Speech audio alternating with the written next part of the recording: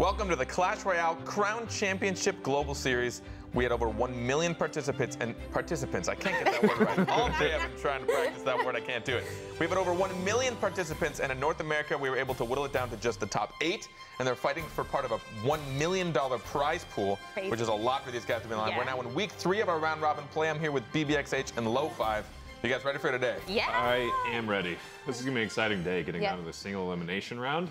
Super stoked. Well, that's like next week, but I mean, like finding out who's going to be in the single elimination round.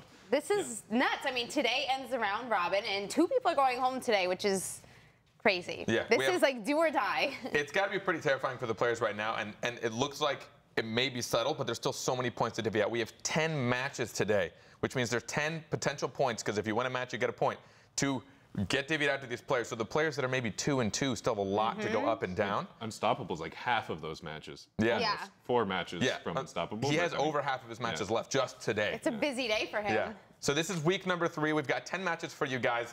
Let's, kind of catch back up. If you have missed it, don't forget, you can go to YouTube and check out Tournament Talks. But right now, we'll show you guys how the points have been divvied out and see where people have been so far on the scoreboard. Divvied out. We just divvied out. Yeah, we just divvied out for fun. And just to kind of recap, to let you know how this goes and how to understand the scoreboard, it's color-coded. The top 2, the green spots, are your preferential seeding moving into the finals. So Tin 2 and Sima Q right now are battling at that out. Tin 2 undefeated. If you're in the blues, you're in a safe spot. You'll still move on to the finals, but you don't get extra seeding. Preferences, I guess, is probably the best way to not say that. And then if you end up on the bottom 2, you'll see Godslayer and Unstoppable right now trying to get out of those bottom 2 spots. If they end today in the red, they are done for good. They will not move on to the finals. They'll have to watch from the bleachers. It's a big day for them. Definitely Unstoppable. Godslayer still has 3 matches, I think? Godslayer has 2 matches. Godslayer He's in a risky spot. He's kind of relying on everybody else to not do so hot. But Unstoppable can actually take control of his fate today. Yeah, I'm really proud of Oxley. He really came and brought it last week. He started climbing up on the scoreboard a little bit. I mean, he's in 3rd place right now, so he is really in a good position to potentially, depending on how today goes, push himself into the green. Yeah, I mean, ending with 4 wins, that would put him above a lot of people if they don't start performing today. So there really is still so much on the line. Remember, we have 10 matches for you guys today. So just to give you an idea, if you're trying to figure out how to organize your afternoon and morning, you should probably just stick around. We got a lot of good matches. These are going to be the first 5 of the day, opening up with Lucifer and Tin 2. And Tin 2's still undefeated. Yeah. Tin 2 has been killing it. Absolutely killing it. He wasn't really one of the favorites coming out. Sima Q was kind of like the top name coming into this. People were a little surprised. I think that Tin 2 is doing so well, but he's absolutely shown up. Today is his biggest match later on in the day, Tin 2 against Sima Q. So we're going to see if they're both still undefeated when we get there, who the top dog really is. That's going to be an interesting match. And Will and I were both talking before, and they were asking us what match are you looking forward to today. And Will and I were both looking forward to match number 8, Sima Q versus Tin 2. I mean, these are both players that are in, both of them are 1st and 2nd place right now. So this is going to be an intense match today. I'm also pretty stoked about Godslayer and Unstable's match, though. Oh, yeah? I mean, not because it's like, we're going to find out who's 8th place, but like, whichever one wins that could say a lot and put them in a better spot. Like, if Godslayer wins that, he's one closer to being back in the blue. If Unstoppable just goes on a tear today, that could be like putting him up high in the blue. I mean, chatting with some of the casters earlier, he at this point doesn't have anything to lose. Yeah. The ball is in his park, and at this point, the pressure on everyone else to not lose to Unstoppable, since he hasn't been performing. It's like, well, this is kind of one of the ones that I probably etched out to be a win on my schedule. And so if I don't take this win, oh God, what's happening? He's in kind of a fun spot to break out a lot of like unconventional plays, just to surprise people and try to take wins off people. I wouldn't be surprised if we see some Sparky out of him. So we'll get this. Sparky. Yeah. Maybe he will use the deck that we made. One could hope. Oh, please don't. All right, so we have that a little bit later today, but right now, match number 1, we have Lucifer and Tin 2. Oh, yeah. Now, Tin 2 is still undefeated, and a big thing to note between these 2 players is that this is the player that has the largest deck diversity here so far in this round robin against a player with the least deck diversity. Tin 2 has played 7 different deck archetypes, which is kind of insane. Yeah. And Lucifer's only played 3. He's playing his comfort zone, and it has put him in a good spot. He is still in the pretty much smack in the middle of the blue. But do you guys have any predictions of what we'll see for this match?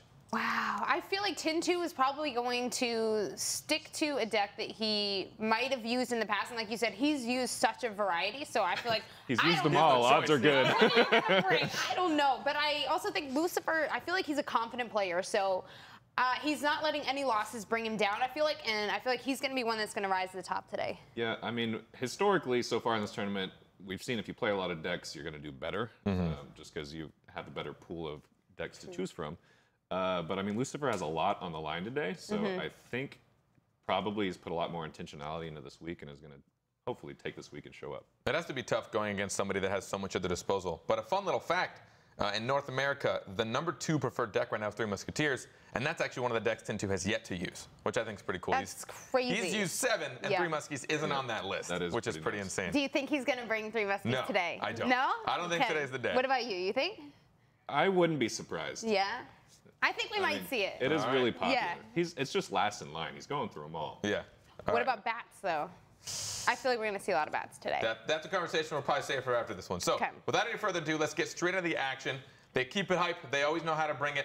Full frontage and Rumham. Show us the action, guys. Thanks so much, Carpet. We are here today for the first match of the day, week 3 of the round robin phase. This is the last day, do or die.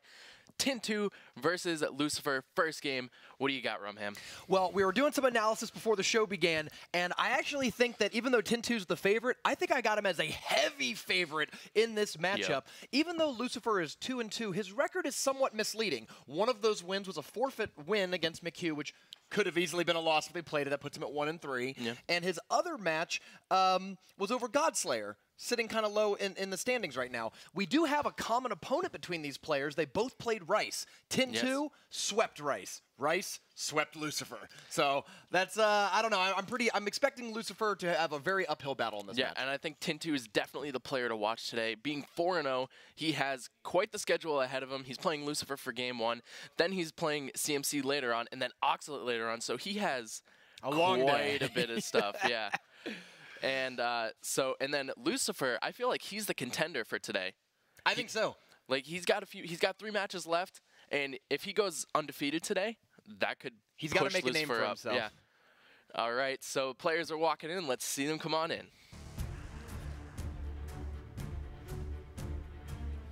Coming out first is Lucifer. Now, Lucifer is a very experienced competitor, right? He won a Clash Royale North American Open tournament. We saw him in the arena battles. Captain of the Nova Esports team, and Nova Esports has 5 players in this tournament. Look at that Tampa Bay Buccaneers shirt. As a resident of Tampa, Florida myself, I gotta respect that shirt. Put the fist up, Lucifer. I'm rooting for you.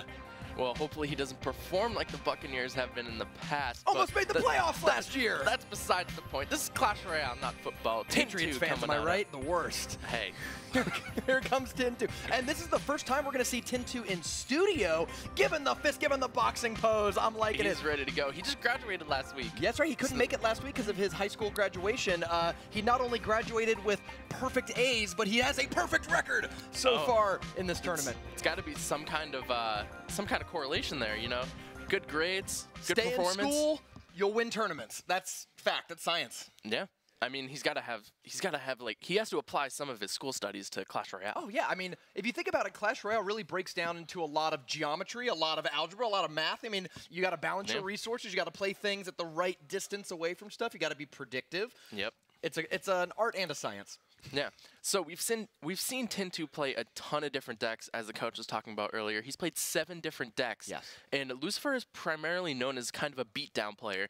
Do you think Tin2 is going to play towards Lucifer's beatdown style, or do you think Tin2 is just going to kind of play whatever Tin2 wants and hopefully he gets the win? I think what we won't see out of Tin2 is Expo. I mean, I guess you could rope it up and pull it out, but I would expect that if you know Lucifer's someone who's likely going to play golems and giants, I don't want to just lead off with an Expo because you might find yourself in a real bad matchup. The nice thing, though, is that you got 3 games in a match. Tin2 might feel really comfortable, and as we saw with Nem Sensei in the European region, when some of these players feel comfortable with their matchups, they, they freelance a little bit. Yeah, they try to pull to play what they want to play. They're like, oh, this might work. Let me go give it a shot. Yeah. Now, with bats coming out, what do you think the most common archetype will be with the bats? You know, I've already heard rumblings. We all know about the 2.6 Hog Rider Fireball deck that's so popular on the ladder. Some people have already turned that into a 2.5 Elixir Hog deck, replacing the Goblin Gang with bats, because bats are an unloggable defensive card. I think the biggest thing you'll see with these players is options of players taking Zap instead of Log. We well, if bats come up, we'll talk about it a little more, but bats are an incredibly powerful card. They might just seem like, they're 2 elixir, they're like skeletons, who cares? There are a lot of situations where bats can be a complete game changer in a matchup. We'll see how often we see them. So far, just from the 2 cards we've seen, we might be seeing that Night Witch, 3 Musketeers Battle Ram deck. Coming out on the left-hand side behind that Ice Golem. Bandit's going to get cleaned up on the right. Miner's going to come in as well. Ooh. So maybe Tin2's not playing 3 Musketeers. He's got Archers as well. It could be a toss-up of anything, really. The Ice Golem, Battle Ram, Bandit sort of combinations have become very popular recently. All sorts of decks and various and assorted archetypes have been putting that little package of aggressive cards in there and done very well. Tombstone is a sleeper we might see a lot more of this week because of how well it counters Bandit and Battle Ram. Yeah, the Tombstone is a fantastic counter to the Battle Ram because it, well, or not the Battle Ram, and the Battle Ram too. Yeah. But the Bandit, when it dashes on, the Skeletons will pop out and they'll take care of the Bandit, no problem. Here we go. So far, Lucifer is about 1,000 damage behind. Those early exchanges are a little tough. Players are spending some time trying to get their cycles in order, and it looks like good interception catches the Miner. Miner will not be dealing any damage to that tower. Yeah, Tin2's trying to keep up the aggressive play with the Miners going in, and Ice Golem's going to come down to tank that Bandit charge while the Archers clean it up. Let's see if Tin2 goes in with the Battle Ram, a defensive poison coming up from Lucifer, but the Battle Ram does come down. Nightwitch should clean this up, no problem. No damage onto the tower. That's a great play by Lucifer. I mean, really predicted defense. He knew that with that Ice Golem Archers, he's like, my opponent's going to put something else with it. So he gets the preemptive poison, catches the Battle Ram, and the damage from the poison prevents it from getting to the tower. Yeah, it was a great poison play by Lucifer. Like you said, he was ready for it. Miner's going to come in here pretty aggressively. Bandit does not predict the Miner, but it will get the charge off, and the Miner's going to get a couple hundred damage. Nothing too crazy. 5 seconds until double elixir. If you're a new Miner player, or just haven't seen too much Miner in tournaments, there are some very interesting placements. Those 2 squares on the direct right of the tower will draw enemy fire from the opposite tower. But if you get on the corners, the back corner, the front corner won't get shot, and it's really good to put it there because sometimes players don't predict it. They don't expect you to put the Miner on the inside. Yeah, and a great defensive zap right there from Tin2. The Bandit's going to die, but Poison helped cleaned up, and the tower is pretty healthy from Tin2. Poison coming down from Tin2 with the Miner going in as well. Ice Golem does predict the Miner, but the Miner will turn to the tower, and the Poison's going to take care of that Night Witch as well, bringing it down to pretty low health. Lucifer has moved to more of a split pushing pattern, right? He's got the Ice Golem Witch on the left side, 6 elixir, pretty threatening push if you don't deal with it, while trying to go Battle Ram Bandit on the right, 7 elixir. Splitting his elixir up into both lanes forces your opponent with limited elixir to defend with to, how many cards can I really play for 5 or 6 elixir, and can I defend both lanes with that? Yeah, and Tin2 is doing a fantastic job keeping up the pressure on Lucifer, so he can't really pull off those split lane pushes. Lucifer can't really contest those pushes over there on the right-hand side. Battle Ram's going to be coming in here. Poison's going to come down to support that Tombstone, and the Barbarians will clean up the Bandit, no problem, but Archers will come down, clean that up, and this match is looking very much in favor of Tin2 right now. Yeah, absolutely. I mean, Lucifer even throws out the good game. I think he knows that it's only a matter of time until he's going to go down. But the thing is, actually, Lucifer did a pretty good job. The star of this match so far to me has been the Ice Golem. Ice Golem has blocked Night Witches, Bandits, all sorts of different stuff, and it's made it really hard for a strong push to get through because the Ice Golem absorbs so much of the supporting troops' fire. Yeah, Tin2 just placed a Tombstone right at the river right there. Miner's going to come in. Lucifer's not going to be able to predict this. Miner's going to get 84. Poison will come down. Tin2 is going to take game number 1. And the sigh of relief coming out as well. Whew. This is, remember, his first game on the big stage, so it wouldn't shock me if there's a little nerve going through Tin2. I mean, it's so much easier to play from home. You got your music on, you're laying in bed, you're just comfortable and aware. It's very different being on these, under the big lights, sitting in a chair with thousands of people watching you. Yeah, being here live in person is so much different than being back home, but Tin2 doesn't seem to phase him at all. He's playing just as well. That's a good point. And I think it's nice once you get that first win, especially if he pulls the next game out and gets his first match win, he can walk back off the stage and go, okay, we're here. We're in it. It's kind of what he did after game 1. He got the win. He's like, okay. Game 1's over. Fine. I know what it's like. I'm ready to go. Game number 2 coming up. We didn't really see a ton of, we didn't really see a win condition from Lucifer. He had the Battle Ram, but sometimes I feel like that's not enough. He didn't, like his pushes were, he was doing the split pushes with the Ice Golem and Night Witch on one side, Ice Spirit Battle Ram on the other, but we didn't really see a true win condition like the Minor Poison from Tin2. What do you think Lucifer was trying to pull out there? I think Lucifer just didn't really have a great answer for the Tombstone. The Tombstone and the Ice Golem alone seem to stifle all the pushes. I mean, the Ice Golem can hold the Bandit for a little bit, because the big problem with the Bandit is that if I play it at the river, there's like 5 seconds before she's charging your tower and doing some damage. So you've got to, like, you can fight the Battle Ram, but you've got to just hold the bandit somewhere, right? You just got to keep her busy for a little bit of time. And the Ice Golem costs less elixir, does enough damage to, you know, just keep it delayed, and when it finally does blow up, it even slows the bandit, buying you a little bit more time. What I saw was 10-2 on defense, splitting up the defense at the river. Like, the Battle Ram goes for a tombstone, but then all the support is hung up on the Ice Golem, and that gave him time for the Night Witch, poisons, whatever defensive tools he had to hold it off. I agree with you that something more like a lightning or a log would have really helped to get through the tombstone, but it wasn't there. Yeah, he had the poison, but it wasn't enough. Like, the poison doesn't kill the tombstone that fast, so Bandit Battle Ram is going to get held up on that tombstone, and it's probably one of the best defenses against those two cards. 10-2 breaking out the Inferno Dragon in this match. Now, this looks very, very similar, 10-2's deck, to the Three Musketeers deck that we saw Lucifer and Oxalate play in that exciting mirror match last night. Lucifer is running Graveyard Cycle with Tombstone. Could help against all the Battle Rams. Yeah, I think Lucifer knows. He's like, all right, 10-2's, he was playing Battle Ram Bandit, so maybe I should throw a Tombstone in there and help defend against that. We'll see how it goes. We've got the Ice Golem, exactly like you were saying, holding up the Night Witch at the river. Poison comes down. The skeletons are outside of any sort, like, they didn't get zapped or anything, and there is a zap in 10-2's deck. You know what we haven't seen? 2 games so far, no bats. Yeah, no bats have come out yet. 10-2 used a zap on the Mega Minion on the opposite side to make sure it didn't get a lot of damage because there was an Archer behind it too, so I think that saved 10-2 about 500 damage on that right-hand tower. We see the Log come out. Log not terribly effective against the Night Witch because, of course, the bats don't get hit. Wow, it was too far back, the Tombstone. Yeah, I think the Battle Ram was caught up onto the Ice Golem's slow, and the Tombstone came down just a little too late, and a little bit of a 1,000-yard stare by Lucifer. If you were catching his camera, I think he had a little bit of exhaustion, like, oh my God, cannot believe this. Like, how did that Tombstone miss? He finds himself in a similar situation this game, down by over 1,000 health very early in the match, and basically kind of trying to play defense. He's even down by about 3-4 elixir if you're looking at the elixir bars. Yeah, and Lucifer probably has no idea that 10-2 has an Inferno Dragon in his deck. Not at all. There's no signal for it. The thing is, Inferno Dragon is such a fringe card that it's not like, oh, if I see an elixir pump and then a miner and then a Knight or whatever, I go, oh, this might be a Three Musketeers deck. I don't need to see the Three Musketeers to know it. There is no deck that runs Inferno Dragon so often that you'd be able to predict where it is. Oh no, the Battle Ram got through again! The Battle Ram is gonna, oh, it just barely missed the tower. The Mega Minion was able to clean it up just in time, and the bats will come in and help clean up. Bats may not be played, but they are still showing up in this match. Yeah, that Night Witch is just spawning those bats like crazy. Battle Ram coming down the opposite lane, so is the Bandit. Tombstone will stop that, no problem.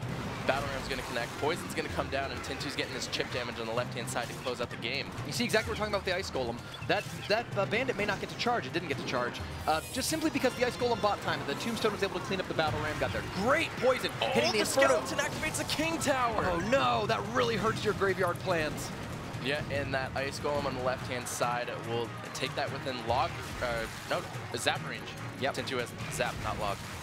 Let's see if we see another Tombstone out. One at Graveyard. I mean, one of the advantages of this deck is how quickly it can cycle back to Graveyard. If you focus on your cycle, you've got a 8 elixir cycle between graveyards if you really want to. So it's easy to keep the pressure on, but 10-2 just played exceptional defense, sweeps Lucifer in 2 games. Yeah, he made that last play really safe. He played the defensive poison. He knew the zap was going to take out the tower, so he's like, I don't need to poison it, so I'll use poison on defense and make sure Lucifer gets no more damage. I don't want any chance of this game going into an overtime. Total straight-faced, stoic look there by 10-2. For those of you who haven't got to see 10-2, it's his first time in the studio. Yeah. He's got a lot of personality. I mean, he is a very funny guy, good sarcastic sense of humor. I hope we get to see some of that today when he's, you know, on stage and probably racking up wins. Yeah, you would think some of these players could be shy or coming in, but 10-2 is probably one of the most outgoing players that I've met. And now that the nerves are gone, I'm sure we'll see that in his future matches. 10-2, though, first player in any region to reach 5 match wins. Hadn't lost yet. Yeah, he is 5-0 for the day with 2 of his toughest matches coming up against CMC and Oxalate, but that will be later on in the broadcast. What's worth mentioning is that we are so tight at the top of the North American standings that 5-2, if he loses those 2 matches, does not guarantee you a top 2 spot. He might fall down to 3rd place by the end of the day, so these next 2 matches are against his toughest opponents and the most important ones of his crown championship. Yeah. we could see CMC and Oxalate coming up. And here's the replay of Tin 2's push where the Tombstone is going to be coming down just a little too late. You see the Battle Ram get slowed by the Ice Golem, and it doesn't go over to the Tombstone, and the Battle Ram disconnects, and that's when Lucifer was like, oh my gosh, are you kidding me? I think the Tombstone was just a little bit far back, and the Ice Golem slow kind of made it like, make the Battle Ram take the correct path and not get aggro to the Tombstone there. So a really unfortunate turn of events for Lucifer there. One tile higher and that would have pulled it. Oh yeah, it's a game of inches. I think it was. I think it's a 3-2 placement from the tower to pull. I believe so. Yeah. To pull from that far up, but so that Ice Golem slow made the Battle Ram go back in its correct lane, and the Battle Ram just went straight for the tower. Tin 2 moves to 5-0.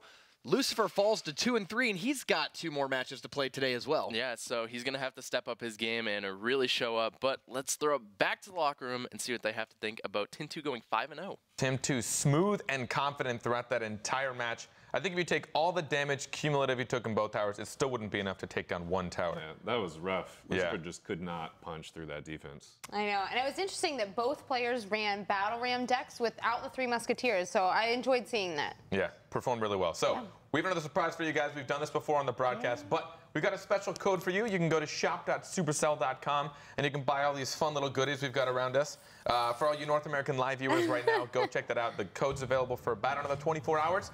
So be sure to take advantage. You can buy either this adorable little baby dragon. Yeah, this is actually one of the things that I'm going to buy. If somebody ever reminds me.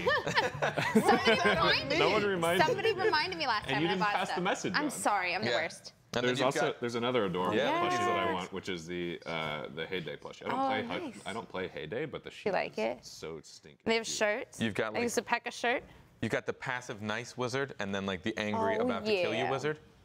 That's always nice. The nice wizard. And the prince. A couple of nice shirts too as well. But all right, match number 2. Let's not spend too much time doing this so you guys can go by yourself. But Unstoppable and Oxalate. Oh, yeah. Unstoppable right now at the bottom of the ladder, but he has a lot of opportunity. 4 matches for him to play. And Oxalate, Bibi, I know you were talking a lot about him last week. You thought he performed out of his mind. Crazy. My money is on Oxalate today. I feel like he did so well last week, and I feel like he's in the groove now of playing in live tournament standards. So I think he's going to bring it the rest of this tournament. This is Unstoppable's moment of truth.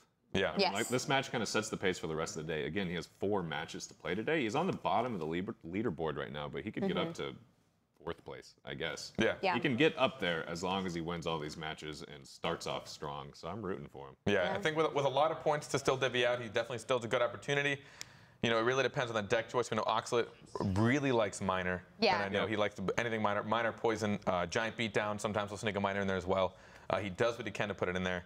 So, you know, it's kind of up to Unstoppable to try and read him on that and see if he can counter his deck choice. Yep. I mean, again, Unstoppable's in, like, he's obviously bottom of the leaderboard is not where you want to be, but he's in kind of a cool position where he can really do whatever he wants right now. Like, he's got to surprise people.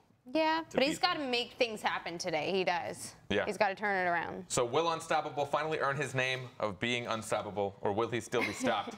Him and Oxalate. Ramham and Full Frontage, take it away, boys. Do you know what's cooler than those figurines on the couch? No. Ice Cold? Oxalate versus Unstoppable. That's what's cooler. Match number 2 of the day. Oxalate versus Unstoppable. Like they said over there, this is Unstoppable's time to shine. He's 0-3. He has 4 matches to play today. If he wins this match, this is a huge momentum shift for Unstoppable. Unstoppable could theoretically win all of his matches today, go to 4-3, have a winning record, and go, like, not just from bottom of the standings, but, like, healthily in the middle, and that would throw the entire standings into chaos. Meanwhile, Oxalate, sitting at 3-2, needs to win both of his matches today to make a push for the top 2. Yeah, if Oxalate wins this match, this puts him in a really good spot. But also, his match later on today versus Tin 2, that will determine whether they're first or second. So the really 3 players that are at the top of the leaderboard are Tin 2, CMC, and Oxalate. But players are about to enter. Let's go check it out.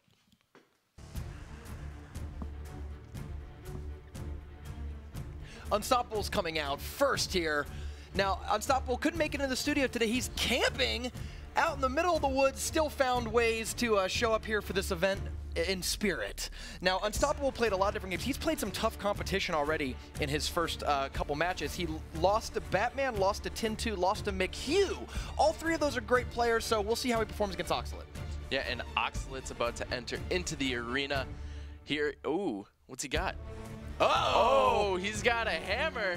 Boom! Hammers Esports, of course, he wants to come out with the hammer, drops the mic hammer, and he is ready to battle. Oxalate went out for pizza with him last weekend and discussed some of his strategies. He's really excited about the release of bats. It wouldn't shock me to see some bats out of him today. Yeah, one of my favorite kind of deck archetypes right now. I haven't really had a chance to play with the bats as much as these players probably have. Sure, but all day. Oh, yeah. What I'm looking for is to see if there's any kind of bat incorporation into the log bait deck.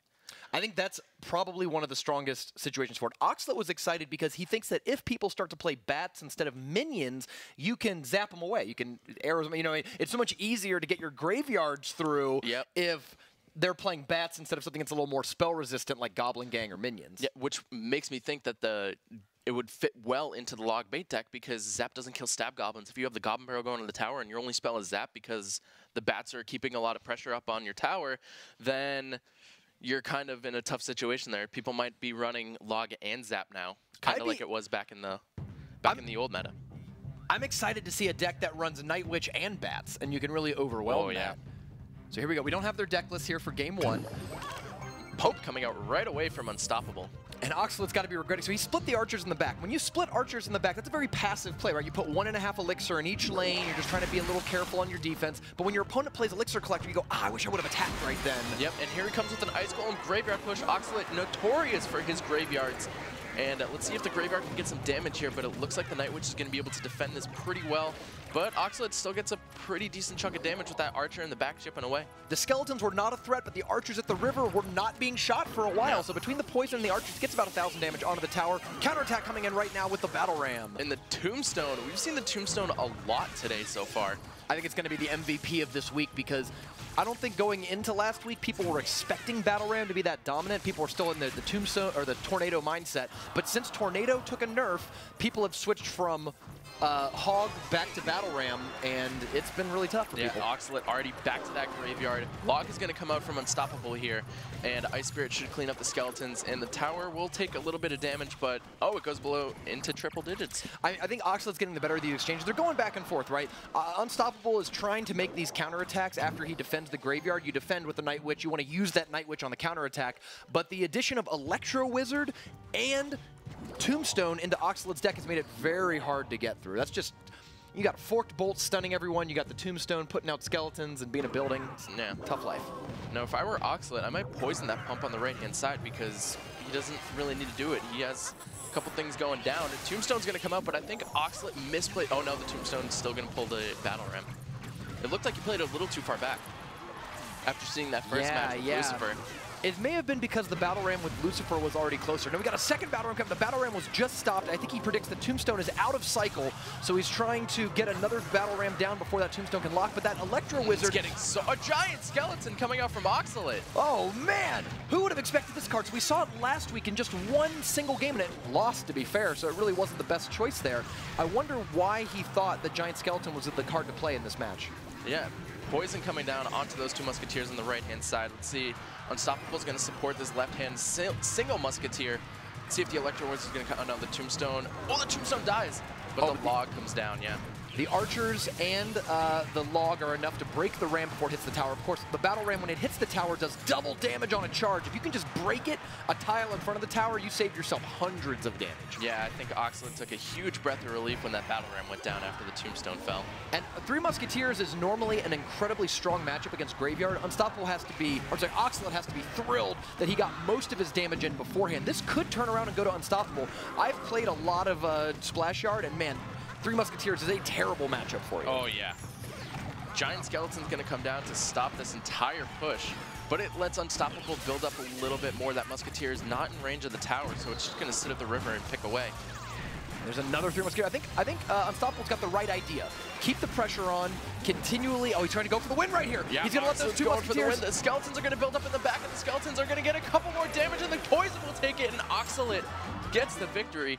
with the Giant Skeleton. And that was, I mean, that's honestly a bad matchup. When we talk about, a lot of times you say, oh, it's rock, paper, scissors. You know, if I play Three Musketeers and they play Graveyard, they can't win. But Oxalate proves that if you are an A+ Graveyard player, you find the ways to outplay these bad matchups. Unstoppable felt like he was taking the game over by cycling Musketeers, and Oxalate was falling behind, taking damage on his left tower, really struggling to defend. He decided next time he splits those Musketeers, I'm going the single Musketeer side and I'm going to take it down. He went for it. It paid off. Yeah, and I think the interesting thing was I don't think the Giant Skeleton was in Oxalate's deck for an offensive push. I think it was used for mainly defense to kind of build up a bunch of troops, and then as they cross the river, that Giant Skeleton Bomb just destroys everything.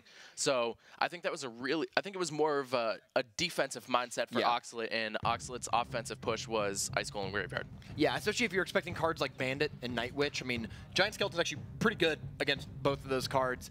And it turned out to be, it actually would have been good against the double Musketeer side, but we didn't see it. So what will Unstoppable bring here in game 2? Will he mix it up? So far, it looks like he might be playing the same deck. Yeah. Oxalate going for the punish here.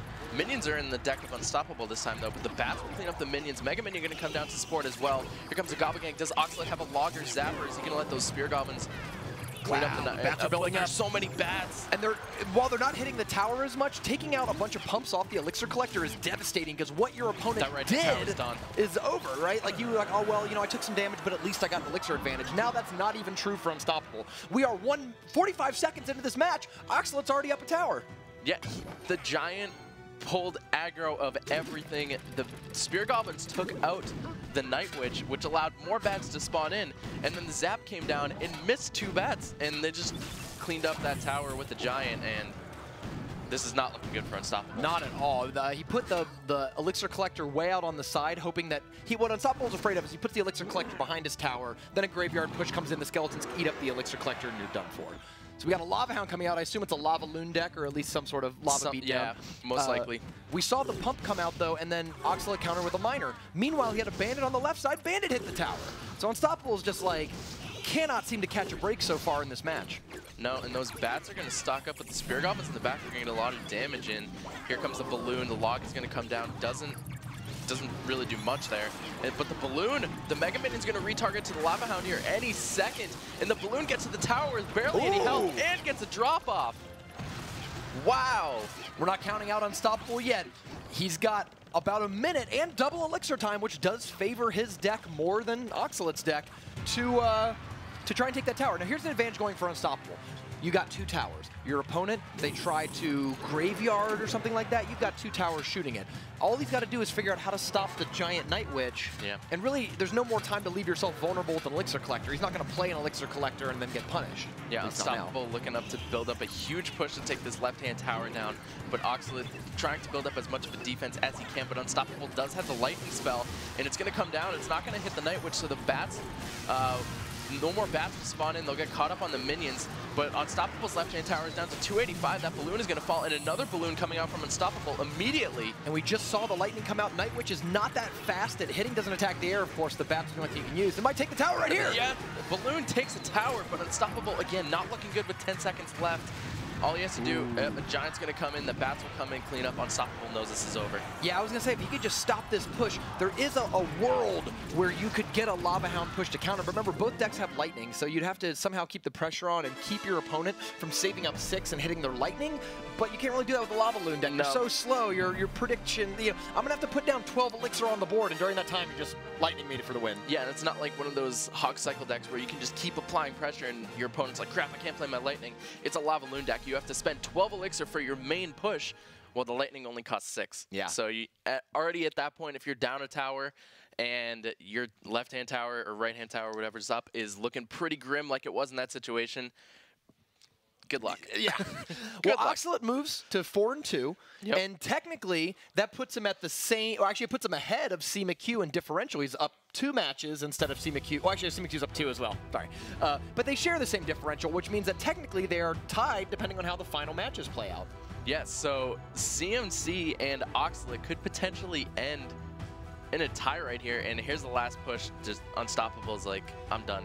He knew it. The center giant did so much because if the 2 towers were able to shoot, they would have cleaned those bats up very quickly. Bats move fast, but they're one hit by towers. So by putting that giant in the middle, you draw the king tower and the crown tower shooting at it, and that lets any of your support troops be incredibly threatening. And those 2 towers are not going to kill the giant before the giant reaches the tower. Nope.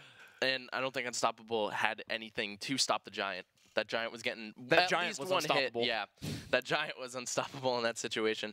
So Oxalate, again, 4-2 now.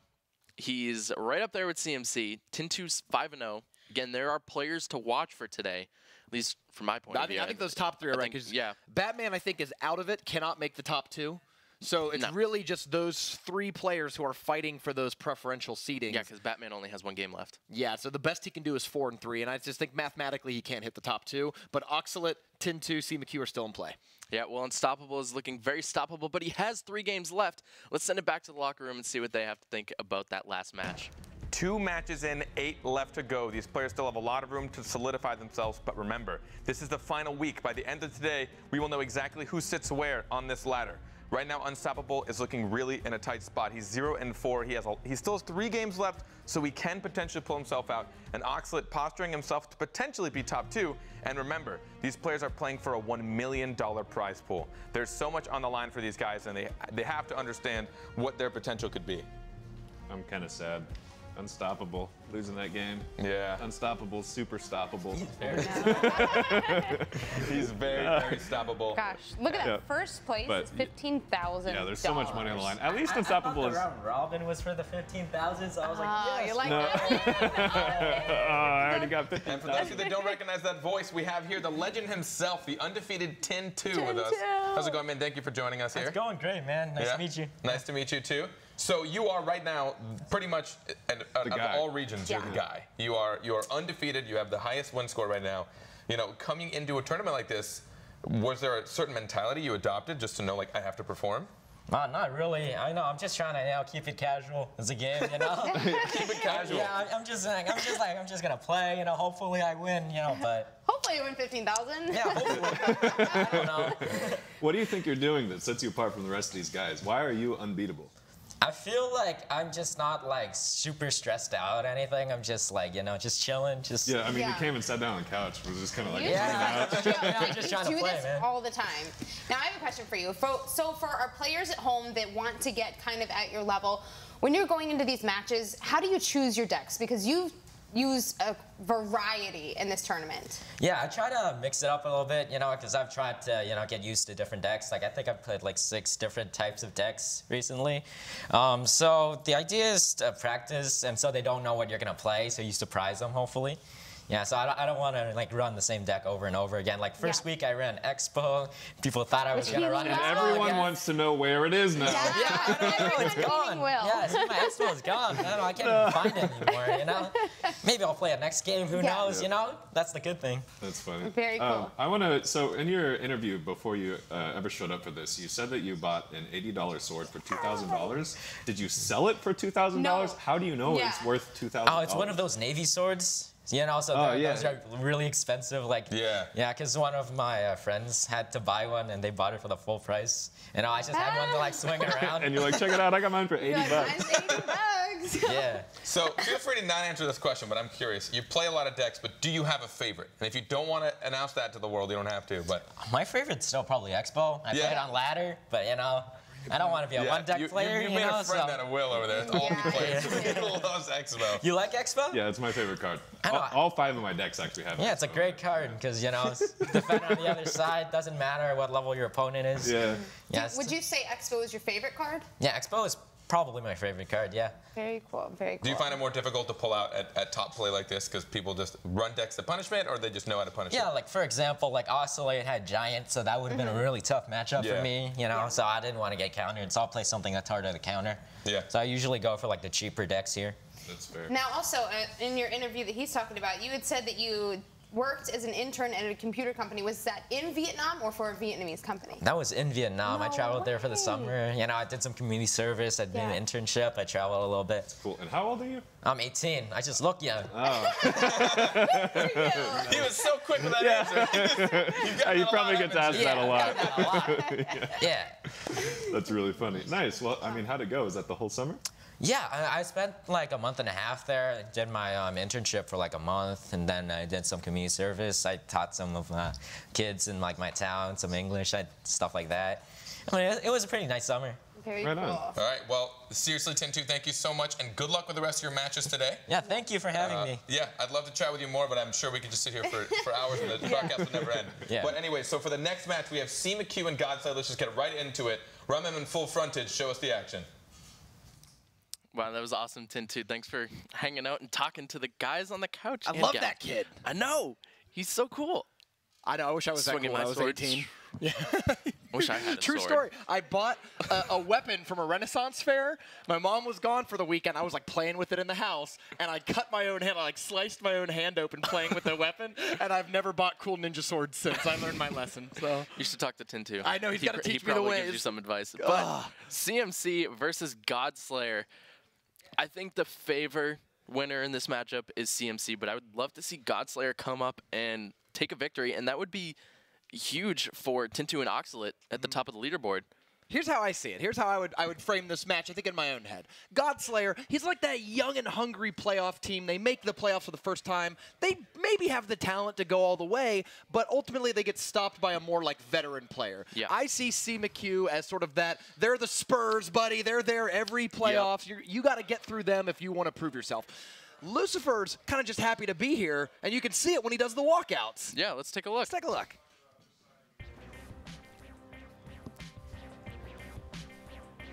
All right, McHugh's coming out first. As we said, he's sort of the veteran here.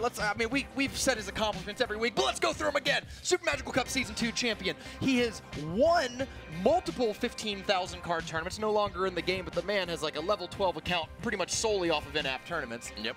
Here comes Godslayer. C. McHugh couldn't make it this week, but we have Godslayer in studio wearing his trademark 10-gallon hat. Oh, is he going to point the gun? Oh, there it is. He's ready for today. He looks like a character from Supercell's newest game, Brawl Stars. He looks like he could be a brawler. Oh, he definitely could be. He definitely could be. He could be. I picture him as like a Gunslayer. Put him in there. Gunsslayer. New brawler leaked right here. Yeah, so I was just mentioning, I think Godslayer's happy to be here, right? Yeah. He's proud of his performance. He's happy to make it this far. He's walking away with at least $3,000.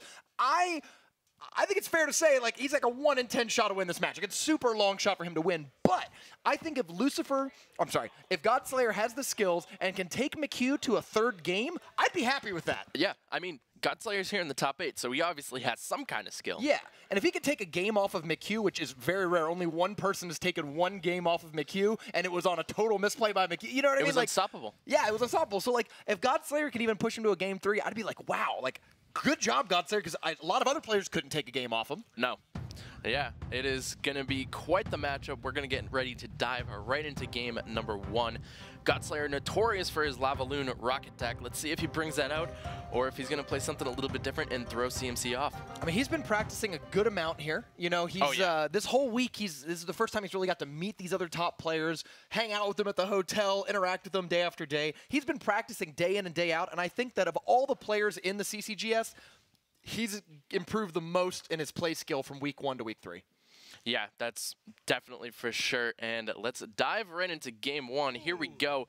CMC, Godslayer. In the jungle arena. Jungle arena.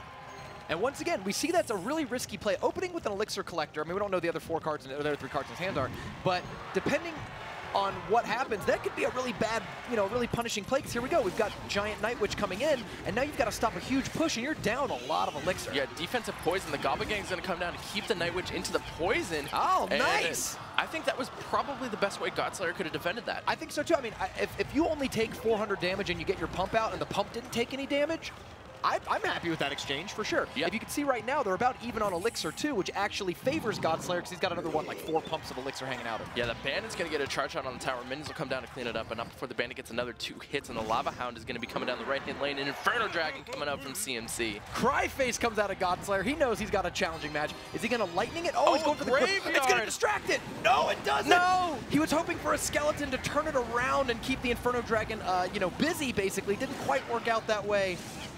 And a defensive poison by the Q. Poison from CMC.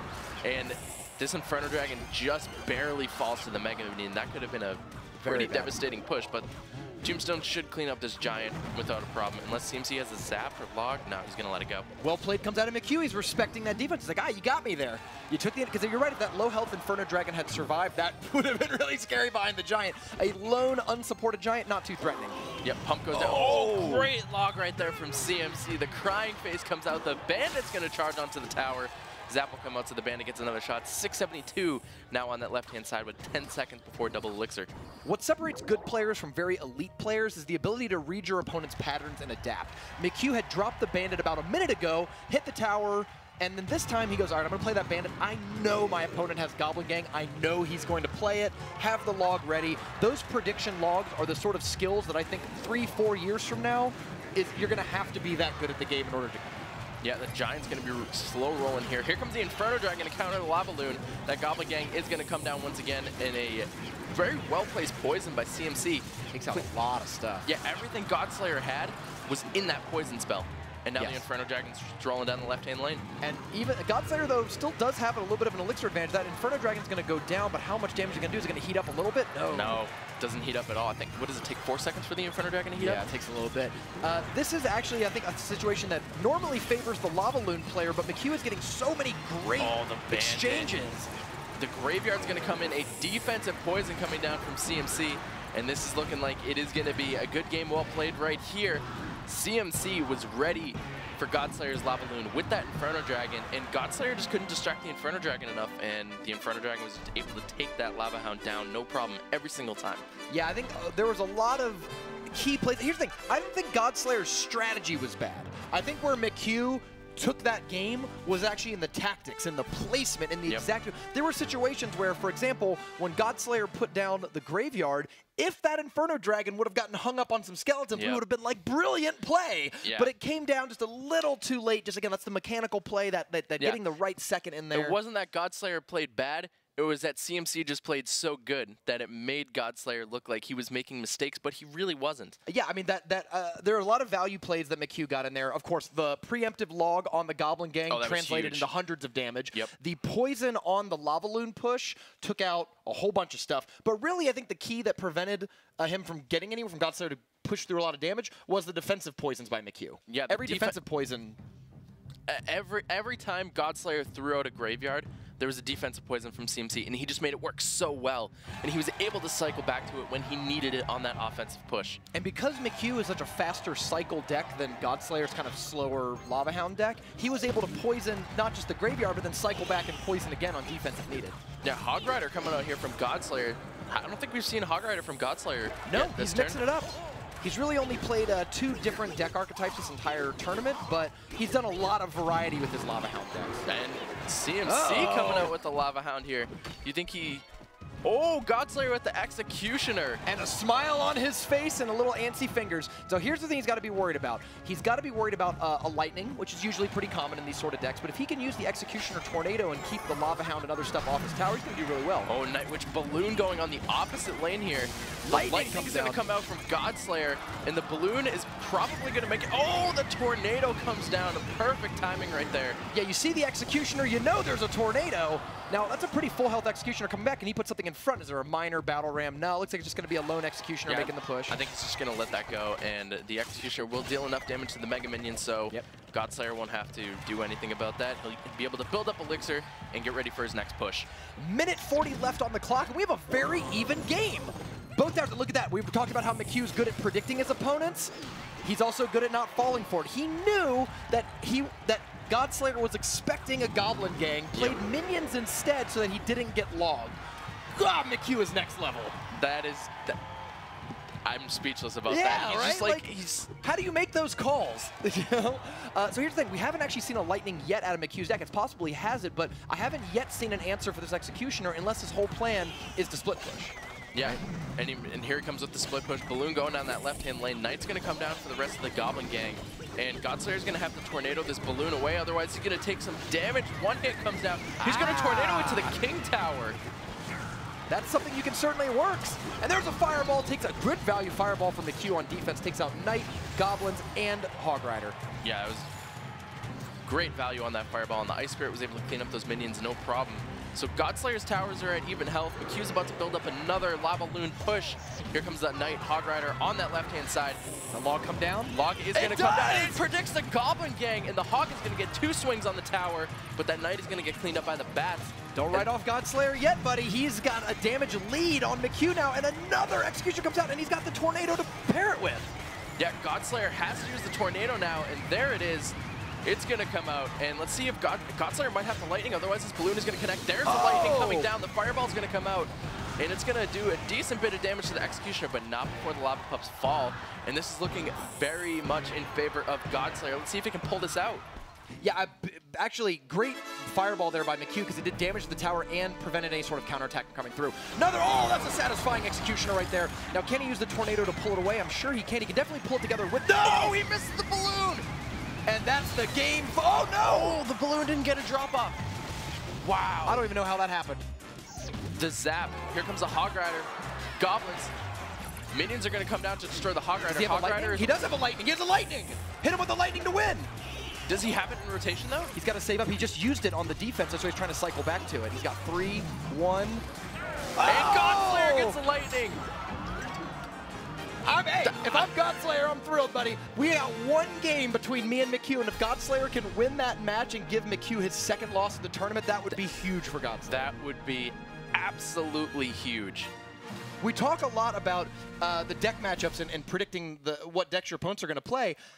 Godslayer made a great call there. He played an Executioner Tornado deck, which isn't as common as it was like 2 weeks ago, but sure enough, there was McHugh with Lava Loon and got him. Yeah, I honestly thought Godslayer lost that match as soon as that Tornado missed, but the zap came down literally at the perfect time, and just the balloon fell, and I'm thumbs up for Godslayer, buddy. I'm speechless. Let's see what the locker room has to think about that crazy last matchup. Carpet, what do you got? A missed tornado, but he's still able to within seconds. So scared when I saw the tornado just barely missed, yeah. but the balloon still died like just before the tower. I know. Had it been able to drop 1 bomb, that would have changed the game for McHugh. I cannot believe that. I'm shocked. That was nuts. I'm a little disappointed in Godslayer for switching it up and not playing Lava Loon like he promised us. But, I mean, he definitely... he made the right choice. He gave it to McHugh, for sure. All right, I mean, let's just get right back into it. It couldn't get any closer than that. Wow. Someone could potentially take down McHugh right now. It is 1-1. Game number 3 for Frontage and Rumham. How's it going to go? After that, I have honestly no idea. It could go either way at this point. Godslayer played exceptionally well. Did have a couple misplays, but CMC seemed a little bit shaky there. I think Godslayer got to him a little bit, and I think one of the biggest plays next to that missed balloon was Godslayer predicting the Goblin Gang on defense on the Hog Rider. Yeah. I mean, so here we go, going into game 3. Now, technically, I mean, again, we said McHugh's probably favored to win this match, but anything can happen in the next 3 minutes. Yeah, or longer. Might go into overtime. We'll see. But here we go, back in the jungle arena. Spectators are jumping in. Now remember, you can be friends with people in Clash Royale, and if you're friends, you can watch these players live. We have over 30, and it's going up by the minute. Players trying to get in. The Hog. CMC opts to rocket the Hog Rider, so he takes no damage. -2 elixir trade, but no damage. So I think he's just taking that. Godslayer has a huge elixir lead right now. Let's see if he can do something with it. You know, in the next couple of minutes. I mean, because the longer you go on, it'll even out eventually.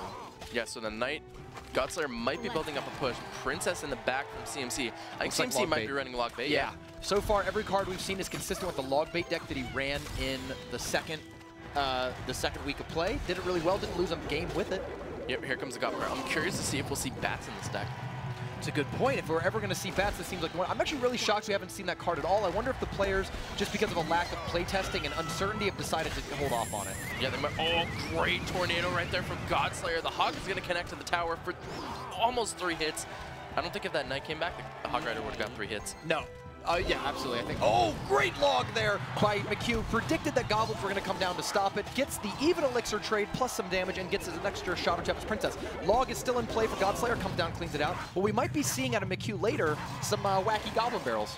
Yeah, that wouldn't surprise me. CMC, he knows exactly where to play the goblin barrel to throw off his opponent, especially when it's in double elixir and he can keep the pressure up, because then your opponent's just like, I need to throw this log down and see a goblin barrel and then defend everything else that's coming. And so if CMC can keep up the pressure, that might be in his favor for the barrels later on in the game. I think if I'm Godslayer, I want to play really aggressive here. McHugh is looking to play a very defensive game, not take like any damage on his tower if possible, and basically win with a rocket right as overtime clicks. That's his strategy. That's what he wants to happen. Now, if you're Godslayer, that means you want to play to a 2-tower game. You know what I mean? Like, you want one tower to go down on each side and try to force him to have to rocket a whole second tower, which is likely not good for him. Yeah, the log is going to come out onto the princess this time. Dangerous goblin barrel time. Here comes the Hog. Log is going to knock back the Hog Rider, but the Hog Rider should be able to get to the tower here and connect for 2 hits, and it does. The Goblin Barrel comes out, takes 1 stab. It's pretty good. The goblins on defense are good there because it's much harder to hit them with a log. If you know that you're going to want to use your log on offense to get your Hog Riders through, you got to figure out then what am I going to do about the Goblin Barrel that comes in right after. And I think 2 Elixir Goblins is a great solution. Yeah, I think Godslayer is playing his Executioner very smart. He knows CMC has the rocket, so he's not. Godslayer's not playing his Executioner close to the tower to give CMC rocket value. Very good point. Now, McHugh is low on Elixir right now because he put a lot into that Inferno Tower, but he's also bought himself, what, 20, 30 seconds of defense? That Inferno Tower is hardly taking any damage. Yeah, here comes another Goblin Barrel, but I think Godslayer's gonna... No, yep, now the log comes out. A little bit too late. I don't think he had it in rotation, though. This is so minor, but did you see that Ice Spirit that McHugh played? Timed it perfectly to run through one half of the Executioner shot, but not the other one, and then jumped on the Executioner. Like, wow. When we talk about, like, absurd mechanical play, that's what we're talking about. Look at this double Princess is still shooting. Yeah, Executioner's gonna clean it up, though, and the Ice Spirit's gonna come down once again, and Godslayer's still taking some damage. I think if he's gonna be playing the Ice Spirit to defend that Goblin Barrel, I kind of think it's a waste to play that log. He should just save it because he knows CMC is going to cycle so fast. Yeah. With a log and a tornado, though, he has so many tools. You know what I'm surprised he hasn't done once? Is tornado the Goblin Barrel to the King Tower. But he's been using it. He's been using it on offense to pull things away, or he's been using it with the Executioner. He hasn't really, you know, there's so many targets in McHugh's deck for all of your spells that it's hard to be like, let me save this specific one for this specific situation. Yeah, so here comes a Princess Goblin Gang. Goblin Barrel pushed down the right-hand side. There's a Trick Barrel we were talking about. He's going to tornado everything to the tower. Ouch, he says. He says, oops, and I think and he knew. The rocket finishes off. Hey, great play by Godslayer. McHugh takes the match. A lot of damage done to McHugh's towers on either side. I think, you know, given that's one of McHugh's stronger decks, he's never lost with the log bait deck in this CCGS tournament, I thought he played admirably. I mean, that's probably it for Godslayer in the Crown Championship. I think he is mathematically eliminated after that loss, but he had a great performance. He earns $3,000 for finishing 7th or 8th, and he's played on the big stage and showed he can at least hang with some of the top players in the game. He still does have another game. Of course, but I think mathematically he can't get back into it. He's 1-5 now. Unless Rice loses all of his games, he could tie with Rice. Okay. So he's still not totally out yet. If Lucifer loses all his games as well. All right, Godslayer, then you got one more match to prove it. Yeah, each player, I think Lucifer plays Unstoppable. Yeah. Rice plays Unstoppable, and Godslayer plays Unstoppable. So Unstoppable has to step it up for Godslayer. Depending if on how Godslayer those wants a matches chance. go. I'd also like to point out that Logbait has been played 6 times in the North American tournament. It hasn't lost yet. It's obscene. You know what's crazy? Lightning was one of the most played cards out of all the decks, yet Inferno Tower is now 8 for 8. Was 7 for 7, now 8 for 8. So despite Lightning being highly played, Inferno Tower still seems to be an incredibly effective defense. Yet the Logbait plays are just crazy. Let's take a look at the game-winning play right here where Godslayer plays an unfortunate tornado and just pulls everything to his Crown Tower. Did he think that was a close barrel instead of a far barrel? Like, what I was trying to think in my head is maybe what he thought that was right there was a Goblin Barrel being thrown in front of the tower instead of behind it, like maybe off to the side. So he tried to pull everything in the corner away from the tower. Well, I know one thing for me, sometimes I like hover a spell, and I see the Goblin Barrel, so I'm like, okay, here's the spell. And then when I lift, my finger shifts. So that might have been what happened, and it just shifted one tile over too far, and the Goblins were able to connect to the tower. Could have been a misplay. Could have been just I think it's going to be here. I think this is far enough away, but I'm not too sure, so I'm just going to try it anyways. But let's send it back to the locker room. CMC is now 4-1. Carpet. Godslayer making CMQ sweat a little bit, it seemed like. I'm glad he took at least one game. Yeah. But, I mean, unfortunately not able to get it out there. I'm really happy to hear that I'm not the only one that lifts my finger up and ships the spells. I'm glad that happens to the best of us. Yeah, thanks. The worst is like you take all this time, meticulously place it, and you're like, I got it. Yeah. You look and you're like, what have I done? Since I play Expo, like it happens all the time where I pick it up and it shifts one tile to the right. And even just it's a useless Expo. It's a defensive Expo. Yeah. It's a deliberate defensive Expo. Offensively placed defensive Expo. You do what you can. All right, so CMQ now starting to ramp up. He had that first forfeit. He's doing well. Godslayer now, as you heard from the guys over there, really needs to get this last win that he has. And a lot of things have to go in his favor. So it's kind of out of his hands now, a little bit. Little in, little out. He's hoping for the best, that a lot of results go his way. I'm still counting him in. Yeah. That was amazing. I mean, that last match, CMQ played a different style deck every single game. And I think he was definitely anticipating Godslayer's Lava Loon that second game because he came with a Lava Loon and Godslayer switched it up on him. Yeah. We talked about 10-2 being one of the guys that has played a huge, diverse deck list, I guess. But CMQ is one of the same guys. He's only played, this is his second week playing now because he missed the first week, but he played like 5 different decks last week. Yeah. He's the same guy. It's really hard to pin down, and it's you never know what you're going to see whenever you play against him. True. All right, so that one's wrapped up, but we still get to see from those players. The next match, we have Unstoppable and Lucifer. Now, if any of you that watched Tournament Talk in week number 1, we got to look into his life a little bit more, see what kind of player he is. We're going to go back, rewatch that video, show everyone, you've seen him here in studio, you've seen what kind of person he is, but let's get to know a little bit more about Lucifer. My name's Kyle. My in-game name is Lucifer. I would say I'm a pretty competitive individual. I grew up playing and loving baseball. I had dreams of potentially going to play pro ball. I was already playing AAU, was on all-star teams and stuff like that. But when I was around 13, I was doing some type of BMX activity. Ended up jumping off the bike in the street and tearing my ACL. And being at such a young age, it wasn't a wise decision to have surgery at the time. So it kind of curtailed my athletic career. The injury kind of did bring me back down to earth and, changed my perspective on life. I was kind of, bedridden and desperate, and I ended up buying my first PC. And that's where I really got introduced to all types of gaming. The injury made me realize that there were other avenues in life to succeed at, whether that be school or here now with an esport like Clash Royale. I would say I'm a blend of, outdoorsy and kind of being a shut-in, obviously because I am a gamer. But I like to find a balance in between. I think it's healthy. I like to try and come out here at least once a week. It's pretty relaxing, to be in nature. Catch a few fish, it's always a bonus. I picked up my love for fishing through my dad and his friends. When I'm out there fishing and I, don't have Wi-Fi or cell service, sometimes it's a bother, but at other times it's nice to be, cut off from technology. Fishing teaches you stuff like, patience and discipline. And that's stuff that you can bring to the game as well. Waiting your turn and striking at the right moment. Control the tempo of the game. I think that's my strategy to this entire thing. The Crown Championship means a lot to me. Being crowned as the best player in the world would be quite the accomplishment. But the amount of work I'm putting in now and practicing, I think the odds are in my favor. All right, I won. All right. Lucifer, you can tell he's got the competition in his blood. He really wants to do well. He's going against Unstoppable, who, as we've seen so far, has not been performing. I think Lucifer's going to go in strong. Prior to this week, he's had Night Witch in 100% of his decks, and Unstoppable has had Elixir Collector in 100% of his decks. Unstoppable seemingly try on a bunch of different shirts and none really fitting right. He really can't find that deck that works for him. Yeah, I mean, I feel like Unstoppable's got to play something that he's comfortable with today against Lucifer. Something to boost himself up there. He's got to bring it. Yep. Obviously, there's a couple of patterns going on with both these guys. Hopefully, they've picked up on the patterns that the other player has, and hopefully they can't hear us right now. But, I mean, both of them have a lot riding on this match. Lucifer's got to win to get a little bit further away from the red and stay away from Unstoppable, who's trying to catch up to him right now. Yeah. If Unstoppable wins this match, that's one step closer to tying Lucifer and beating him in a tiebreaker at the end of this, or maybe just passing him because he has so many matches today. Yeah, Unstoppable, he may be at a complete loss right now, but remember, 3 more matches left for him. And he just did, we've seen really good performances out of him. He always seems to fall a little bit short, maybe one game in the match, but then he kind of falls short on the other. So I'm curious to know if he finally has what it takes to pull it out. Any quick predictions? I think this one's going to go to Lucifer. He's kind of middle of the pack right now, and I think he's going to have that confidence because he knows he's going against somebody who hasn't quite been playing up to their expectations yet. So I think he's going to go into the match with confidence.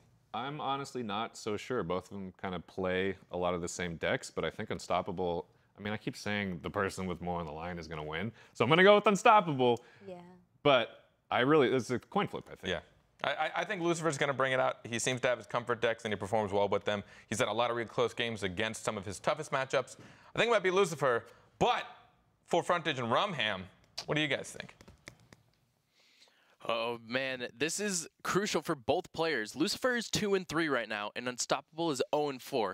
Unstoppable can go on a run and potentially get that end of the pack kind of thing, but if Lucifer pulls out here, he might be able to get higher up in the pack and make a little run for himself here. Yeah, Unstoppable is basically fighting to not get eliminated, and Lucifer just needs to coast. Like, if he goes 1-2 or 2-1 today, he's safely in the middle. Yep. I don't think he can really make a play at this point for the top two, so it's really just don't lose for him. Here we go. Let's go see how they do. Take a look at the players. Let's see them come on in. All right, Unstoppable coming out first. Now we got to figure out what Unstoppable is going to do to really reverse this trend. I mean, he's had a couple 3-game matches. I mean, he had a 3-game match against McHugh, and actually that's about it. The rest has been swept. He's won 1 game. He's got a 1-8 game record, so that's a really tough situation. Hard, yeah. And of course, you're playing against the best players in the world. Here comes Lucifer out again. Resident of Tampa, Florida, with those Buccaneers shirts on. He's like the one thing I'll say about Lucifer is no matter how many times he's been live here all 3 weeks, he takes these losses, he's unfazed. He's cool, he's collected. He's the oldest of our North American competitors, so he's seen the most life experience, and he's keeping it together. Yeah, I feel like he's one of those guys that's like, all right, I took the loss. It's fine. Let's bounce back. Let's get it next game.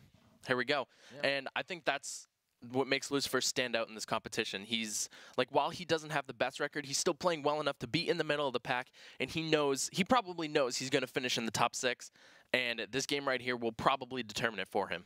Lucifer and Oxalate last week started a trend in the Clash Royale community. They both played a 3 Musketeer Witch Bandit Battle Ram deck that became incredibly popular. Get this, in the days after last week's tournament, that deck had an 85% win rate on Stats Royale for just a few days until people started to adapt and counter it. So keep an eye out on what Lucifer plays in this match, because it might be the next trendy meta deck. Yeah, or he could bring back the 3 Musketeer deck and...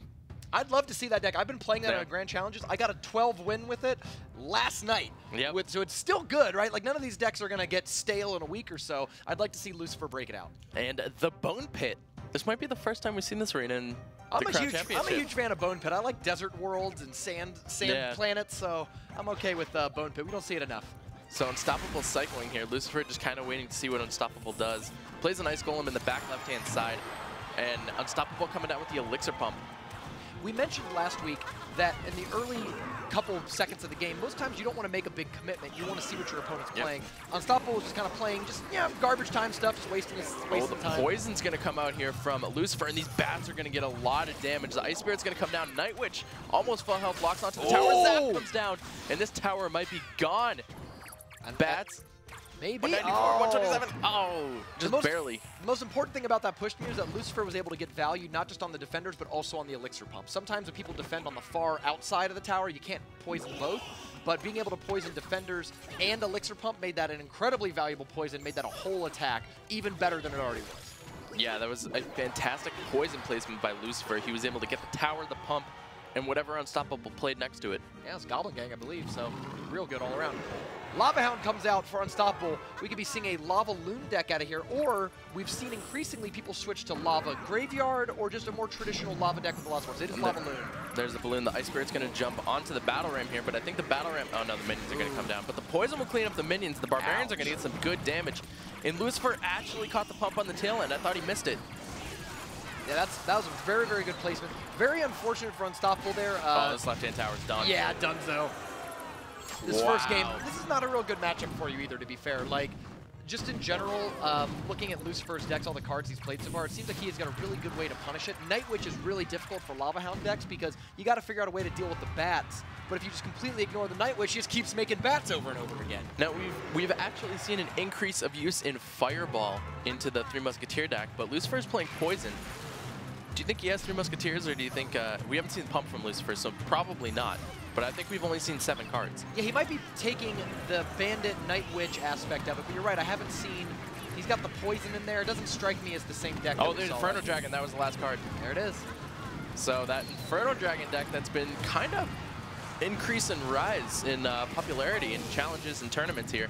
Unstoppable Lightning, so the King Tower knows it's over. He knows it's over. Battle Ram's going to connect. Lucifer getting the first 3 crown of the day.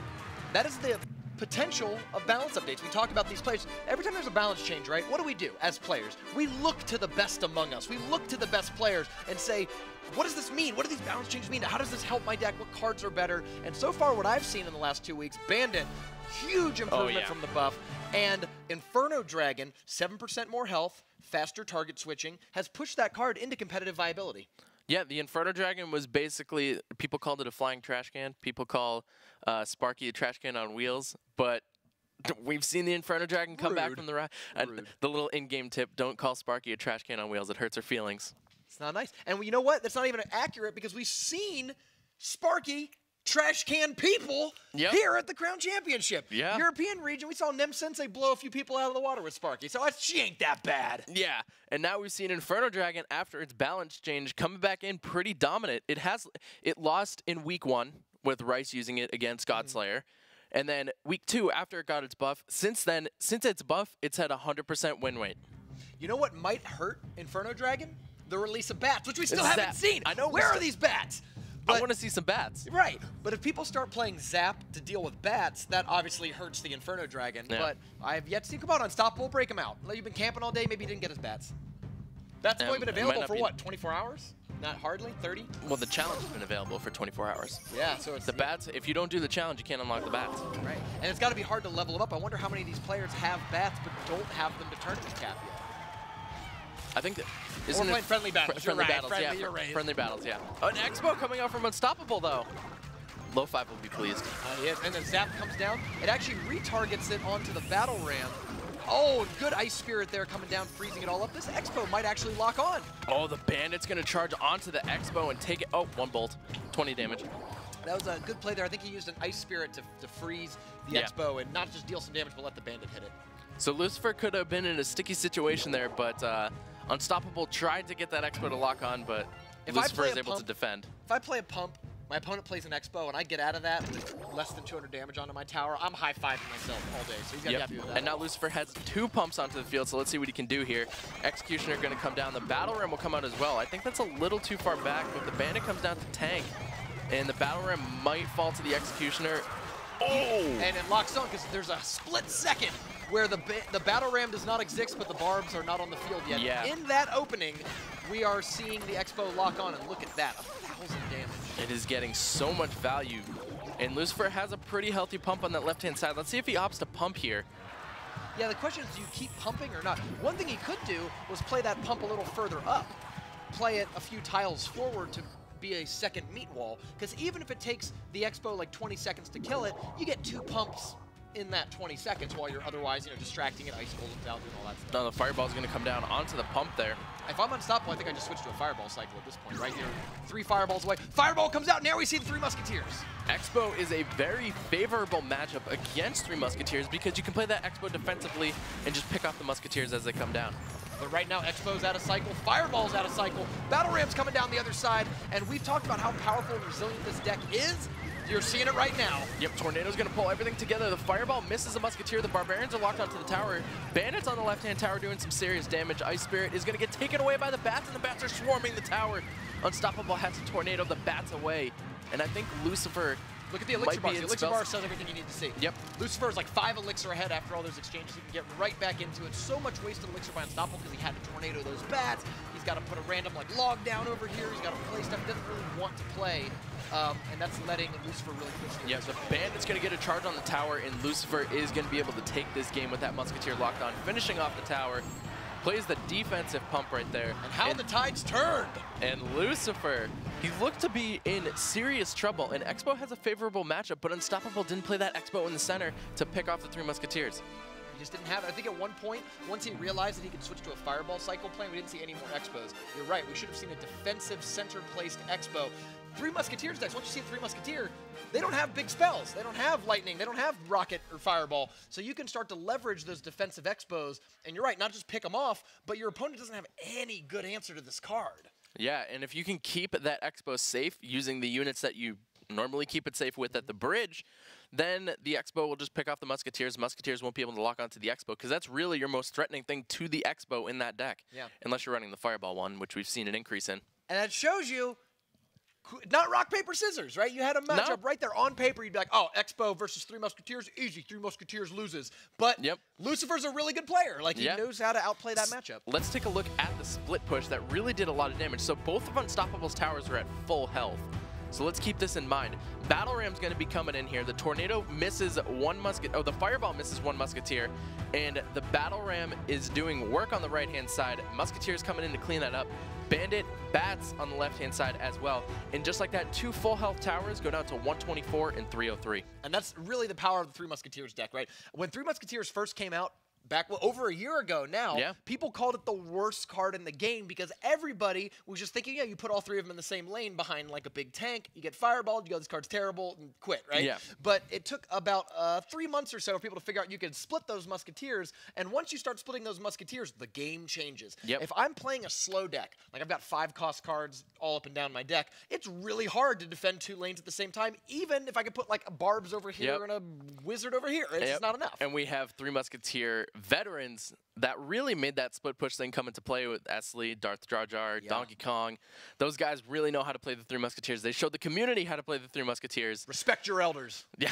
And I think Lucifer took some lessons from them. Absolutely, and that's one of the advantages of being on these professional teams. He's a captain of the Nova team. It doesn't really matter how good or bad Lucifer is as a player because he gets to play with the best players and learn those matchups, and you can outplay your mechanical skill if you know the strategy and tactics of every matchup. Yeah, and if Unstoppable played that different, he would have had that game. But let's send it back to the locker room, go before match number 5 starts. That was this close to being the highest valued Tornado Fireball combo I would have ever seen. But we have Brown Bag here on the couch to give us some of his knowledge. How's it going, man? Awesome. It's doing great. You know, I think Lucifer just had such beautiful, beautiful, beautiful Battle Ram placements. Those Battle Ram placements, I think that's a really underrated card. We talk about how, you know, the 3 Muskies the deck or, you know, the Bandits making plays, but really Battle Ram has been in a lot of these decks, just sort of flying under the scenes, getting towers, doing damage. Yeah, Battle Ram's super, super strong. I mentioned earlier, it's not 3M, it's just Battle Ram. And 3M is the flex card.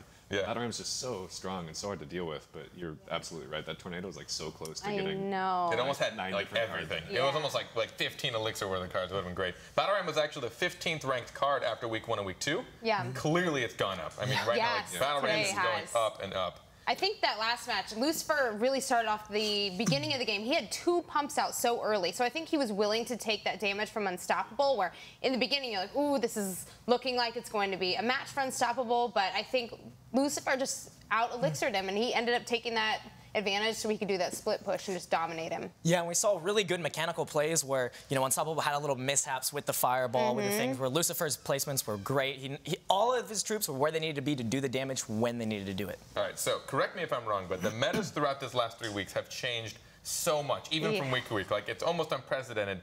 Cards have been being placed out, which means we've seen so many cards, even within just a 7-day period, just significantly drop or raise in popularity. So one of those cards that we know has gone up so much, Ice Spirit. It was pretty much Skelly's, and now it's Ice Spirit. Yeah, I really want to talk about this because I think what you're seeing is the battle of the balance changes. So we see those skeletons take the hit, Ice Spirit comes up. You see Night Witch takes a hit. You no longer have to, you know, play that Executioner every match. You're allowed to take it out and play some other cards, and then Log, not really going anywhere because it's just such a stable card. Yeah, and I think, too, the week 1, we didn't really see that much log bait. And that log bait deck, always has the Ice Spirit in it, but then we started to see it a little bit more last week, so I think that's what boosted up the Ice Spirit as well, having it in that deck. You think Ice Spirit's just the card to pick right now because it's the best cycle card, or because... I think it's the best one-cost card, and I think Chad will agree that skeleton going to 3, it changes so many interactions with skeletons that you have to relearn them all, right? You have to keep playing with skeletons, where Ice Spirit is something you can put back in your deck, and you can make plays, and we saw last week Ice Spirit made a lot of plays, and this week as well. Executioner used to pretty much just be a mainstay in every deck, especially when Lava Loon was pretty much being played by everybody. One person, no matter what, in a best of 3, would probably try and sneak out a Lava Loon whenever they could, and Executioner Tornado became popular. Now, Tornado took a slight hit. I think you and me were chatting about it. I think it takes a little bit more execution now to get the full value of a Tornado. Now you have to wait just a little bit longer because you know it pulls a little bit less. Do you think that was a big reason that Executioner dropped off? Well, see, I think that the skill cap of Tornado really raised. So because you don't have that extra leeway on the Tornado that you used to have, it has to be perfect placements. And I think that's also why we're seeing the increase of Tombstone. We've seen Tombstone today, and we've seen, you know, they're not afraid to play those cards that Executioner would normally shut down. 3 Muskies destroying, as always, especially when you don't have that extra cleanup. And another thought, too, is that week 1, Night Witch still had her original stats, and then she got a nerf. And one of the best counters to that Night Witch was the Executioner. And then in week 2, she got her nerf. So maybe Executioner wasn't as needed like he was in week 1. And Log, I feel like you'll just always have value in Log, no matter what happens. Unless someone's just playing a full air deck, you're just going to have a Log sit in your deck all day because you don't use it to chip. I wouldn't be surprised with bats coming out if we see something along those lines happening pretty soon. Because right now, Log is kind of a staple in every single deck. And I wouldn't be surprised if people take advantage of that and switch to a more air-oriented deck so that Zap has to be used more often. We'll see. I don't know. As you said, the mana keeps shifting every single week. So who knows what we're going to see even later today or next week. So really, really quick, let's keep this short and just get right back into the action. CMQ Rice for our next match of the day. You're not here often, so I want to hear what you have to think. Yeah, I honestly, so we saw CMC drop a game today. I think that was sort of him filling himself out now that he's not in the, he's not here in the studio today. I think CMC really has a good advantage in this matchup. Actually, I totally lied. I forgot. We're not going to the game just yet. Oh. Surprise! Liar. I'm a huge liar.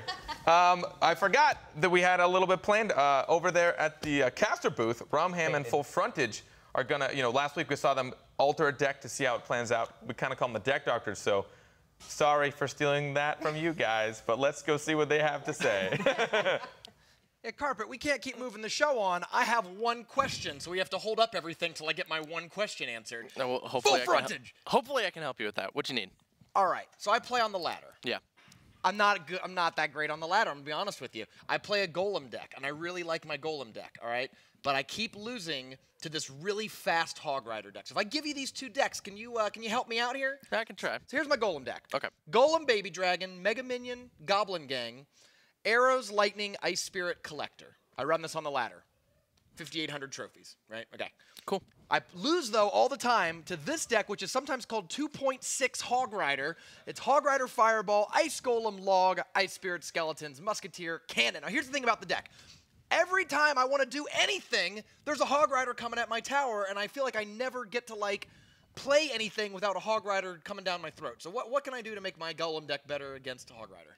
Well, I think personally, with the different shift in the meta a little bit, you might not need that Elixir Collector as much. Okay. While it does provide value in a Golem deck, typically you don't play Golem until double Elixir. Okay. So you can kind of take out that Elixir Pump and maybe put in Tornado or even a Tombstone now, where we're seeing an increase in the Bandit, so that way, and Battle Ram. So that way, if you do happen to play a Bandit Battle Ram deck, you can still defend against those, and with the Tombstone, you can defend against a Hog Rider as well. That makes sense, because every time I make a big investment, like a Golem or a Collector, the Hog Rider comes at me. Yeah. So if I cut the Collector, that would be one less opportunity for the Hog Rider to come at me. Yeah, and another thing, you might, with the decrease in Inferno Tower, you might be able to get away with the Fireball Zap rather than Lightning Arrow. Oh, that's a lot cheaper, too. Yeah. So with the Zap, you can, if there happens to be an Inferno Tower, you can still reset the Inferno Tower with the Zap, no problem, and your Golem will stay alive. And the Fireball, anything they put down like a Musketeer or Skeletons or Ice Golem to really stop your Golem push, you can just Fireball all that and you can get some good value, and a Fireball Zap will kill a Musketeer as well. So if you're playing that deck, you can take down the Musketeer no problem and keep the Golem alive a little bit longer. I like those changes because I've been seeing a lot of 3 Musketeers, and they always block my Lightning with Ice Golems and Battle Rams. So Fireball Zap Can't hide behind that. Yeah, no problem. And then maybe the Mega Minion. I'd like to see some minions. I like the Mega. Okay, all right. I listen to you, Full Frontage. I trust you. Yeah, I think I probably would need minions there because it's one more thing to fight the Inferno Tower. Yeah, and if the Inferno Tower comes down, play some minions in the center while the Golem's strolling down that right or left-hand lane. You know, got the minions in the center. You can take it down, no problem. Any other changes, or you think confidently this could improve my matchup? I think that could improve your matchup against the Hog 2.6. All right. So if you're playing Golem on the ladder and you're struggling, you could make those kind of changes and see if that improves your matchup against Hog Rider and Three Musketeers. And I will see how I do. I'll let you know if I can crack 6K. All right, sounds good. Let's send it back to the locker room and preview match number 5. While you're at it, you might as well just change the Golem. Yeah, that just takes the Golem out. That's the direction you're heading. It's the only card left. And for those of you that weren't watching earlier, if you missed out, for you live North American viewers, there is a code. You can go to shop.supercell.com. You can get 20% off anything in the store. We had some plushies out here. The Baby Dragon plushie is adorable. So cute. Some really cool figurines that are There's really... also like a limited edition Heyday plushie in there, which I'm going to get because it's adorable even though I don't play the game. I'll remind you this time. Please do. Maybe. All right, now, before I take the shine from them again, now let's talk about it. Okay. C McHugh, Rice. Yes. You went on a bit of a rant. Now we have a little bit more time. Let's hear from these two. Okay, so for me, I still have my money on C McHugh. I think the game against Godslayer, I think he just made a misprediction when he played the Lavaloon deck, but this is what he does. C McHugh, he is a tournament player. He said that once Clash Royale implemented the tournaments in the game, that's when he knew this was a game for him. So I think he's going to bring it. I think he knows what he's doing. I mean, C McHugh is obviously the favorite. Super, super strong player. But Rice has already shown that he's willing to do a little bit of research into what the other player's going to play and just play something completely unorthodox to try to throw him off, like we saw Giant Skelly last week against 10-2 when he was expecting X-Bow. Yes, please. C McHugh is a little bit harder to peg, so we don't know really what he's going to play. He does pretty much always bust out the log bait game 3. We'll see if Rice can take advantage of that. Yeah, I think Rice might be able to play something to catch him off guard for a game, maybe get a tower down, but I don't know if it's going to be enough to take the whole series. C McHugh, if you just watch his timing on his cards, it almost is like, wow, he's not placing something. He must not have the elixir. And just as I swear unit's about to lock on a tower, there it goes. There's the knight just to draw the aggro. It's phenomenal. I think that Rice should really go back to his comfort. He's very much a hog player. He's hog cycle on ladder, and if he brings that out today, I think that's something that CMC might have a little trouble with. But you're looking at one of the strongest, if not the strongest player in the entire tournament. Just mechanically. Like, if we're just talking mechanics, CMC is that guy. C McHugh started off the tournament with a forfeit, and he has yet to lose since. Can he keep that up? C McHugh and Rice, Rumham in full frontage, shows how it goes. All right, this is a huge matchup for Rice here. He is currently 2-3, while CMC is now 4-1. So if Rice can pull this out, he'll kind of keep himself safer. Right now, he's kind of floating at the bottom. He might have a contention with Godslayer if he does lose this match, and CMC could put himself pretty much ahead. So if CMC loses this match, he'll be tied with Oxalate. If Rice wins this match, he'll be up in there in the middle of the pack, kind of keeping himself safe from elimination. In these situations, I like to look at common opponents. Like, they both played the same player. How did they perform in those players? We'll talk about that during their walkouts. Let's take do a it. look.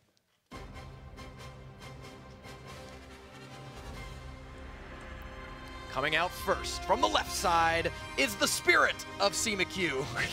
The ghost of McHugh is haunting the arena right now. So again, like, what more can you say about this guy? Did I mention that one time he finished #1 and #4 on the ladder in the same season on 2 accounts? How bizarre berserk is that? Bizarre and berserk. I know, that's beast mode right there. Yeah, it's absurd. So here comes Rice. Now, Rice is actually a tournament veteran, one of the original tournament players in the original community tournaments. We saw him a lot. Super Magical Cup, Clan Royale League Season 1. Also, oh, and he's here, buddy, in the studio, shaking his hands out. Came right from Coachella 10 years ago. Ready to go. 12 years ago. Representative of Clout Gaming. So. Clout's only representative in this tournament, but there are so many esports teams out there. Getting even one representative into the top 8 is a huge accomplishment. Clout, one of the oldest esports organizations around Clash Royale, and they're proven they're not out of it yet. Oh, no, definitely not. And out of 1 million players, to have one of your players make the top 8 is pretty incredible. And let's talk about the common matchups here. McHugh and McHugh and Rice have both played Batman, for example. Batman swept Rice. McHugh Swept Batman. You know, another close one, though both of them swept Oxalate. Rice swept him 2-0, as did McHugh. So in some situations, you could see, like, all right, well, depending on how the deck matchups go, maybe they are of equal skill. In other situations, you're going, wow, like Batman thrashed him, but McHugh thrashed Batman, right? Yeah, like, so what do you say? So Rice, like Bag had said, Hog Rider player, CMC, very versatile. I would love to see if Rice's comfort zone outplays CMC's mechanical skill. We're going to see the Giant Knight, which we do. That seems to be the go-to punish for Elixir Collectors. I feel like so many times in this tournament we've seen Elixir Collectors come down, and Giant Knightwood seems to be the most devastating. It's a huge ground tank. It is a solid damaging ground attacker, and you've got the Bat Swarm behind it. For 9 Elixir, you get so many different mechanics coming at you that it's just hard to keep track. What a play from CMC. The Giant was able to dish out a ton of damage. The Bats from the Night Witch locked onto the tower, while CMC just sneaks in a miner, takes down that pump, and just like that, CMC has the Elixir lead, and Rice is down a lot of health. We featured a deck from last week's European broadcast. It was a Surgical Goblin Golem deck that did not run Elixir Collector. The reason why he did that was because Elixir Collector seems to be not worth the effort right now. It's just, you get punished so badly, especially if you open with an Elixir Collector and you don't know what your opponent's playing or has in cycle yet. And we just saw a textbook example of that with Rice here. Yeah, and I think Rice kind of felt safe playing the pump there with the Giant all the way in the back. This Ice Golem will take those minions into 2 shots from the tower. Ice Spirit will help out a little bit right there. Full health Giant roll in. The Bats! The single Bats. Rice does throw the zap onto the Bats, and the Giant's going to get 2 hits on the tower. Meanwhile, that miner is just chipping away back at the pump. And this could not be going better for McHugh. I feel like not only does he already have a significant lead on the one tower, but he's working very hard on getting the next tower down as well. However, big push here on the right side by Rice. This could, oh no, those are blue Bats, not red Bats. Yeah, the Bats from the Night Witch cleaned it up, but Rice got some good damage. Yeah, I mean, about 1,000 damage on that left-hand tower. With a minute left, I wouldn't count Rice out of this game just yet. Not at all. Especially if you are playing a deck like this that's pretty good in double elixir time, there's a lot of opportunity for him to come back. We got 3 Musketeers coming out, splitting. Fireball comes out on the weak side tower. He knew he didn't want to put him on the strong side tower. Didn't want to put him on the weak side tower because, of course, Fireball would take out 2 Musketeers and destroy it. Yeah, here comes a minion horde here. Rice is going to zap the minion horde, but the minions will clean up that battle ram. The bandit will come in and help clean up the barbarians as well. Bandit's going to charge onto the Night Witch, and you can see some bats here because he's already used zap. Zap's out of cycle for him. Oh, the Musketeer is going to lock onto the tower, but the bats are going to come back, and Musketeer is going to get 3 shots. The battle ram is going to be able to charge onto the tower here. It's going to connect. Wow! 386, 227, 4 HP. Rice just needs to cycle back to that zap spell, and he will have no problem putting this game into overtime. Downside is he can't zap this minion horde that's coming in. He's got to use it. Looks like we're going to go into overtime here. A fireball could come down. We got to see a fireball out of McHugh if he wants to win this game. Yep, Rice throws down the zap. CMC throws down the fireball. We're heading into overtime. It was interesting that he used miner and zap. Didn't quite get it there. A fireball just would have done it. He almost would have been better off cost-wise by using it, but I think what he was afraid of was if he uses the fireball early, then 3 Musketeers could come out in the middle, right in the center, and lock onto your tower.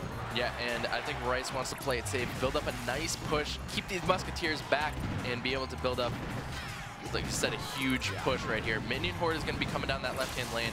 Zap onto the Musketeers. Fireball is going to come out and clean those up. Night Witch barely lives with any health, and Rice opts to pump. It's a questionable pump, too, because, you know, again, your opponent's out of Fireball. You could put your 3 Musketeers in the middle, and what's McHugh going to do about it? He just used his Fireball. I guess he could zap at skeletons or whatever, but those aren't really great answers. It's a lot of damage that can hit the tower. Yeah, the King Tower is going to be locked onto the Miner here, but the Miner will still be able to take down the pump.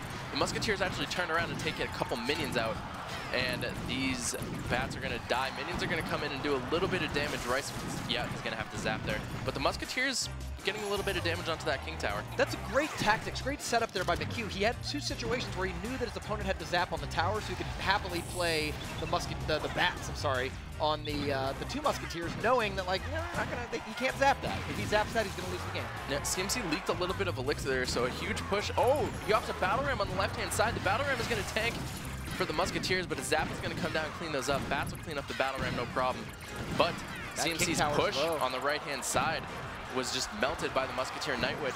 Musketeer is going to lock onto the tower here. 3 Musketeers again split in the center. Fireball comes down, does catch the tower. Bandit's going to come up and clean up 1 Musketeer. Great skeleton play. play. Perfect skeleton play right there. Minion Horde on top of that left Musketeer. And actually, this is slowly, in my head, shifting toward Rice's favor because he keeps splitting the 3 Musketeers over and over. And yeah, 2 of them are getting fireballed, but the 2 are still getting value. Like, they're shooting. You know, they're getting some shots off. It's not like they're getting fireballed and then disappearing off the map. Oh, CMC missed that left-handed Musketeer and didn't even catch the tower, but Zap is going to come down and clean this up. 54 seconds. We might see the first ever tie in the CCGS. Right. We haven't had a draw yet. We'll go over the draw rules if we get to that situation. In any region, there has never been a draw, and we might see it here. 40 seconds remain. Minion Horde coming down to defend that push. Wow. Ice Golem going to come down. Yeah, this Giant could do a lot of damage. Night Witch is going to come down. There's the bat, because he knew he was going to zap the Minion Horde. Yep. So you get the bats in there. Giant's going to lock onto the tower here for only 1 shot. Miner's going to be coming in as well. Night Witch does not predict the Miner, but the Miner's not going to get a lot of damage with the Crown Tower and the King Tower focused on it. 15 seconds left. Rice might have the 3 Musketeer right in the center right here to see if he can pull out a miracle. I don't think you, yeah, I guess you could right here with 10 seconds left. There's not enough time for a counterattack to come in. But I was saying, like, boy, if he gets fireballed, that's going to hurt real bad. But it really won't hurt bad because only 4 seconds Minion Horde's left. coming in. And, ooh. Our very first draw. Wow. Draw something, buddy. That, I cannot draw. I'm a terrible artist. But these guys can. So tell me, Full Fronts, what does that mean for this match? Is that a tie? So this match is going to result in a tie. Okay. So they will stay at 0-0. Okay. But if they end up in a draw again, the tower with the lowest health is going to get the victory. So if Rice has a tower with 400 HP and CMC has 2 towers at 1100, CMC is going to win that match because that single tower is going to have less health. The way we do the draw rules in this is we assume that the lowest tower health would have been spell cycled, assuming everything went on indefinitely. So lowest single tower health, but that's only if we get to another draw. Only if we get to another draw, yes. Let's take a look at that last play that put us into the overtime of 3 minutes. And this is crazy. So CMC had 1,400 health left on his tower. The Musketeer is going to lock on, and CMC had nothing to stop this Battle Ram. The Battle Ram is going to connect. The minions come down just a little too late. Not before that Barbarian gets another swing and the Zap comes in. And Rice's tower is in Fireball range, and CMC's tower is in Zap range. And we're going to see the Miner actually lock on here. Rice almost defended this, and then CMC just had plenty of time to throw out the Fireball.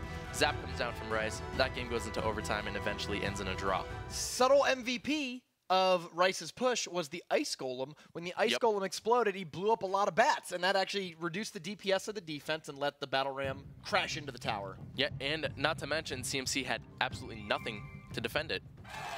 Because he was building up the elixir for the Minion Horde. He was trying to save it up there. Yeah. And here we go. Game number 2, but nobody has won yet. Yeah. Game 2 in a 0-0 match. We don't know what the decks are. Looks like Rice might be playing the same deck again. One thing I think Rice could have done differently, we didn't see it at all to the very end, is he never played it in the middle. Like, we never saw those central place 2 Musketeers. It's hard to think of that stuff in the middle of a match. It's easy to be like, oh yeah, I'm watching from above the Royal Arena. It's easy for me to make judgments. It's really hard to think about that in the middle of the game. We might see him go, you know, if I would have just played that differently, I could have pulled it off. Oh, the Tornado is going to pull the Hog to the King Tower. Looks like CMC might be running Hog Lock bait. Oh, yeah, I can see that. You're right, because we've already seen the Dark Goblin, so it's like a Hog log bait sort of deck. We're using the Hog Rider as a big push. Almost every other card in the deck are fragile ranged attackers and Goblin gangs. Very hard to deal with unless you have a log in your deck, and we'll see if Rice does or not. Yeah, Rice is going to poison the Princess here. I think that was a pretty smart play. Here comes a Goblin Barrel. Rice probably has the log for this. The log is going to come out there. Do you think this is the same Night Witch Battle Ram 3 Musketeers deck we saw, but with poison instead of maybe like Ice Spirit? It could be. Well, the Ice Spirit. Maybe not. It could be the Inferno Dragon one. Oh, good call. Maybe. And yeah, Knight's not in that deck, so this is definitely. Oh, no. So the Hog is going to connect there for lot of hits. 3 hits. Oof. Wow. 2 towers and a Knight hitting it, and still got 3 hits off. That is 70 crazy. viewers and a lot of confetti for CMQ. Yep. Poison will clean up that Princess, just that last tick. Goblin Barrel is going to be coming in. It's a trick barrel, but Rice is not falling for it. I mean, between the Tornado and the Log, I would normally say Rice is a pretty good matchup here, but really the question is, like, what are you going to do about this Hog Rider. He didn't have the Tornado in cycle last time. Now he's got to make sure that he always has Tornado up because you cannot let a Hog Rider through no matter what. Yeah, what Rice needs to do with his Tornado is he needs to pull the Hog Rider to the center a lot further. He kind of held it up where it was only locked on by one tower. If he pulls it to the center, all 3 towers will lock onto it and be able to clean it up. And a valuable poison right there from Rice. And this is looking pretty deadly. He's got to use the log there on defense in order to stop the bleeding. But we have C-McHugh. His left tower is under 1,000 health. Who is this Rice guy who has given C-McHugh so much trouble? Let's see the Tornado come out. It's going to pull the Hog back, but the Executioner is not going to be able to clip the Princess. So the Princess is just going to chip away, and the Hog's still got a shot off on tower. Yeah, I think I'd be thrilled with that if you're McHugh. That 0.5 seconds that pulled off the Tornado. Last point of damage. We see another poison come down. It's going to do some damage to the tower and take out the Princess. We don't think we have a Tornado. Is it back in cycle? He does have it back in cycle. All 3 towers lock on, do a tremendous amount of damage, and he's able to keep that tower pristine. Yep, that's exactly what Rice needs to do. He needs to Tornado that Hog to the center. Rice does have the log. It looks like Rice will be able to take this game. The poison does 240. The tower's only at 200. Rumham, Rice takes game number 1 over CMC. And for the first time, McHugh is facing an elimination game in the second game of a match. He's played a couple game 3s, but he's always won the first, lost the second. Yeah. Here, he's got to not just win, but win twice in a row if he wants to take this thing over Rice. Rice beating McHugh would be a massive upset. Yes, and Rice would push himself up on the leaderboard. That would knock CMC down. But also to stay consistent, technically CMC did lose the second game. You're right, you're right. Second game, you're right. You're technically correct. The best kind of correct. Technically. Still wrong, but technically. But yeah, you're right. That would be a huge move because Rice is the only other person besides Lucifer who's even in contention for the bottom 2 spots. Yeah. So pulling out a win would give him a little bit of a boyu and separate him and Godslayer and Unstoppable that much more and hopefully secure his spot. Once we get to the spring finals, anyone's game. If you finish 5 or 6, it's unfortunate, but you can win that whole day and still finish first. Yeah, for sure. So we're going to be taking a look at the replay that did a lot of damage to CMC's tower. And I thought Graveyard's this was coming over. in, and look at the value of the poison spell right there. Goblin Gang, Dark Goblin, and also I'd like to point out CMC had really good timing with the Princess shots. The log comes out right there, and the Princess shoots, and the bats take it down. Yeah. But CMC did have the Ice Golem there, so bats would have locked onto the Ice Golem. The funny thing is, McHugh played that exceptional. That wasn't a mistake by McHugh. 2 things happen. Night Witch comes at the river. Ice Golem blocks it at the river to prevent the tower from tanking it and gets a Dark Goblin behind his King Tower. That's like as perfectly defended as you can get, and yet Rice was still able to overpower it, showing that Rice is a crafty player of his own. Yes, for sure. So game number 3, Rice is up 1-0. Both players sitting at 10 elixir. Battle Ram in the back. That's an interesting play. Yeah, I wonder if he's testing the waters here, seeing what his opponent's going to do. You signal it way in advance to give your opponent time. Like, all right, let's see him counter it. And the next time I play a Battle Ram, that's going to be the value. Yeah, the Night Witch alone will counter the Battle Ram, no problem. Well, the Night Witch does take half health. It's not much. I mean, you got to figure you took maybe 2 elixir on defense to kill a 4 elixir attacker. That really good poison spell right there. That might clean up the Tombstone before the Bandit's even going to charge to it. Wow. And it does. The Battle Ram gets zapped right there. Miner's going to be coming in, and this Battle Ram, oh, it doesn't connect though. What a push by Rice! But Rice is going to get huge damage. This might even be a tower. Tombstone has to come. A panic Tombstone from CMC. The bats are going to clean up the skeletons. Barbarians are full health. Bats are taken away, and Rice takes the tower of CMC. He's smiling. He's smiling and confident right now, but that's right where McHugh wants you. He says good game already. He feels like he can't come back. McHugh does not want to lose this match, but with 1:45 to go, he's got to take not 1 but 2 towers of his opponents. Yep. Both players are at even elixir, and Rice is just sitting high and proud right now. But don't count him out yet. This is the Rice we saw the first half of week 1. Now, if you remember in week 1, Rice started off 2-0, 4-0, and then lost his last 2 matches. We thought Rice might go 4-0 on the day, ended up 2-2. But here we are in the first one of Rice's games in week 3. He is proving to be a really formidable competitor. Yeah, Rice hasn't taken any damage, and we're about to hit double elixir. CMC is not, he's not pleased about this. Yeah, these good games are not, I get the impression these are maybe frustrated good games. Oh yeah, for sure. Tombstone's gonna come out here. Miner's gonna get some good chip damage on the right-hand side. And I think the MVP of this play is the poison onto the Tombstone so the Bandit and Battle Ram can get through.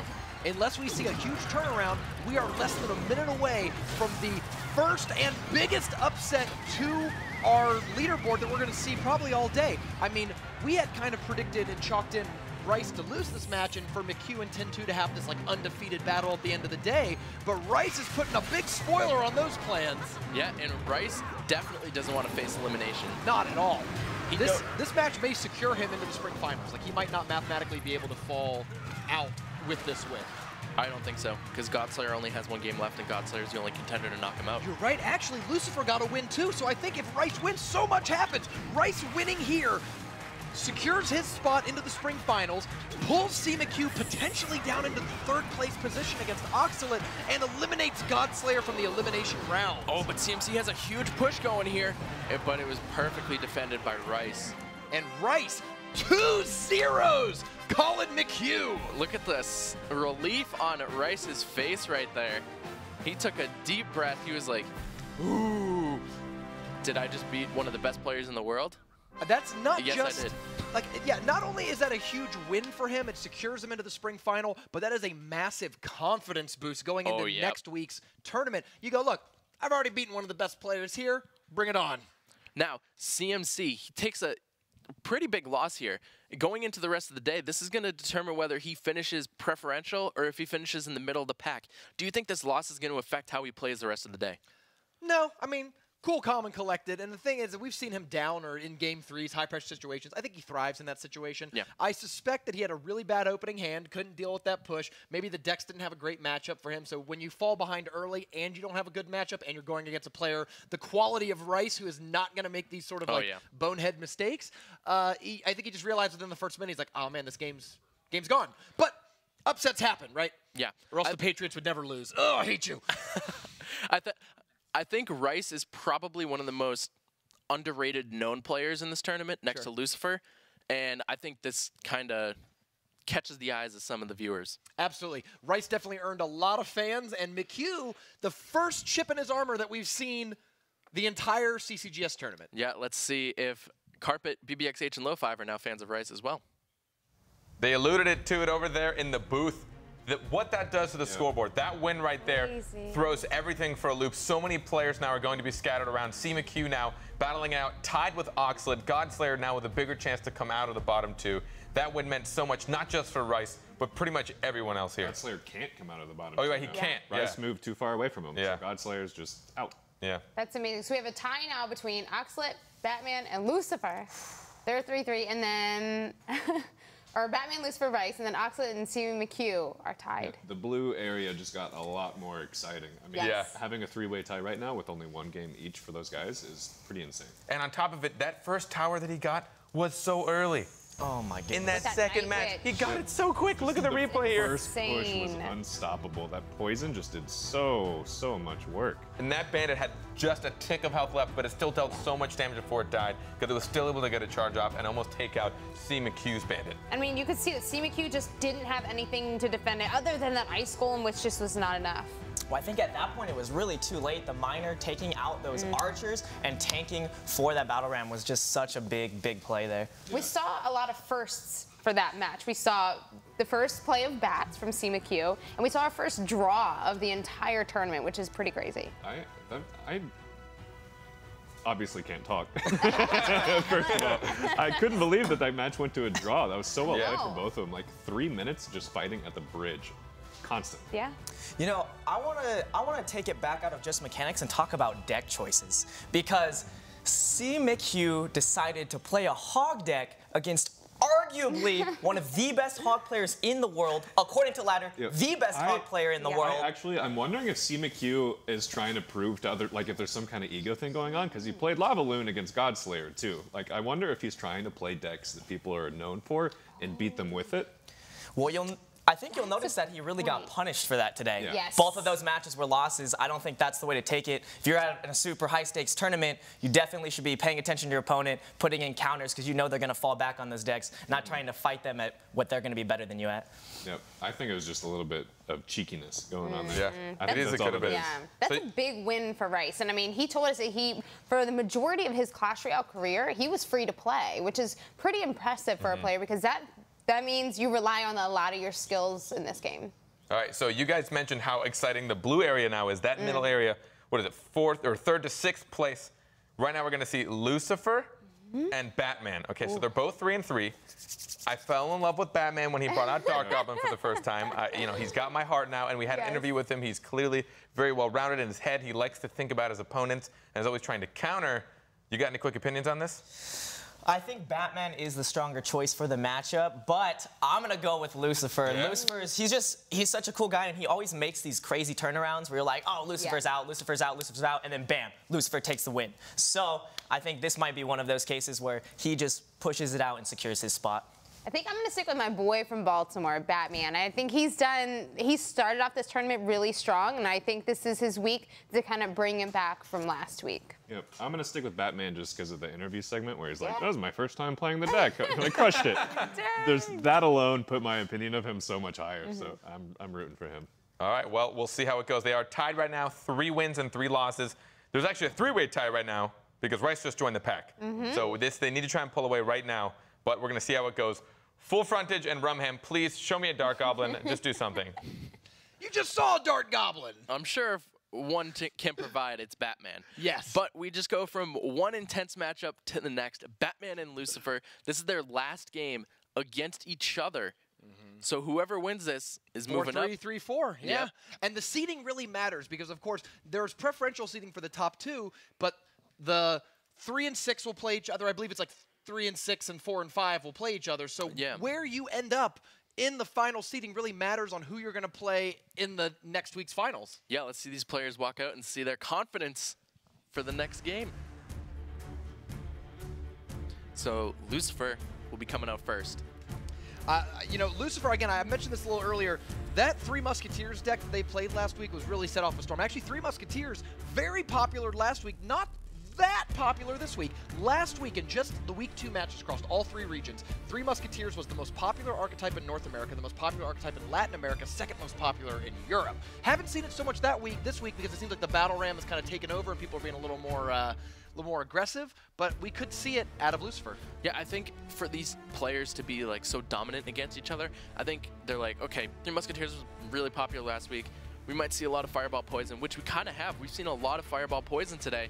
And I think the players are like, I'm going to kind of stay away from 3 Musketeers as much. This is a compelling matchup between the players too, because check this out. Lucifer, Nova, team, captain, Batman, Nova player. You going to beat your boss on a big stage? I've never punched my boss once in public. Might see a first time for everything here today. So Batman coming out, like he said on the interview, like they were saying back in the locker room, he just came out and he was like, yeah, it was the first time I played this deck. Yeah, no fear. I feel like Batman's the kind of player that you can't really predict what he's going to play. He's one of those guys that's just like, I can pull a deck out of my belt and I'm ready to go. And we mentioned that Lucifer had a relatively small deck pool in the CCGS compared to someone like Batman. We might see that here today, where if Batman's been doing his research on his team captain, he might go, all right, my opponent's going to play one of 3 decks. What deck can I pick? And I can play everything. That's going to maximize my winning chance. I wonder if they practiced together for this week. I'm sure they did. Like, Batman's like, hey, Lucifer, let's practice so we can beat Oxalate. And then he's sitting there beating Lucifer. All right, we got the decks on screen. So we've got Giant Night Witch beatdown for Batman, and Lucifer is running running the Battle bats. Ram. We got some bats. He's running the bats. Night Witch bats. Now, here we go. Batman actually has Zap and Arrows and Fireball. Triple Spell, all of them kill bats. So we'll see how well those things can really perform. Triple Spell was actually very popular. I believe it was Wings who had a Triple Spell deck who placed #1 in the ladder one season. I can totally believe that. We've actually seen a lot of Giant and Royal Giant-based triple spell decks that function a lot more like Spell Cycle. Like, you're not really looking to make Giant pushes. You're trying to Fireball the tower and hit that as much as possible. And then you play the Giant, like, when the opportunity presents itself. Yeah, the Bandit's going to dash onto the tower and get some really good value here. So is the Barbarian from the Battle Ram. Oh, no, Mega Minion goes ahead. And all of a sudden, Lucifer has a decent-sized lead. Poison's going to come down and clean up the Goblins, and maybe that the Mega Minion's going to survive. Barely. Oh, he's got a Zap. Going to come down. If Lucifer didn't have that Zap ready to go, that Mega Minion was getting a lot of damage. Giant Night Witch is just so powerful, and really the strength of the deck is in the Giant. We've seen a lot of Ice Golem Night Witch not be that effective because it doesn't take that long for the Ice Golem to go down, but Giant just has so many hit points. We saw there, the Giant reached the tower, the Night Witch was played after, and still made it to the tower and did a huge amount of damage. Yeah, those bats did so much damage. Bats are getting so much value from the Night Witch we've seen. And the Bandit is such a fast charge time that Bats aren't even like a great defense against the Bandit. So let's say you play Bats at the river. They get a little bit of damage to the Bandit, but then she charges way past them, hits the tower, and then the Bat's got to catch up, and she's hitting the tower even more. Yeah, she'll get a charge and maybe 1 or 2 hits, and here comes the Giant Mega Minion. The Mega Minion might be going in front of the Giant here, but it looks like the Mega Minion was too far to the right, and the Inferno Dragon's going to come out to defend against this. Fireball Zap does not kill the Inferno Dragon, but that tower is down to 34 HP with 60 seconds left. And even though a good amount of damage got done to Batman's tower, it feels like Batman is in charge of this game. Like he's sort of controlling the tempo, the pushes are happening when he wants them to happen, and Lucifer is having to react just whenever his stuff survives and counterattacks, which is not what you want to do. You want to be dictating the pace of the game, not letting her win. Yeah, Zap is going to come down and clean up the tower. Batman wants to make sure that he secures the victory here, so let's see if Lucifer can bring this back. Arrows come out at the perfect time as the Night Witch explodes. Battle Ram is going to connect to the tower with a Zap. And a couple poisons away, but can he do it in 30 seconds? He does have, yeah, you're right, he needs like 2 poisons or a Battle Ram and a poison. He almost has to let his towers clean this up and try to get behind the push, but the Mega Minion at the river is exactly trying to prevent that. It's like a safety valve. Yeah, I think 2 poisons and Zap will do it, but 10 seconds left. The poison comes down on defense. Battle Ram. Lucifer's just going all out on this left-hand side. He's got to think he's got to hit. Batman's coming all out on this right-hand side. Oh, no, it fell short! Going to come down, but Lucifer gets the tower. He's not going to be able to defend this. Giant has too much health. And that's a really smart play by Batman there. What you do is when you know that your opponent has to commit all of their elixir to the one lane, you can almost go, you know what?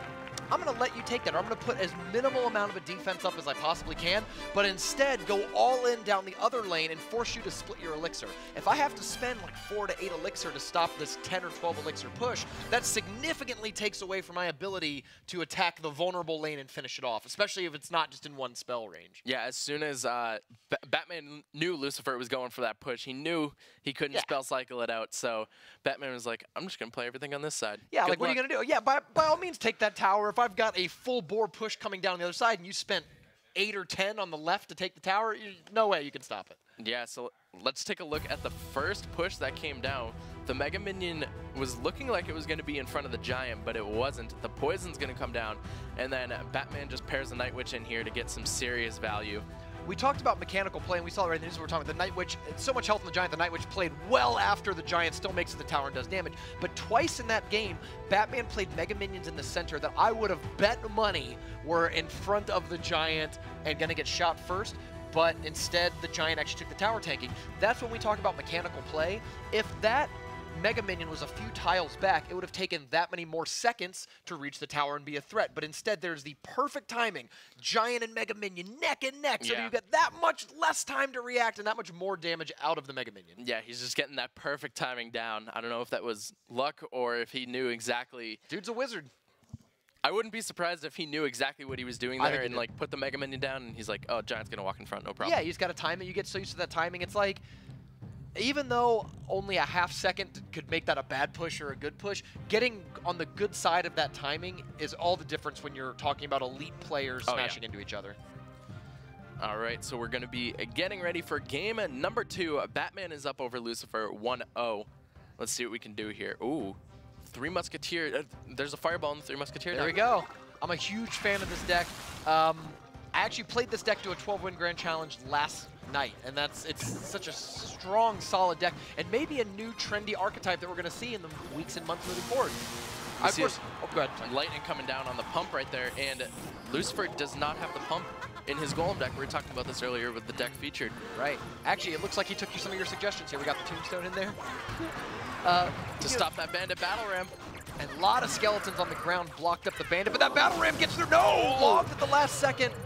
And a zap comes down from Batman. He's giving cleaning up Lucifer's defense. Oh no, is he having any problems? It looks like he's kind of shrugging his hands like he can't play anything. It might be the internet in the building. He's trying to get the attention of the admins, it looks like.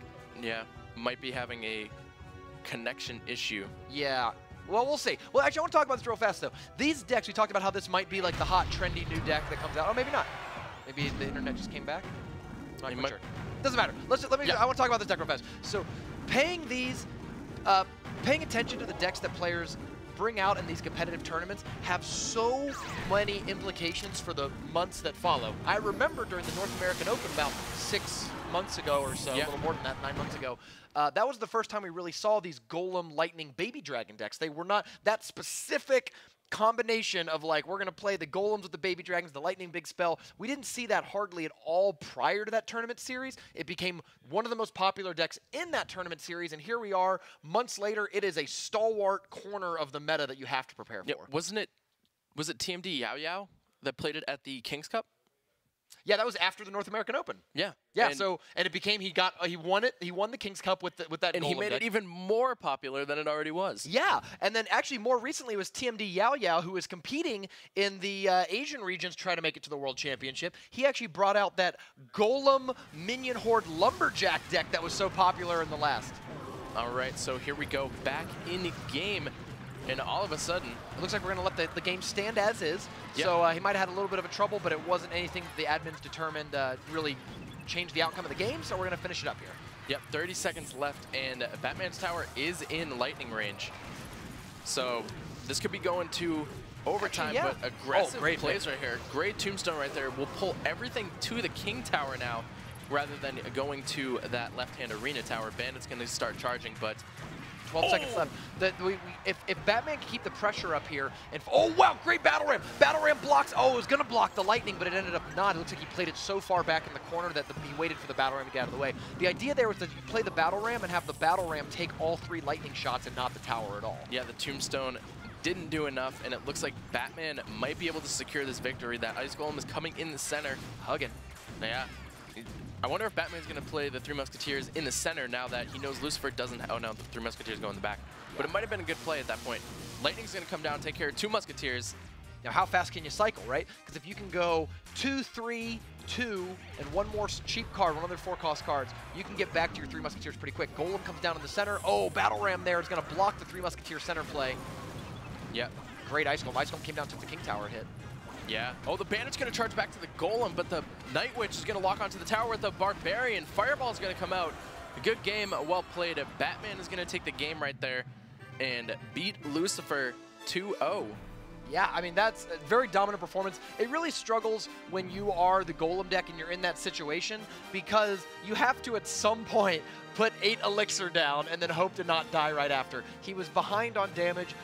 Batman had the Elixir advantage, the tempo advantage, and if you know, it's tough for Lucifer. When are you ever going to get your Golem out and not immediately eat it, right? Because he's got Battle Ram, Bandit, all sorts of punish cards. Of course, 3 Musketeers in the middle is an option. Like, whew. Yeah. Tough life. So Batman is going to take the victory here. That puts Batman at 4-3 and Lucifer at 3-4. But because of the amount of games left for Godslayer, who's in contention of being knocked out, he only has 1 game left. And so Lucifer is safe. Yes. So he's still in the top 6. What we're really focused on for the rest of the show is seeding. Who finishes second or first? Is it Tin2 or McHugh? Or Oxalate. Or Oxalate that finish in the top 2. And then how is the 3, 4, 5, and 6 play out? Because that will determine, like, 3 and 6 are going to play each other. 4 and 5 are going to play each other. If we have Batman and Lucifer finishing at 3 and 4 or at 4 and 5, they'll be playing each other again next week in the actual elimination tournament. Yeah, so to find more about that, let's send it back to the locker room and see what they have to think about that last match. So according to Rumham, I guess Batman just punched his boss in the face in public, at least the equivalent of. That's what he said was since he just beat his team captain out. But in a 2-0 sweep, there was a bit of a complication, but they were able to work it through. And it seemed that Batman just had dominance throughout that entire match.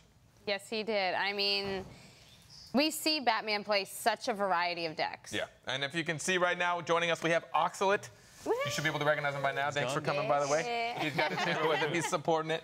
How have you felt about just the performance of everybody? You've been, playing Clash Royale for a long time, and these are players you mostly are recognized with. There's a couple that are new. How do you feel about just the overall performance of everybody? It's just crazy to meet everyone in real life and to actually have the experience of playing them in real life. It's so much different than playing at home because you never actually meet them. So just everything's just so different. Now I think you had said one of your favorite cards is Miner right now. Miner, What do you like about him? Why is he your favorite? I just really like aggressive, fast-paced cycle decks just because you can make some mistakes and you just have to be really consistent with it. I just find it a lot of fun in general. It's really only you and CMQ using Miner a lot that I've noticed. Yeah. You think y'all are like ahead of the meta, or just you're the best? With I don't that know. card? It's a deck that we've both been using for a long time. We're both very comfortable with it, and that's one of the most important things, especially when you're on stage, is to use something you're comfortable with. Right. So. Yeah, there's a lot of different factors. Like, when you get up there, is it really nerve-wracking? Not as much as I thought. Like when I got up there, I just kind of sit there, concentrate. I don't really move at all. I just kind of stay perfectly still and concentrate. So it's not too bad, honestly. Now, in your video, correct me if I'm wrong, you have 6 siblings, Yeah, right? I do, yeah. So do you feel like that's like built your competitive spirit? Yeah, and we were all homeschooled too, so we're all very competitive, and That's quite a household, man. It's a lot of people, yeah. So how many are, sorry to cut you off, how many are brothers or sisters? 4 girls and 2 brothers. You guys are outnumbered. Yeah, a little bit. Do all of you play Clash Royale? Like, are there any little oxalates or maybe just my younger brother. He actually got me into the game. I wasn't going to play it at all. I didn't play Clash of Clans or anything like that. So he's like, hey, you should try this game. I'm like, it looks kind of stupid, but I decided to give it a try. He didn't say that. He didn't say that. No, I love it now. Yeah. How old is he? Like, is he old enough to compete? He's 13 now. Yeah. Okay. Is he better than you?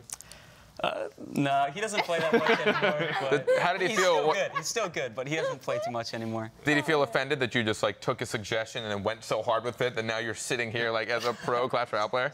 He likes to watch me. I like to watch him. It's fun. He should make you split the prize money. Man. No, I don't think so. It's just as much a little bit of a yours. thing. So I see you've got a hammer there. I do, but yeah. I think we're all pulling for you to get a couple wins, so I'm going to donate this one to you. Oh. I'm going to donate a hammer to you. I think that might be a little more effective.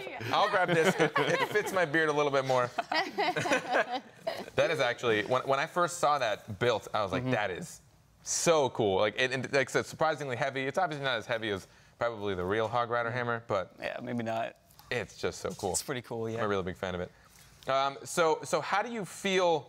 So you've got a couple matches going in. I know you, in the beginning, it seemed like you were a little bit slower to getting the wins. You weren't performing, I think, to the standard. I talked to full frontage a lot as he's interacted with you quite a bit.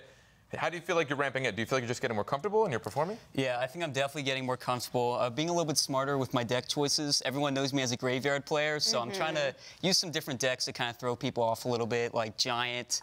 I also use this Giant Skeleton graveyard deck, just because I predicted he'd use 3 Musketeers. Yeah. Just because that counters graveyard. So just mixing things up, trying new things. Yeah. So there's a really cool story going on to fight your way into the top 2.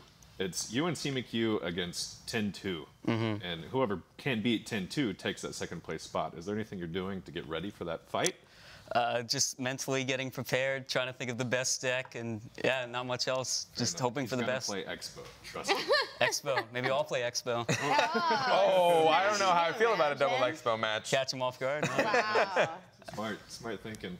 Well, while you're here, I want to get your quick opinion on the next match. We have Unstoppable and Rice. Unstoppable, as we've coined, is very stoppable at this point. And Rice was performing really well today. How do you feel like this match is going to pan out?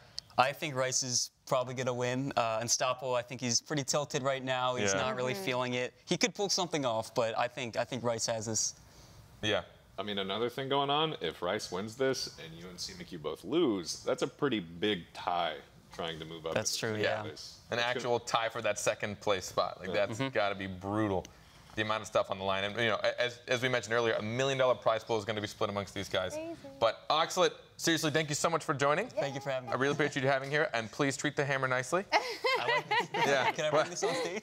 Yeah. Nah, maybe not, actually. Drop that like you dropped a small hammer. Yeah, drop this hammer. Yeah, no, maybe not. I don't know if we want to damage that stage. Takes or down the set. You get mad and you smash their phone. Smash my opponent. All right, I'll keep that here just for safety. But anyways, Rice and Unstoppable. Can Unstoppable finally get his first win? Who knows? Maybe Ram him a full frontage do. Take it away, boys. Well, it's hammer time for Oxalate, but who's going to get hammered in this matchup between Rice and Unstoppable? Rice, I can't imagine a bigger confidence boost than sweeping McHugh, right? Oh, yeah. So whereas Unstoppable's probably feeling kind of down on himself, questioning his deck choices, I think Rice is chest puffed out, ready to battle. Like, I'm ready. Yeah. I mean, I think we don't know if anyone's going to go 0-7 in any region, but there's only one way to find out. Let's see. We've got a few players. I think only Unstoppable and Suarez in EU have yet to register their first match win. Yeah. So obviously Unstoppable really. I mean, there's a gulf of difference between 1-6 and 0-7 in terms of how you feel about your performance in the tournament. So Yeah, You'd like to see him get a win. And Rice, we have seen Rice lose to some of the lower competitors. Like Godslayer's one match win is in fact over Rice. So maybe. Yeah, I think Rice was. I feel like when you try to counter somebody too hard, you tend to mess up because you're not playing something you're comfortable with. Okay. You're like, oh, I know my opponent plays this, so I'm just gonna play this and I'm gonna do it well. Because Rice is saying, bring it on, buddy. Nah, he's like, I'm ready, bring it. But I know for me personally, when I like, okay, I know my player is gonna play this, so I'm gonna play a counter to it. But if I'm not comfortable with that counter, then it's not really a counter, is it? Yeah, I've tried that a lot. Like, I'm not really good with a lot of decks, and every time I'm like, Yeah. oh, I heard this deck rock, paper, scissors the other. You play it and lose anyways, and you're like, should have stuck with my deck. Yeah. In this case, Rock does lose to paper. You know what I'd like to see is, I'd like to see Bats and Skeletons in the same matchup. One thing we haven't talked about too much here is that Bats and Skeletons might be better than Goblin Gang. It's the same amount of elixir. Check this out. Bats plus Skeletons is 469 DPS compared to the 364 of Goblin Gang. 25% more DPS for the same elixir. And it cycles 2 cards instead of 1 card. So, and it doesn't die to log, although it's admittedly all dead to zap. So we could see that 2-card combination maybe in a cycle deck or maybe just as a really useful defensive card. Yeah, so we saw both players sitting at full elixir for a little bit. Rice is going to get really aggressive on the right-hand side here. Hog Rider coming behind the Ice Golem. Goblins will clean it up. Mega Minion's going to be locked onto the Hog Rider. Hog Rider's going to be able to get some hits in. For the Goblins are on the left-hand side, taking the flak of the tower while the Hog Rider just chips away. The Mega Minion does not attack fast enough. What a fireball by Rice! Woohoo! And we mentioned, play what you're comfortable with. Rice, one of the best Hog Rider players in the world, goes, you know what? I think I'm a better player than this opponent. Instead of trying to psych myself out, let me just play what I'm comfortable with and try to brute force my way to a victory. And after that first push, I don't doubt that quite a bit, that Rice is one of the best Hog Rider players in the world. Here comes Goblins, but that's it. Just seeing what he's doing with Goblins. Actually, if you ignore it, that's several hundred damage, and now it's within Fireball range. We know Rice has a Fireball. Fireball does 229 at tournament caps, 3 damage away. I wonder if Rice in his head thought, like, oh, if he ignores these Goblins, that'll put him in Fireball. Like, he might have been doing the math in his head going, this'll work. Yeah, in an Unstoppable's position where you have a beatdown deck, you kind of have to ignore damage like that. Yeah, you can't react to every little 2 elixir chippy thing that your opponent plays, or you're in big trouble. Yeah, Minions and Mega Minion will clean up this Night Witch, no problem. The Dark Goblin's going to chip away at the Lava Hound. Let's see if Rice is going to be able to fireball this when it comes out. No, he's going to play the Ice Golem and just tank. Tombstone's going to come down for the Balloon, but I think the Balloon might be able to get to the tower if Rice doesn't stop this. No, Fireball's going to come down, clean that up, no problem.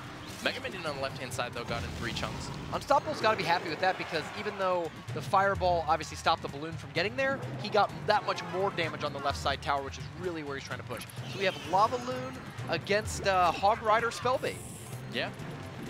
And Night Witch versus the Goblin Barrel instead, because we've seen the Hoglog bait. But he has Tombstone instead of Inferno Tower in this one as well. Definitely going with a faster cycle. One thing that Rice is really going to want to win this in the next 30 seconds in regulation time. Once you hit double elixir time, the matchup heavily switches to favor Lava Loon. And you're seeing it right now. Unstoppable, who got really beat badly early, is really pushing that damage in and threatening to take a tower. If this goes to a 1 tower on each side match, it could be not good for Rice. Yeah, and we see both towers go down here. Rice does have the health advantage, though. Not by much. 1 lightning out, but we'll see what happens here.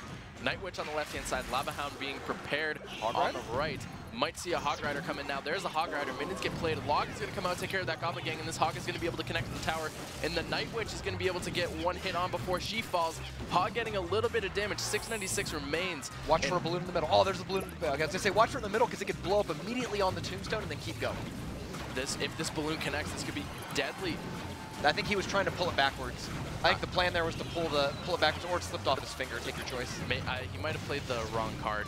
I see what you're saying. But that's not in lightning range. The Hog is going to be able to connect for 1. Oh, spell cycled his way through it. Was it in lightning range? I think he might have mirrored lightning. I'm not sure. I think or lightning zap. He did lightning zap. Oh, he did? Yeah. The zap was what cleaned it up. Oh, okay. Yeah. Okay, because I was like, I threw it off too. Unless I misread the tower, because I thought it had 386. No, it was Rice had a log, and 386 is lightning plus zap. Because Lightning does 346 and the Zap finished it up right I forgot after. he had Zap. Yeah, that's it. Because I was thrown off too because I was like, did he just mirror that Lightning? But no, it's because he didn't run log. Rice had the log. Unstoppable had the Zap. Unstoppable takes game 1 of the match, and Rice, after beating one of the best players in North America, might lose to the worst. Like this is crazy. Let's take a look at that game-winning moment right here. The balloon push coming in. There's the Lightning and Zap we see along the bottom side. And didn't forget he had Zap, But the Dark Goblin actually did a lot of damage here. And he was able to clean up that balloon, no problem, and then take care of the Lava Pups pretty fast. But that balloon death damage, it was 384. And then the Lightning. And the matchups really matters, I mean, so much at this point in the game because, like I said, if Rice could have ended that game with a tower down and held his tower at like 400 damage, something like that, and just survived, obviously you win right there. But the longer the game goes on in Double Elixir, the harder and harder it gets to beat Lava Loon. Gaining Elixir twice as fast. So I play my Lava Hound. Very quickly, I'm back up to 4, 5, 6 Elixir to defend with. And when there are 2 active towers, those Hog Riders are not that effective. We did see in the first game, Rice had a Hog Rider with a predicted log. Log cleared out the defending Goblin Gang, and yet the Hog Rider only got 2 hits. Rice coming in very aggressive right here. Minor Battle Ram Bandit. The Battle Ram is going to connect to the tower. And the Bandit's going to charge onto the tower and get a couple hits in there as well. Already triple digits. What a starting for Rice. And I love Elixir Collector more than most, and even I'm starting to get talked out of playing Elixir Collector in these decks. How many times in this tournament, the last 3 weeks, have we seen people open with an Elixir Collector only to get completely uppercutted for 2,000 or more damage? Almost every game it's played, I would say. Like, the worst thing that could possibly happen is that, you know, you split your archers in the back or whatever, your opponent gets an Elixir Collector out, and you go, oh no, I shouldn't let that happen. Here comes a Mega Minion Balloon on the right-hand side. And this is actually, the Mega Minion should be able to clear off those bats, buy a little time. That balloon looks like it's going to make it to the tower. Yeah, the poison's, it's out of poison range as well. That's a second drop. This could take the whole tower. It's right now going to get a third drop unless it gets zapped. Yep, that's a tower. Wow. And the Lava Pups on the left-hand side doing a ton of damage. That's going to put that tower into triple digits as well. Unstoppable gets another pump onto the field, and this game is looking very grim for Rice. And you know, this is this tale of 2 games right here. Rice once again starts off with a huge push, takes the tower, can't really defend against this Lava Loon deck. Lava Loon twice in a row for Unstoppable too. No shame, no fear. Not worried about getting countered, just goes for it. Yeah, and the Miner's going to come down, but I think it's too late. I think Unstoppable already has enough Elixir to get another push going. One thing that helps here, though, is that you can't really split push anymore.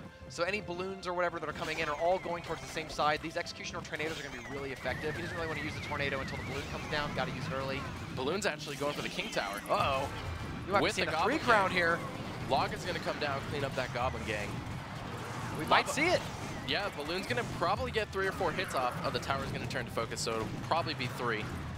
Nope. Yep, there's the third hit. Oh, there's third. Okay, I'm sorry. Yep, Minor Poison coming in on this left-hand side. That'll take the tower, most likely, or bring it close enough for another Poison cycle. Rice is the hardest player to read in this whole tournament. How do you sweep McHugh and then get swept by Unstoppable, you know, right after? On top of that, week 1, we saw him go 2-0, 4-0, and then lose his last 2 matches, one from the Godslayer. So, like, I don't know, when it comes to the spring finals, is Rice in it to win it, or is, you know, he's like a total enigma. It's impossible to read this guy. It could be underestimating your opponents. Could be that too. He got a little too confident. When it goes, Rice shoots up a match win only to lose shortly thereafter. But he did keep himself safe, because if he did lose that first match, you're right, he could have been in trouble. So he's locked in. Spring finals he's safe. Locked in. Him and Lucifer are now tied for the 5th and 6th place, so they will be probably battling it out in a tiebreaker to see who claims that seeding. Dr. Jekyll and Mr. Rice. We are not sure what to make of this player. So really what worked in that game was the split pushing. We saw it in both games. Here we are looking at the replay from the second game here. What happened is you see already a lot of defense played against the Lava Hound. When that balloon came down, the only real defense was Night Witch. Night Witch poisoned 8 Elixir against an 8 Elixir push of Unstoppable, and he took the tower for it. I mean, it's about as positive of an Elixir trade as you can get. Yeah, the only air damage Rice had in his deck was Executioner and Night Witch with the bats. You're right. That's one of the downsides of these Bandit Battle Ram decks. They can't fight all the Lava Hound, all the flying units. It's very good in a 3 Musketeer deck because Musketeers obviously shoot air, but in a Minor Poison deck, it might not be as effective. I'm looking at the leaderboards right now. Once again, North America leads the world in sweeps. Not a lot of game threes in North America. Every single week, North America's had the fewest amount of game threes. Yeah, this is absolutely crazy. So a two-way tie for 5th and 6th. Let's see what the guys and gal in the locker room think about that. So Wrights beats C. McHugh and then loses to Unstoppable. And here with me, we've got Batman again. You did so well last time we wanted you back. How's it going, man? Pretty well. I had a good day today, and only had one game today, so I'm happy I got the win. Yeah, you're sitting at the top now. One of the first people to finish, and now you're waiting to see what happens. I mean, if 10-2 can take down C. McHugh and Oxalate, you're in contention for 2nd place. I don't think so. No? Because Oxalate, he already beat me earlier, so he has a tie break over me. Well, I think if it goes to, I mean, I might be wrong, but I think if there's a 3-way tie, you all just kind of have your own round-robin tournament, so you still have a chance. Oh, okay. Now, you said that what kind of really pulled you into doing these Clash Royale tournaments is the fact that you can win prize money from this. So have you been able to win money doing other types of tournaments? Yeah, Nova Ladder is another big part where you can earn some money, and that's pretty much it, and some other small tournaments. Very cool. Now, where do you think you would spend the money if you were to win this? A college tuition, like I said earlier. Yep. Yeah, wants to. A lot of these guys want to spend their money on college. I like that. Good. Yeah, that's smart. They're smarter than I would have been if I had won money at their age. Yep. Except for 10-2, he's gonna go to straight to Craigslist and buy more swords. Oh yeah, that's true. That's Well, true. he doesn't need to buy that many if he can get them for 40 bucks. Yeah. So in the beginning, you brought a lot of decks out. I think by the end of week 2, you brought 6 different decks out. And I think we talked to you a little bit earlier. You like to have that kind of diversity under your belt. You had 1 game left against Lucifer, and you know how he plays. What was your mentality going into that match? So the first game, he played some Battle Ram Cycle deck, I think, and I was thinking he was going to play 3 Musk either first match or second match, so I just had counter decks to at both games. First game I had Giant Fireball. Second game I had 3 Musk Fireball, which would have countered 3 Musk. And so now you're in the finals. You're moving forward to next weekend. What are you going to do to prepare for next weekend's matches? Practice very hard. That's it. Have you guys been doing a lot of practicing this week? First week I practiced a lot. Last 2 weeks I think I've been slacking a bit, but I definitely think I need to get on. Yeah. So obviously you're part of Nova, and there's a few of those guys here. Do you all have your kind of group going to figure out what other people are going to play? Like, is Nova banding together to win this tournament? Kinda. Okay. Fair. It's a secret. Taking notes. Can't tell who they're targeting. So the next match number 8. This is the match we've all been waiting for, okay? C. McHugh and 10-2. While I have you here, I like hearing your guys' brains because you know so much more. How do you feel like this match is going to go? It seems he's going to try to, they're both going to try to counter each other, but whoever gets the better matchup, I feel like is going to come out on top. All right, well, Batman, seriously, thank you so much for being here. No problem. Really appreciate it. Hope we can have you back. Yeah. And this is it. This is the match that I know that you guys are waiting for. You talked about it in the very beginning of the broadcast. This is it. C. McHugh and 10-2. Who will be the one to come out on top of this? Rumham and full frontage. What do you guys think? 10-2 undefeated thus far, 5-0 versus CMC, arguably one of the best players in the world. Yeah, I mean, we were on pace at the start of this game, start of the day, really, to have an undefeated matchup until Rice ruined it. No, it's fine. But you know what I mean? Like, this could have been, until that loss against Rice, neither of these players have actually lost against another player in an actual played match. So, like, I don't know what to make. Who do you think's going to win? It's honestly hard to tell. I do agree with what Batman said. He's like, they're going to play to counter each other, so let's see what kind of swagger they got walking out into the arena.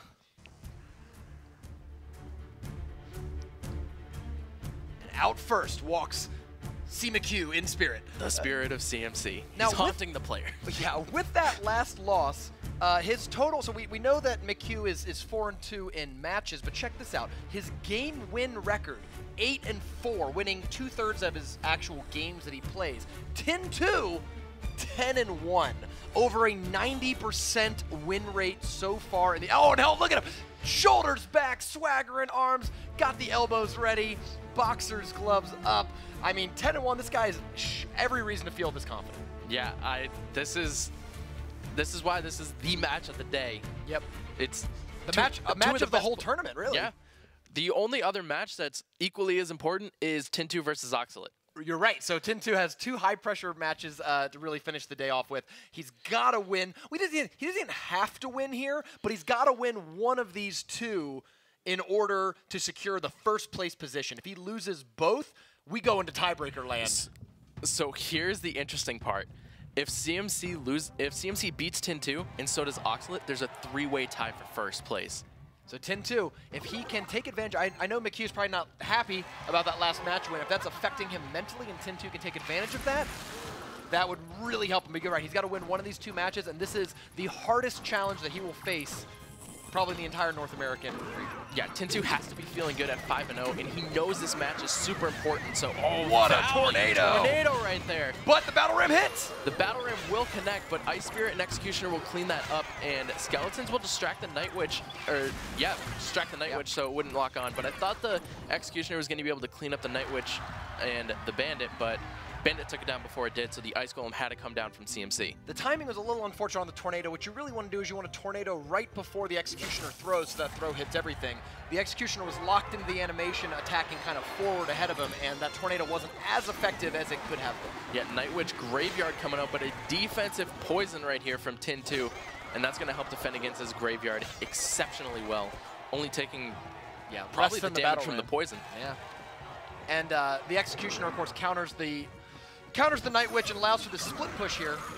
Yeah, the Ice Spirit only locks onto the Battle Ram. The Executioner will clean this Battle Ram Bandit push. The Bandit's going to lock onto the Executioner, but the Executioner will clean it up. Yeah, no damage is dealt, but really getting the Executioner down to half health, that pays dividends, because if you ignore this Executioner, he's going to do significantly less damage on the counterattack. It may not be worth it to even defend it. Just take the one swing. Yeah, he's going to take the one swing and let it go. Ice Golem Graveyard coming out from CMC.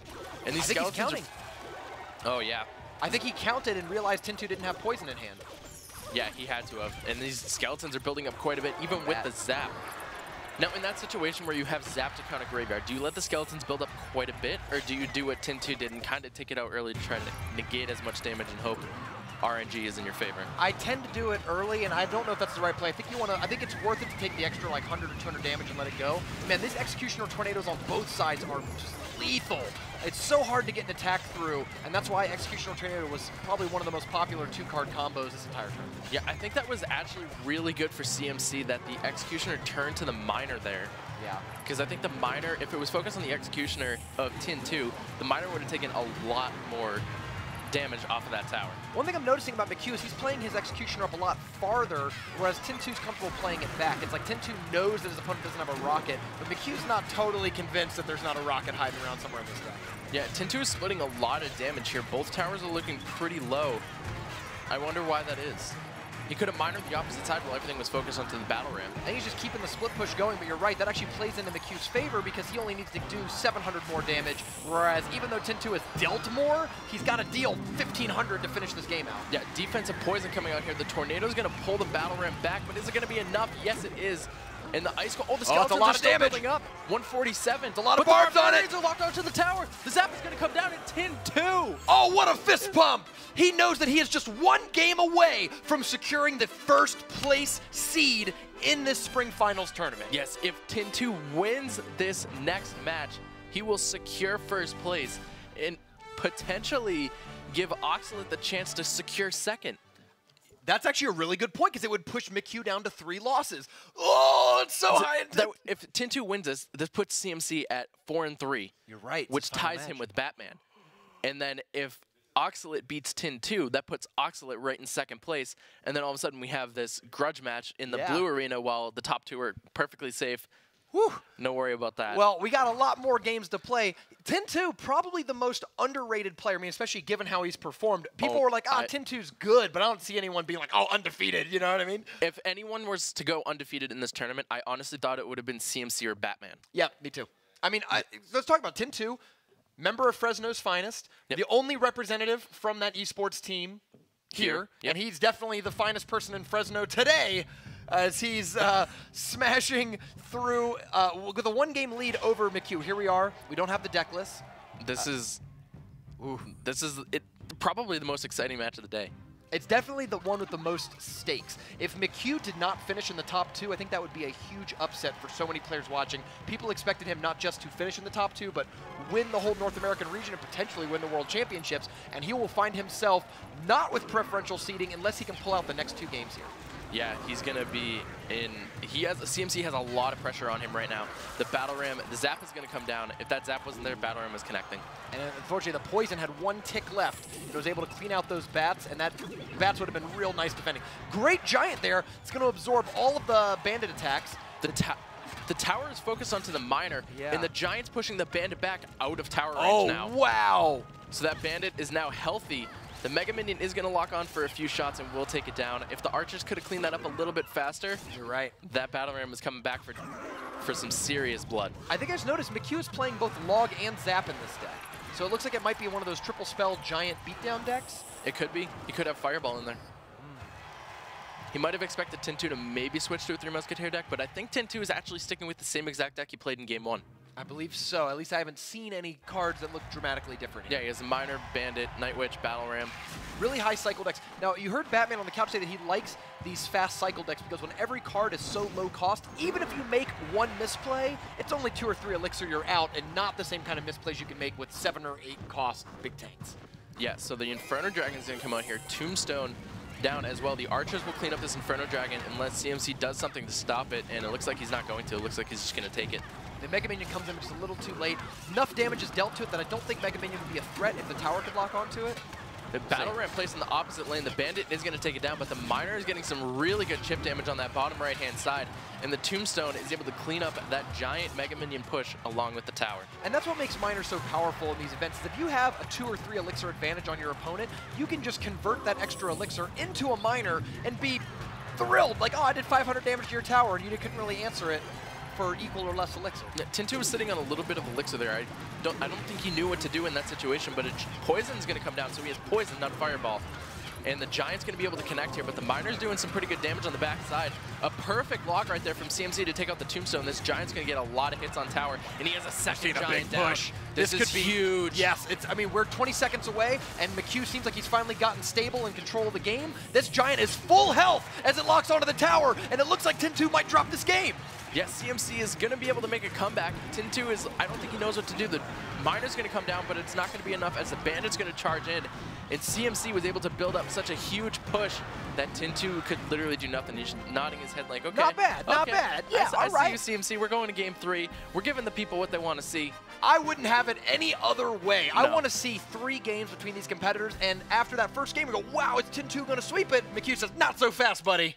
No, and this is why CMC is one of the best players in the world. He's able to bounce back from these losses. Yep. Like we said earlier, I was asking you, is CMC going to get kind of like thrown off by the loss he took earlier? But he's coming back in. He's ready to play. He's not letting this loss phase him at all. We'll have to see how Tin2 reacts, because that was only his 2nd game loss in the entire tournament. Yeah, so here's the Giant push that really did it. I think that Poison was on point for CMC. He was able to take out so many troops. And there was a lot of just scraps there that helped. That one bat, look, there's one bat that has been around the whole time. It was cleaning up Tombstone skeletons. It cleaned up the Battle Ram. It only there goes down after like 10, 20 seconds. That singular bat probably contributed 1,000 damage across all targets. Yeah, CMC's spell placement was absolutely phenomenal on that push. He had the Poison to take down the Tombstone, the Archers, and damage the Mega Minion a little bit. And then by the time Tin2 cycled back to the Tombstone, CMC had the Log ready to go, because once that Giant hit the punch, Log has enough damage to clean that Tombstone, cleans out the skeletons right away, and that Giant was locked onto the tower ready to take it down. Yeah, and that's, I mean, exceptional play by both. That is what Elite Clash Royale looks like, and we get to see it a 3rd time. And I couldn't be more excited for this matchup. This is crazy. 1-1 CMC versus Tin2.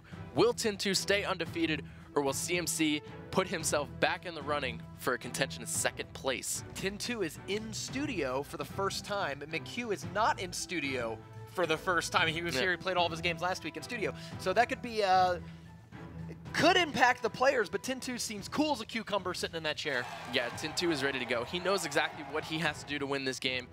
And let's see if he can pull it out. Both players cycling here. Goblins from CMC, Ice Spirit from Tin2. Neither player wants to fully commit. Knight coming down from both players. I think McHugh's playing his log bait deck. Could we see a log bait mirror match? Here's what I'm thinking. Tin 2 might have busted out. No, he didn't. I was going to say, Tin 2 could bust out Mortar, because if you think that McHugh is going to play the log bait deck, one of the worst matchups for that deck is a deck that's all over the ladder and non-existent in tournaments. Mortar crushes log bait. Yeah. So I thought maybe we'd see that. Doesn't seem to be the case. Graveyard coming out from Tin 2. I think we have Splash Yard out of McHugh. Yeah. And a Bowler. Splash Yard variant out of Tin 2. Yeah, so both players most likely, we know Tin 2 is playing Graveyard. CMC is most likely playing Graveyard as well. That's really the only popular deck that has a bowler in it, but who knows? We could be surprised. Could be a giant bowler. You're right. I used to see Golem Bowler. That used to be a thing back then, but this is almost guaranteed So yeah, Splash here's Yard. And here Graveyard, comes the Graveyard. Now, will he tornado everything onto the King Tower to let the bowler get some extra hits? Defensive poison from Tin 2. Tin 2 knew he didn't want to overcommit on that push. He knew he wanted to save the poison for the Graveyard, so very smart play by Tin 2. And this bowler is going to get shut down. Oh, the bowler gets a strike on the tower, and another one. What? How? That is what makes bowlers so good in that deck, is it has so many hit points. It's a better tank than Executioner. It's got a wider hitbox for its rock than the Executioner does.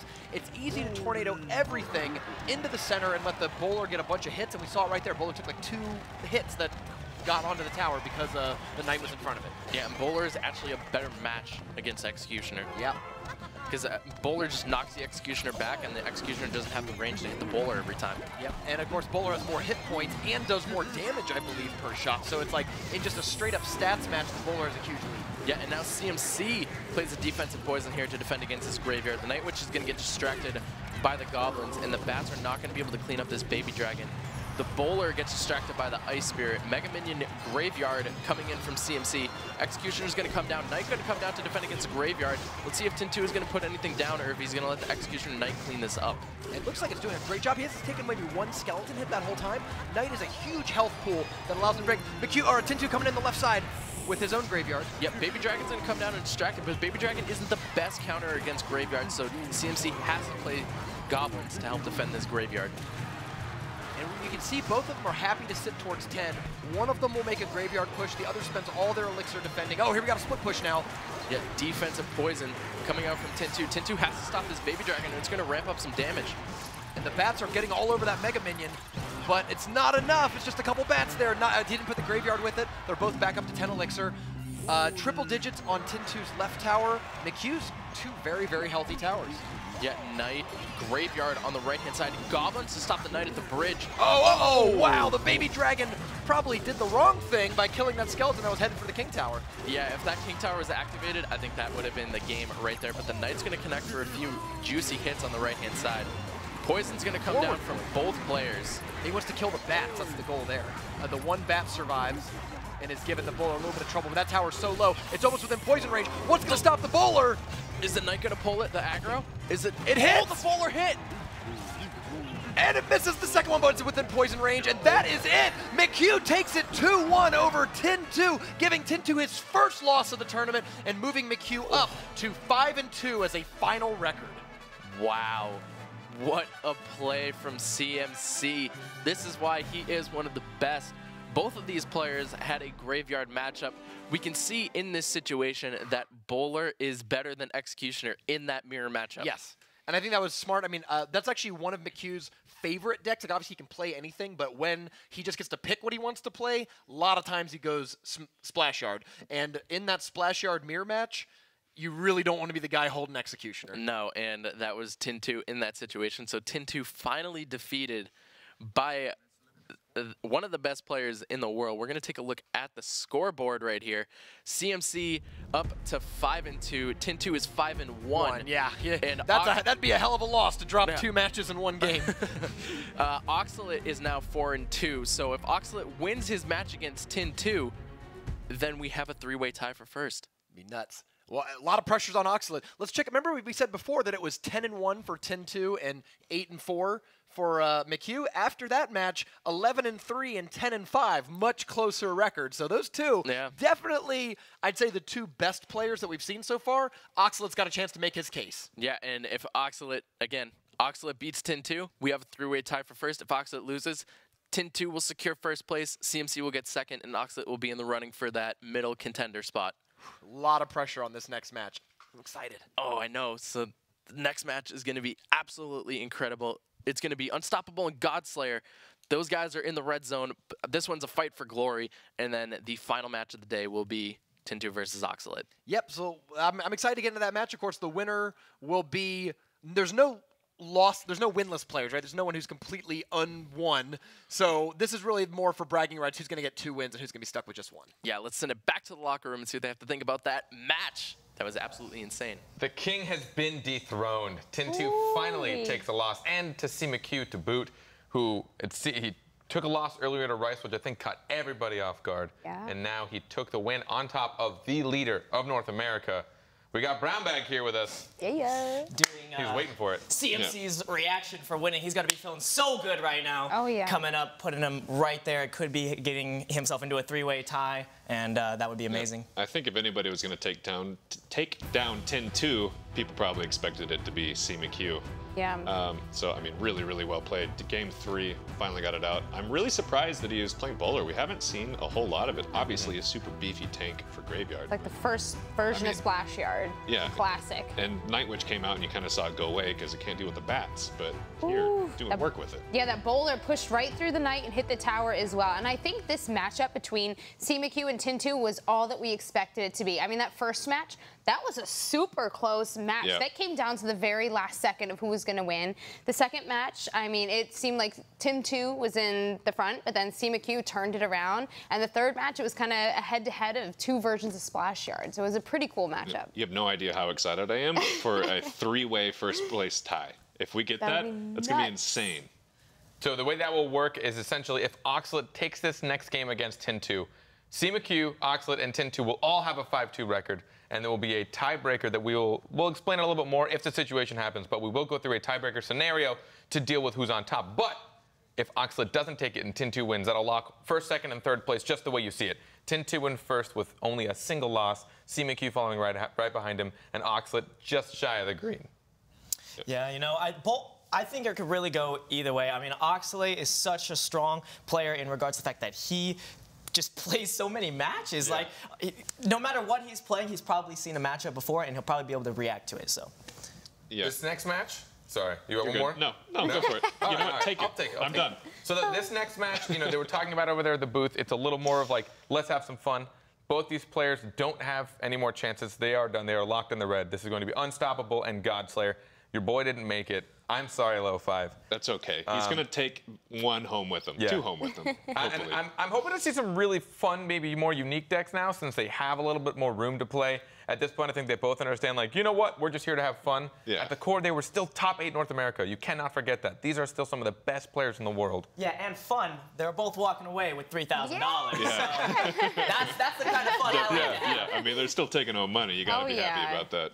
It's going to be an interesting matchup. I mean, we just saw the top of the leaderboard, and now we're seeing the opposite of that. And, I mean, it was a good matchup for the top of the leaderboard, so I expect that it's going to be the same between these two. Yeah. If I don't see a Sparky, I'm going to be so mad. Yeah, I want to see Sparkies on both sides. Mirror Sparkies. Yep. So these are the 2 players that this was their first time, pretty much, that we had seen them in tournament settings. I know a lot of people that have been around didn't recognize these 2 names. So they're getting their first taste, and they performed pretty well. But I expect to only see better from them. But for one last final match, let's see how they do.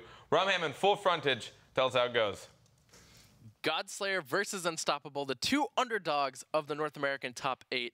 Like they said, I expect to see some fun in this matchup. You know, we're wondering who's going to win this match. You know who we should ask? Is Rice. Rice is the only player that has lost to both of them. That's their one match. True. We should ask Rice who's going to win. Yeah, let's go to the arena and see these guys get ready for their next match. Coming out first, we've got Unstoppable. Now, Godslayer is here today, so of course he'll be coming out. Unstoppable. I mean, I think, you know, it's unfortunate that both of these players couldn't finish higher, but someone's got to go home. The bottom 25% have to go home. Yep. And with a 2-match differential between them and Rice, it's, you know, it's really unfortunate. Someone's got to fall near the bottom. Yeah, and here comes Godslayer. Boom! Godslayer's super happy with this trip. He was telling me he went to lunch the other day, how excited he was to meet all these players, happy to be here, walks home, goes back to Texas with $3,000. Got to be happy with that performance. I wouldn't be upset. Yeah, I mean, we're just doing this for free. All right, so they were saying we want to see some fun decks. Yeah. What would you consider a fun deck to be in this matchup? You know what I really liked? A deck that I thought was really fun and didn't really last was Saint Belican, one of the best European players someone will see in the CCGS in future seasons, developed a Night Witch cycle deck that was like 2.3 elixir average cost. It ran Night Witch, Mirror, and Clone. And you'd like play the Night Witch, you'd mirror it, and then you'd clone and have 4 Night Witches out. And if you could catch your opponent without like a zap, like if they only had Log in their hand or something, the bats would just like 3-crown them. They just couldn't deal with that. So that'd be a fun deck to see. Yeah, I would like to see a Giant Skeleton come out again. We saw it from Oxalate earlier. Yeah. But let's see if one of these guys will come out with a Giant Skeleton and maybe a Sparky. Yeah, Sparky Malarkey, buddy. I'd like to see some mischief out on the field. Not a trash can on wheels. No, don't call her that. What about an all-legendary deck? If we're just real goofing around, if we're like 100% goofing? Well, actually, the amount of legendaries that are in the game now, I could actually see that being like maybe you need a higher legendary spell. The problem is that, the big problem is that you only have Log. You got Log in the deck. You got Log and Princesses are like your ranged attackers in the whole deck. So you're right, though. There could be some wacky stuff. I'm trying to think of the funniest stuff. Godslayer could just bust out the Lava Loon Rocket and just... Yeah, just do it. Just play your deck. Play the deck. People are here to see you play your big old deck. Like, why not? Bring it out. Yeah, so these are the 2 underdogs of the North American region. But again, top 8 players, they made it here, so they got skill under their belt. I think what helps for both of them is that if this tournament experience makes them so much more confident going into the fall season, they got to win one of those 1,000-player brackets to get back in here. Cool. You've already done it. Do it again. Yeah. And you get back to the top 8 and you go, oh, I got to beat players in a round robin. Cool. Done it again. You're going to feel so much less stressed out on the flight, the second time you're flying out to the biggest tournament of your life than you will be the first time. Yeah. Every tournament has its underdog. Yeah. And these are definitely the 2 guys. So I would love to see them come out again for fall season and bring it back. Shout out to the North American region playing out almost exactly like we thought it would, though. I mean, obviously, we still have a few matches. Godslayer and Unstoppable, the least known, the least experienced. They're going to finish in the bottom 2, which is unfortunate for them, but the predictions were right. The top 4 of the leaderboard right now is pretty much the 4 players you would have called as favorites. So North America playing out kind of like you'd expect. Yeah, and Miner's going to come out onto the pump here. Unstoppable's going to play Skeletons to defend that pump, make sure it stays healthy. A Log is going to go down on top of Godslayer's pump to make sure those are at even health. A Golem coming out. Oh, and he plays Goblin Gang because he knows that there's no Log in his hand. Yep, and the Goblins are going to get a few hundred damage on that left-hand side. So Lava Loon versus Golem. I don't think you play same lane. Actually, obviously, Godslayer's a better Lava Loon player than I am, but I've always thought that in this matchup, you don't want to play same lane as the Golem. You want to go opposite lane because you want them to split their elixir. All of the Golem support troops are going to be good against you. Mega Minions, Baby Dragon, all that kind of stuff. Yep, Lightning's going to come down there from Unstoppable. Oh, the Tornado right there, pulling everything together for that Executioner while the Golem just chips away at the tower. Ouch, the Lava Pups might clean it up, but that's still not too much damage left. Miner Lava Hound, that hasn't been something we've seen since one of the Shanghai tournaments. Yeah, like May of last year. When Lava Hound first came out, it was not considered a very strong card. It wasn't like these Electro Wizards and Night Witches where on the first weekend they're out there winning tournaments. Lava Hound laid dormant for quite a while. Actually received a few buffs in the months after it was released. The first Lava Hound deck that I remember being significantly powerful was Clyde's Lava Miner deck in the Super Magical Cups, where he'd bring the Lava Hound, you'd try to deploy the Miner right before it died, and then the Miner would actually take the tanking for all the Lava Pups. It's essentially a Miner Minion Horde push without playing the Minion Horde. Yeah. Ooh, good lightning on defense there, takes out motion. Oh, the Mega Minion does get a swing in! You get a little fist pump out of Godslayer because he knows that he is in a great position for this push to knock that tower down. Yeah, Unstoppable was trying the Tornado, everything back for that Executioner, but the Executioner died before the Tornado came down, and that was just it. Ooh, the Miner is where he wants to be, just rolling between collectors, taking them out one at a time. Yeah, the Lava Pups are doing a decent amount of damage to the King Tower. Godslayer might be able to secure this victory. Here comes the Lava Hound Mega Minion push on the left-hand side. King Tower down to 1365. Tornado's going to pull everything together for that Baby Dragon. Executioner Golem on the right-hand side. If the Godslayer doesn't get the 3 crown, Unstoppable will win this match because he has the other tower down to 7. I mean, that's what happens when you go all in like that. The towers are getting there. He's got it within lightning range. Yep, that's a lightning range. Zap, zapper. Godslayer is going to take it. And that, get the victory, the smile coming out. Smile on the face, cry in the game. He does love his emotes. Oh man, Godslayer, what a character. I love him. I love the emotes. We had a lot of discussions over the last week about, like, is emoting good, is emoting bad? I love it. I love touchdown dances. I like dunks. I like postering someone up, getting in their face like, ooh, I just wrecked you, buddy. So I want to see more of that in Clash Royale. One of the things that I think is different is that when you're doing it in-game, it's kind of like that face-to-face thing. Okay. Where, like, if you're in person and you're like you're dropping the crying face in-game and you look at the camera and you see both players laughing, you can tell they're, like, having a good time. They're just kidding around. But, like, on the other end, you don't see that player's expressions, so you're just like, I hate you. Yeah, I can see that. I guess you're right, because you're not allowed to do touchdown dances in the face of someone else. You can dance, but I'm over here doing this. Woo, woo, woo, woo, woo. I don't get to be like, you know. Like, I just scored on you. Like, flag. When like, in basketball, when people dunk on each other, you don't see them and they're like, yeah, I just did that. Yeah. Sometimes they do. So that's LeBron James's thing, buddy. He's like, what are you, 6'1"? That's too short. Just gives the jam. Oh, I love emotes. Keep emoting. I've got your back, Godslayer. I would fight people for you, but you look like you're a much more formidable fighter than I am. I could see him winning a few. Oh, yeah, he's like, you guys don't see it at home. Godslayer is like 7 feet tall. I might be exaggerating. He's tall, buddy. That's not a short, folks. I think you're exaggerating. 7 feet tall, 15 meters in length. That's not right at all. I was going to say, I don't know the conversion. That's like... Yeah, it's like 45 feet. It's like asking me how much does a mirror fireball do at tournament standard. I don't know because mirror's not used that often. Yeah. The conversion just isn't there right away. You have to ask the European casters how metric works. Yeah. All right, fireball coming out right away onto that elixir pump. He's got an angry face. Now the question is, will Godslayer bust out the 3 Musketeers and be like, ah, I got you, buddy. You fireballed the wrong thing. If we see 3 Musketeers come out in a laughing face from Godslayer, that would have been awesome. Bro. Nope, we got a both Lava Hound. Godslayer says, wow. He's got a grin. You're taking my deck. Like, you think you can beat me? I'm the Lava Hound master, brother. So we're going to see what happens here. Godslayer decides to defend far back, and then meanwhile, Unstoppable is defending right at the river. Oh, Minion Horde. Here comes a Miner. Again from Godslayer. And this is scary. Oh my gosh.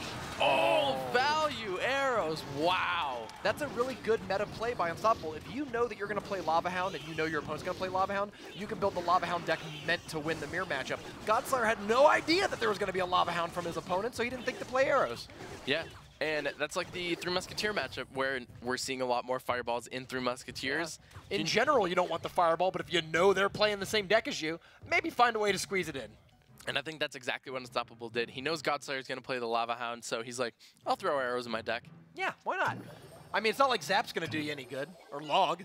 We saw that actually. Do you remember when Rice and Godslayer played? They played a 3-game match that was all Lava Loon mirrors. At some point by game 3, they started putting in Tornado and arrows instead of their logs because Log wasn't doing anything. Yeah, exactly.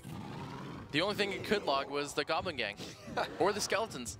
There were Skeletons in one of them. Yeah. But again, 2 Lava Hounds, both pushing opposite lanes. Unstoppable on the first exchange. Unstoppable has the damage lead right now. Yeah. So we saw that in game 1 too, and it still turned around to get him. Yeah. So Mega Minion this time. Instead of instead of the Minion Horde, he's like, you're not getting arrow value. I think Godslayer wanted Unstoppable to arrow the minions or the lava pups, so he could play the Minion Horde on defense.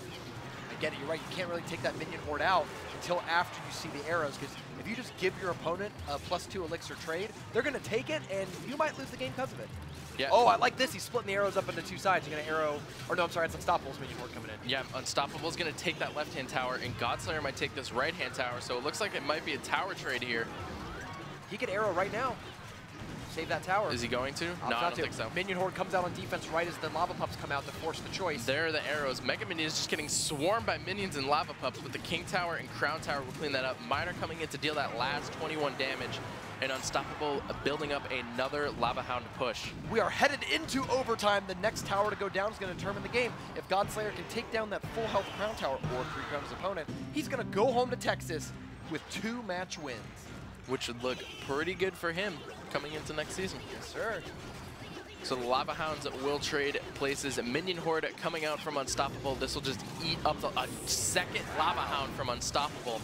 And there's just a slaughterhouse happening there at the river. There's hundreds of minions fighting each other.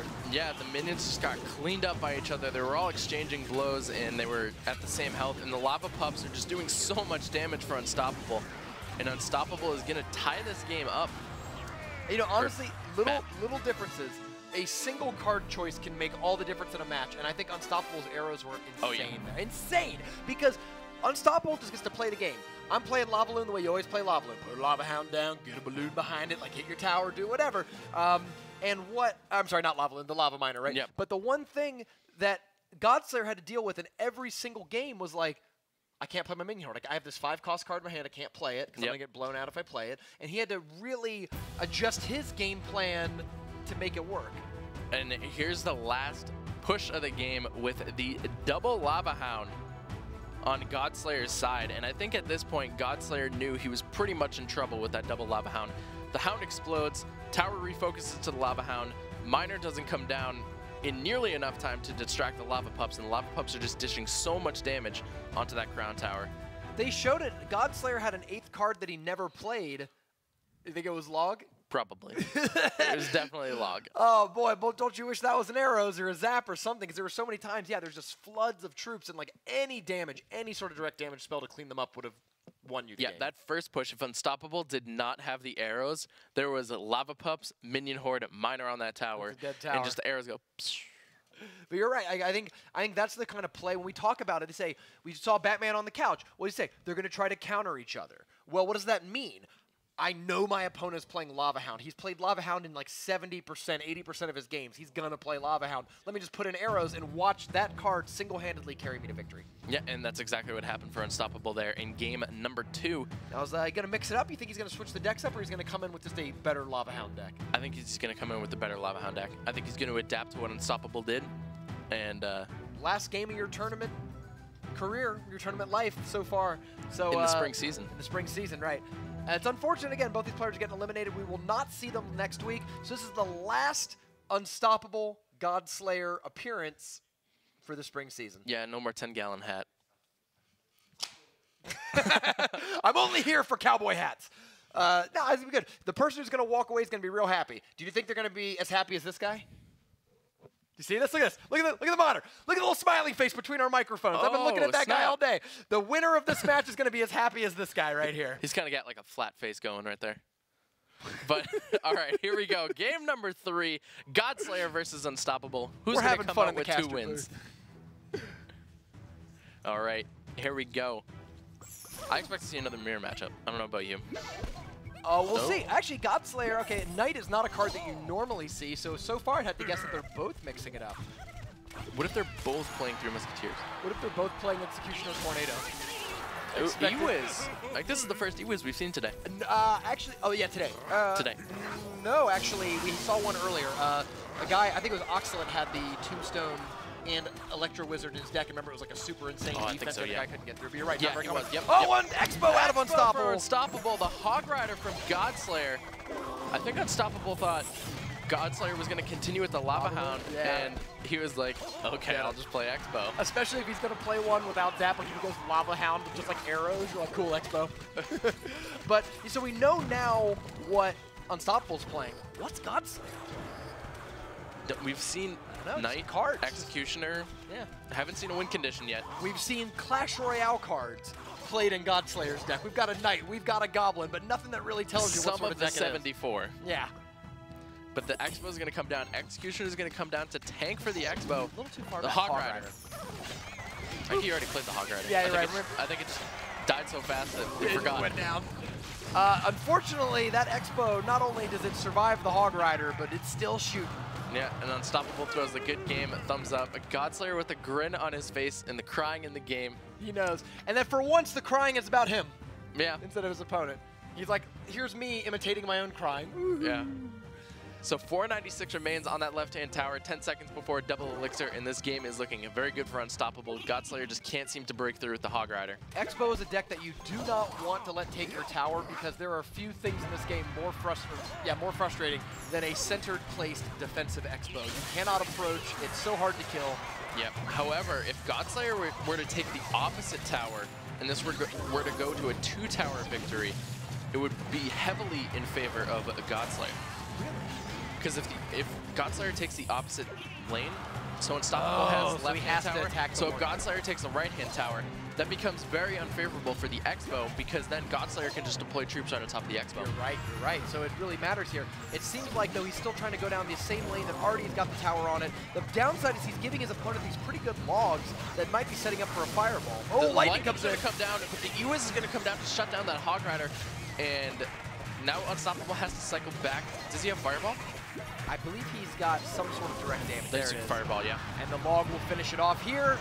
7 seconds to go. This is the last we are seeing of Godslayer and Unstoppable as Unstoppable takes the 3-game match 2-1 with Expo in the deciding game. Yes, we've seen Expo. I think Expo has a 100% win rate in this tournament. Logbait does too so far. Logbait and Expo. I mean, Expo's been played 3 times. Yeah, Logbait's been played, I think, 6 now. 6 so those now, two decks are the actual undefeated decks, despite being some of the least popular archetypes. It must just be in the hands of these masterful players. Or they just play them in the perfect situations. They're calling the exact right predictions. So Unstoppable goes home as happy as this guy. 2 wins today. Started off 0-4, walks away 2-5. A winning record today. If he could replicate that in the fall season each time he's playing, might be seeing him in the fall finals. So let's take a look at the replay right here. Look at Unstoppable defend this Expo. So the Electro Wizard's going to come down, and it's going to slow the Hog Rider down quite a bit. The log predicting the Ice Spirit, and then Electro Wizard Expo just cleans up the Hog Rider, and this is really the deciding factor. The Expo just chips away at the tower, taking it down to such low health, and that sealed the deal for Unstoppable. If you're not ready for it, Hog Rider's hurt, but Expos are lethal. Expo's hurt. If you're not ready for the Expo and you're playing Expo and you defend it perfectly, odds are you lose that tower completely. Yeah, like that's one of the biggest rope-a-dopes on the ladder. Like, all right, I'll play my Elixir Collector. I'm ready for a Hog Rider, and then they're like Expo at the river, and you're like, I lose right now. And I think that's probably what Godslayer felt once he was like, I'm not ready for that at all. Yeah. So Unstoppable taking the victory, 2-5. Godslayer 1-6. But we have a potential matchup coming up that could decide who gets preferential seeding. Let's send it back to the locker room to preview the last match. So if you take only that last match as your data, technically, Unstoppable is unstoppable. Yes. Technically. He did lose one, though. So. If you severely restrict our pool of samples. Exactly. Yeah, sure. He had good reads. He played Lava Loon counters both times, and it worked out for him. He knew what to play, but let's just get right into this next match. So if you're just tuning in, I don't think you understand how intense this is about to be. There's a lot on the line. Yes. Everything for the top 3 spot is on the line right now, and it could even be more on the line. Essentially, here's how it works. Tin2 and Oxlet are about to play in our final match. If Tin2 loses to Oxlet, that means we will have a 3-way tie for first at a record of 5 wins and 2 losses. Now, if Oxlet can't beat Tin2 and Tin2 takes the win, then we'll have first, second, and third locked in just the way you see it. So right now, it's a lot on Oxlet to determine who goes through. CMQ really wants Tin2 to win this because he's locked into second place. But the moment that Oxlet takes the win, CMQ now has to fight for this opportunity. There's a lot at stake. I mean, CMQ doesn't want to have to play all 3 of these guys, or all the other 2 guys again. Nobody wants the tiebreaker. Yeah. I guess we should explain real quick, right? Yeah, I mean, I want the tiebreaker really, really bad. We should explain real quick how we're doing the tiebreaker. So if there is a 3-way tie, essentially what we're going to do to determine who truly wins, since it's a little difficult to determine who beat who, and it could be a weird trifecta, they will play a mini round robin between the 3 of them. So they'll all play each other once, and then from there they'll go forth. In a best of 3. In a best of 3, yeah. So they'll each play best of 3s against each other, and whoever comes out on top of that will determine the seeding. And since there's 3 of them, there's this weird freak thing that could happen where they all end up tied again. And if that happens, then we move into another play where it's just a best of 1. And we are going by just game wins. So essentially, you're just going to see your record by the end of the tiebreaker. If you went 3-2 and you're on top, even if you lost another match or something like that, it doesn't matter. It's by individual games. Now, there's a chance this could never happen, so I could be wasting a lot of breath. But just in case. We want to explain it to everybody. No matter what, we're going to have winners. That's what we need to know. Going to win something. But, all right, let's just talk about it. So let's get predictions. I want to know, we'll start with BBXH. Okay. Who do you think is going to take this, and give me a quick explanation as to why? All right, for this one, I truly think the Oxlet is going to take it. I think he's really stepped his game up. He's been practicing, and I think he knows how to study his opponents, and he's seen Tin2 do a lot of variety, but I don't know. I think he plays a lot of decks, and he plays them well, so I think it's going to be Oxlet. All right, low 5. What do you got? Tin2, Expo. That's it. Tin 2 Expo. You know what? Let's not make him talk anymore. I want that to be his final words. Brown bag. Who do you think's going to take it? Oxalate. You think he's going to take it? You think Oxalate's got it? I think so. Tin 2, obviously, they're both amazing players, but I think Oxalate, especially if Expo, Oxalate will come down and he'll make some really good graveyard plays, some really good minor plays, and clean up the match. I mean, he told us he's not playing graveyard for a reason. Yeah. Everybody's expecting it. I gave him the hammer. We'll see if that helps him, give him a little bit of power. I might have to give it to Tin 2. You know, when we had the interview earlier, I think a lot has to be said about your casual nature coming into something where it's this intense. And this game means so much. This is everything that could possibly be going on. So I think that Tin 2, with his quality at decks, the amount that he can pull out of him, and his just like, yeah, you know what, I'm just here to win and play, I think that's going to give it to him. But so a little bit earlier, we had Oxalate here with us in an interview. But if you watched Tournament Talk, I think earlier, it might have been week 2 of the Tournament Talk, you got to see a little bit more into him. But in case you missed it, we want to do it. So before we get into the game, let's get to know just a little bit more about Oxalate. Hi, my name is Ian. My in-game name is Oxalate. So I grew up in Pennsylvania. It's very peaceful here. There's not really too much going on, but it's what I know. Haven't really been outside this region at all. I've actually never been on a plane before, so I'm really excited to go to California and experience something different. It was not 666. I actually have a big family, 4 sisters and 2 brothers. We play badminton outside, sometimes we play baseball, just a lot of different sports and fun little things we do. My family's very important to me. They're very supportive in everything I do. I show the game to them all the time, what I've achieved, and they're very proud of me. All right, Lane, I'm attacking you. Gotta take this once and for all. I was actually homeschooled my whole life up until high school with my brothers and sisters. So this is the homeschool room. Some of the benefits of homeschooling, you can sleep in, you can go down to the park with some friends, do some work there. Sometimes we just go outside and do some work. It's very chill and relaxed. Right now, I'm actually going to community college. I'm still undecided what I'm going to college for, but I'm probably going to pursue graphic design. I do graphic design whenever I feel like doing something besides Clash Royale, besides a sport. So I'm actually making my own logo just for YouTube, social media. I'm considering pursuing this as a career possibly in the future. So I'm just practicing and seeing what I'm capable of. All right, so this is my room. This is where I play Clash Royale most of the time. Sometimes I'll play in the chair, sometimes on my bed. Sometimes I'll just sit down here and play. I've been playing this game for a very long time, so I have a lot of experience with it. I'm always practicing. I can't wait to go to this championship. I've never even been on a plane before, so just that is an experience in itself. And just everything around it, all the hours I've spent on this game, it's just great to see it coming to something. If I were to win this whole tournament, it would be absolutely insane. It would feel so surreal. All those thousands of hours spent on this game would amount to something, and it would just be the craziest thing. Wow, it was great to know Oxalate a little bit more for the viewers at home. I personally know him. So. Pretty well, yeah. Yeah, so Oxalate versus Tin 2. If Oxalate wins, there's a 3-way, I've said this like a million times, but there's a 3-way tie for first place. That just like doesn't happen. So let's take a look. Both players are here, so let's take a look at them enter the arena for this last match. Who's coming out first? Now, both players are in the studio. Oxalate's coming out first. Take it away. All right, so about your buddy. Oxalate, well, Carpet did give him the big hammer, so let's see if he does come out with it. Oh, no, he's got the other hammer back. So the Hammer's Esports hammer. It's hammer time for Oxalate, and he's ready to strike. Tin 2 drops the hammer. Tin 2's coming out next. You know, one thing that's worth mentioning about Tin 2, we didn't talk about this at all. We don't mention ladder accomplishments too much. Did you know Tin 2 is the top trophy level 10 in the world? He is a level 10 player. You can catch him in the leaderboard sometimes. He's at 5,800 trophies. I am at that many trophies as a level 13. Tin 2 is berserk. I haven't even gotten to 5,800 on ladder. I know, and he's level 10. He does it pretty much primarily with Expo. So we mentioned we might see some Expo play out of him, but who knows? Yeah, I think Expo is probably one of the most dominant play in ladder and potentially in tournament. We don't see Mortar very often in the tournament standard. We do see it often in ladder, but just the Expo in tournament standard is also very critical. But against beatdown decks, you kind of have a rough matchup. So I think it's more safe to play other decks that have a better chance to play the different archetypes floating around the meta right now. Yeah, Tin 2 said that he likes siege decks because it's the one that worries the least about card levels. Yeah. Doesn't really matter what your opponent is. A level 1 Expo can take out a tournament capped Crown Tower. Yeah. So you can play significantly under-leveled, and if you make the right plays and the right choices, beat someone 2 or 3 levels higher than you, and that's pretty much every ladder match that Tin 2 plays. Yeah, so both players in the arena, they're smiling at each other, they're talking. They must be sweating.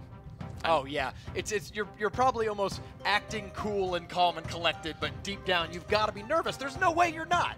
I know I'm sweating. I know, and we're not even in there. We're in like a nice little air-conditioned caster booth. No way. Like I would be losing my mind if I was out there. If 10-2, 2 games away from going 6-1, Oxalate. If Oxalate wins, three-way tie for first. Pandemonium. Somebody count the amount of times I've said that today. I know, I mean, because it's been on your mind as much as Oxalate's mind. I get it. All right, here we go. Pump comes down for 10-2. We've said how risky of a play that can be. We'll see if this comes back to bite. Poison coming down from Oxalate to damage the pump in the tower. 10-2 lets the Ice Spirit go. This is 121. Poison comes down. 3 Musketeers are split because he knows opponent doesn't have a poison in hand. Now, did Oxalate bring 2 heavy spells or not? We'll see. I think Oxalate at this point is just cycling back to the poison so we can take care of this. Battle Ram coming down the right-hand side. Tombstone's going to come out. Musketeer's going to lock onto the Tombstone. There's a poison on the 2 Musketeers. And the Musketeer is going to get held up at the bridge by the Skeletons. Musketeer on the left side gets 1 shot. Musketeer on the right side going to do a lot of damage. The log is going to negate that. Ice Golem coming down to hold that bandit up. And the tower will take it down, no problem. Really impressed with Oxalate's defense there. He was split push. He didn't have a spell. Confidently, comfortably cycled back to his big spells. Now here's where 10-2 can try to push that advantage. Oh, another poison comes down. He had it back and cycle again. When 10-2 played that pump, he gave a little smile, and then Oxalate just played the poison. He was like, I can cycle back to it. Yeah, he's like, I was just smiling. What was the point of that? So we see another split, and furthermore, we see another split further up this time, trying to put the pressure on a little sooner. Now I'm curious to see if Oxalate has Miner or Graveyard.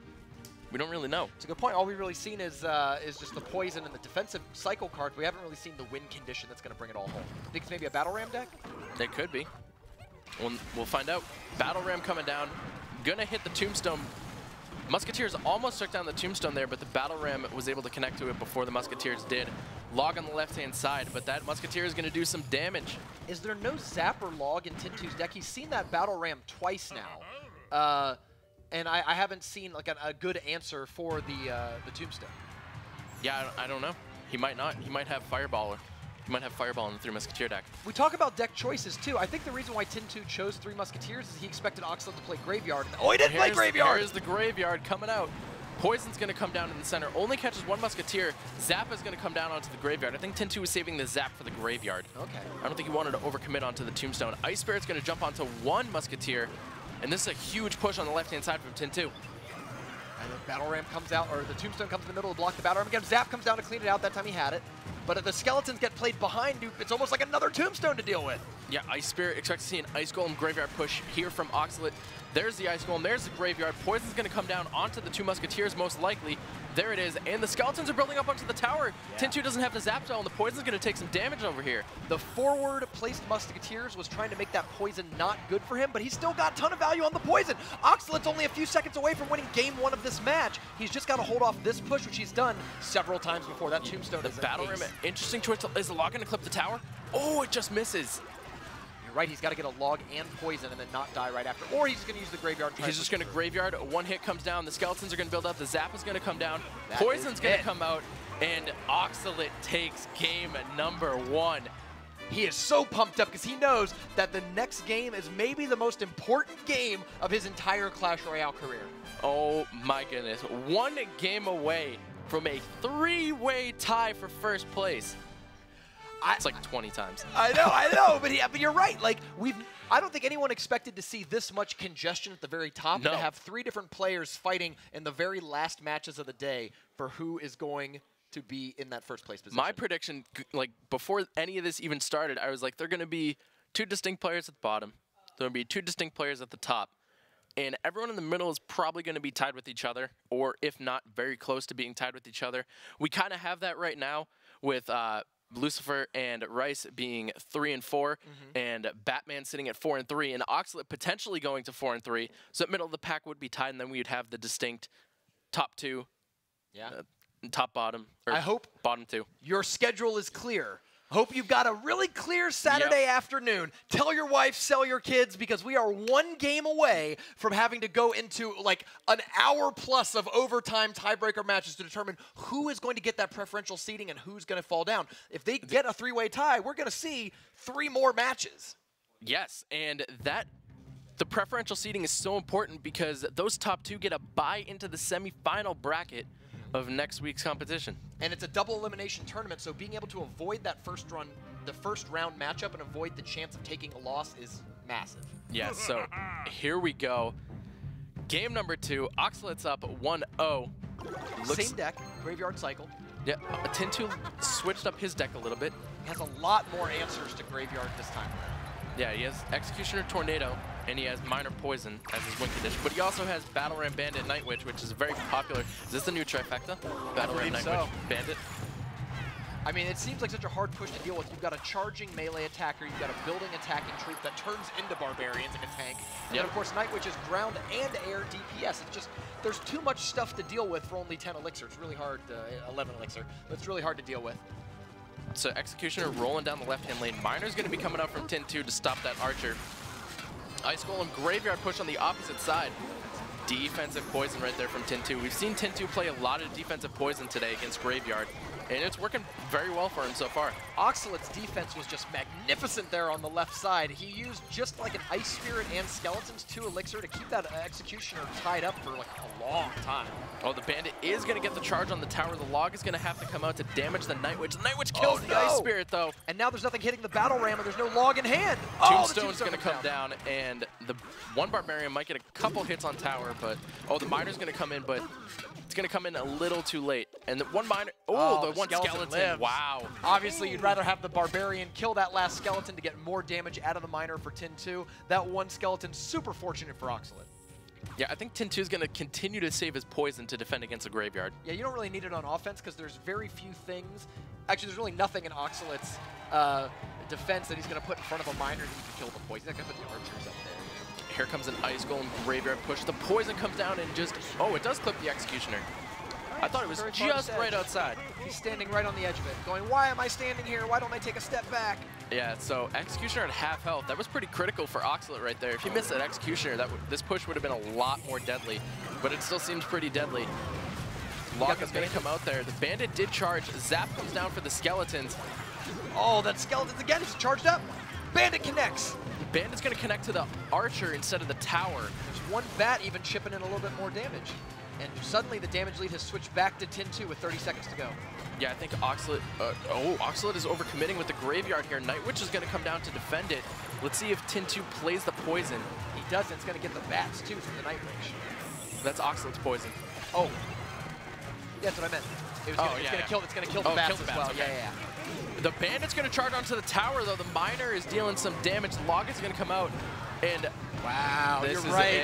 You're right. He overcommitted on that push, and he spent so much elixir trying to pull that push off that he just didn't have enough to defend with. Oxalet giving him the knowing spark, like, you're trying to psych me out, but I'm not throwing that much.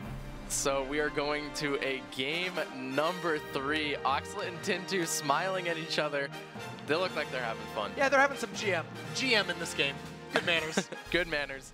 So, I'm excited, buddy. This is the craziest match. Game 3. We had 3 games with McHugh and Tin2. We're getting 3 games with Tin2 and Oxalet. These top 3 players are not rolling over for anyone. Oh, no, not at all. Let's take a look at the replay that sealed the deal for Tin2. So you're right. So the poison's going to come down, take care of the Night Witch, but Executioner, Battle Ram, Bandit coming down, and then Tin2 just gets the elixir to zap the Skeletons. Bandit charges to the tower, Miner comes down, Oxalet just doesn't have enough elixir to defend this. Log comes out, and the timing on the Executioner was perfect. I don't know if you noticed, but he threw and killed the Tombstone. When the Executioner kills a Tombstone, that line attack also cleans up the Skeleton. So just that easily, chopped right through it, took out the pesky Tombstone that had been giving him trouble, and that's what allowed the push to get through. Yeah, and that push is just so deadly. Miner, Bandit, Battle Ram. It's crazy. We're going to game number 3. Let's send it back to the locker room and see what they have to think about this. The most weighted game we've had, and it's so intense that Brown Bag lost his tie and used to soak up some of the sweat. The plays. The plays. Oh, man. Such great Graveyard plays by Oxalate, and then a little bit overcommitment. Lost him at the end. Yeah, this is down to the wire. We're going into game 3 of like the most important match of this top 8. This is a huge deal, and I think Tin2's done really well with the Night Witch Ram, so I don't know if he's going to keep it. I don't know what Oxalet's going to play. Yeah. This is going to be a big deal. I think Oxalet has to be careful because you can see right there, Tin2 started to adapt to the graveyard right away. Oh, yeah. And it was so hard for Oxalet to get any damage on, so we have to be careful what deck he pulls out. So a lot of mind gaming could happen, but let's just get right back into it. Full frontage and Rumham, what do you guys think is going to happen?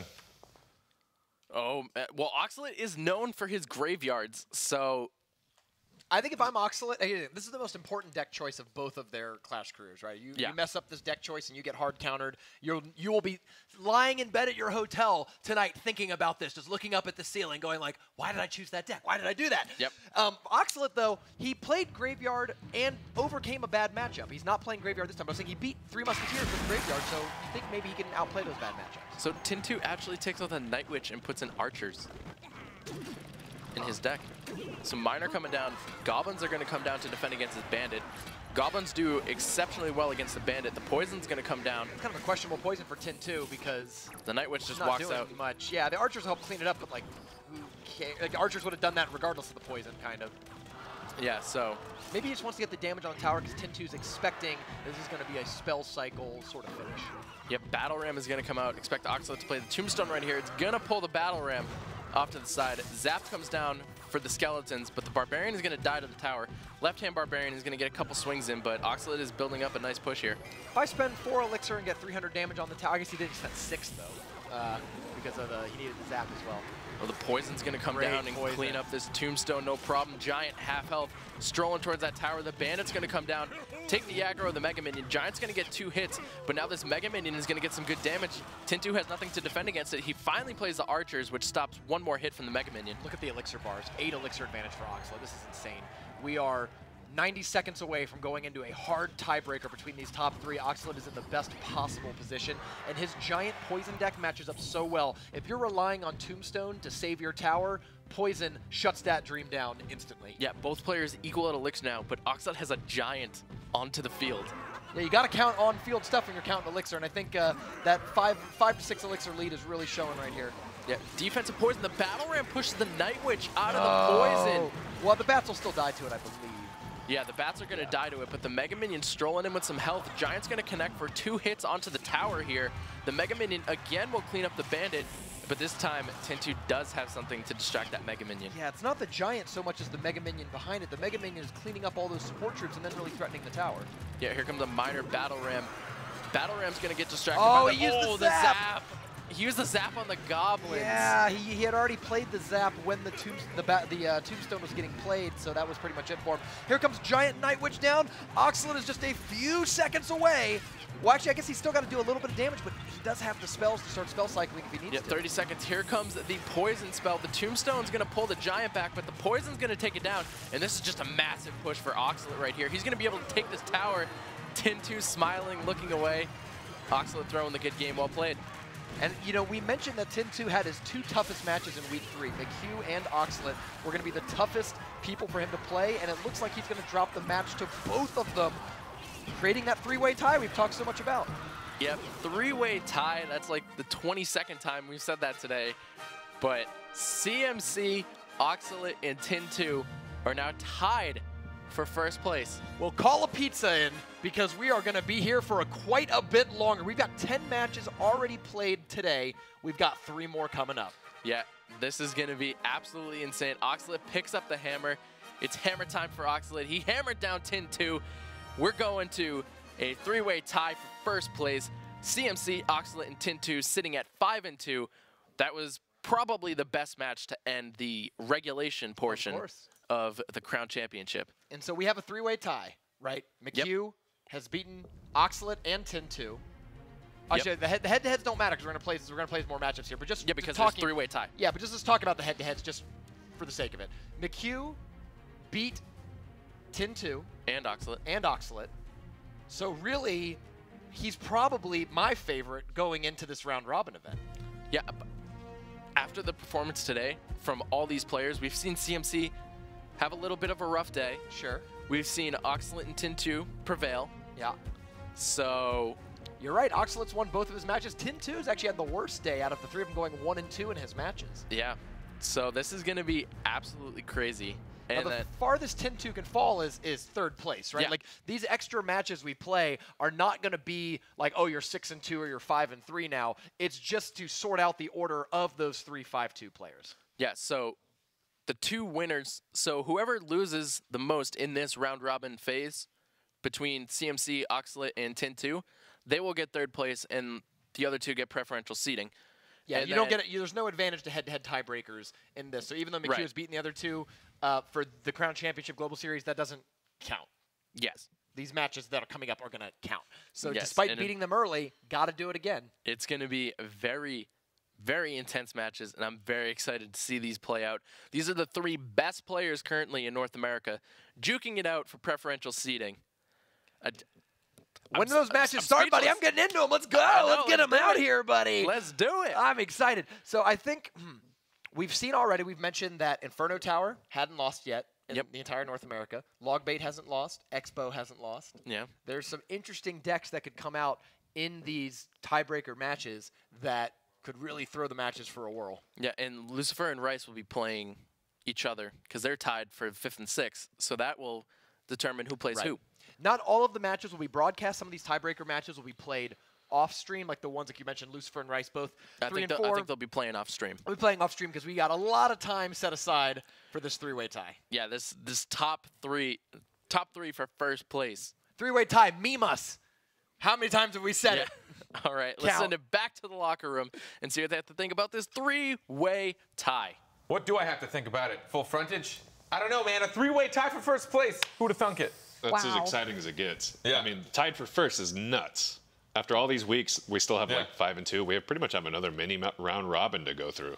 I mean, I think that goes to show you like how good these players are. I mean, they came from a pool of 1 million players and broke it down, and I think this is a true test of truly how good they are. Yep, it's actually really cool to see the meta's healthy enough that all these guys are playing different decks, and we still come out with 3 people that are tied instead of one person just dominating, which is kind of how it looked up until today.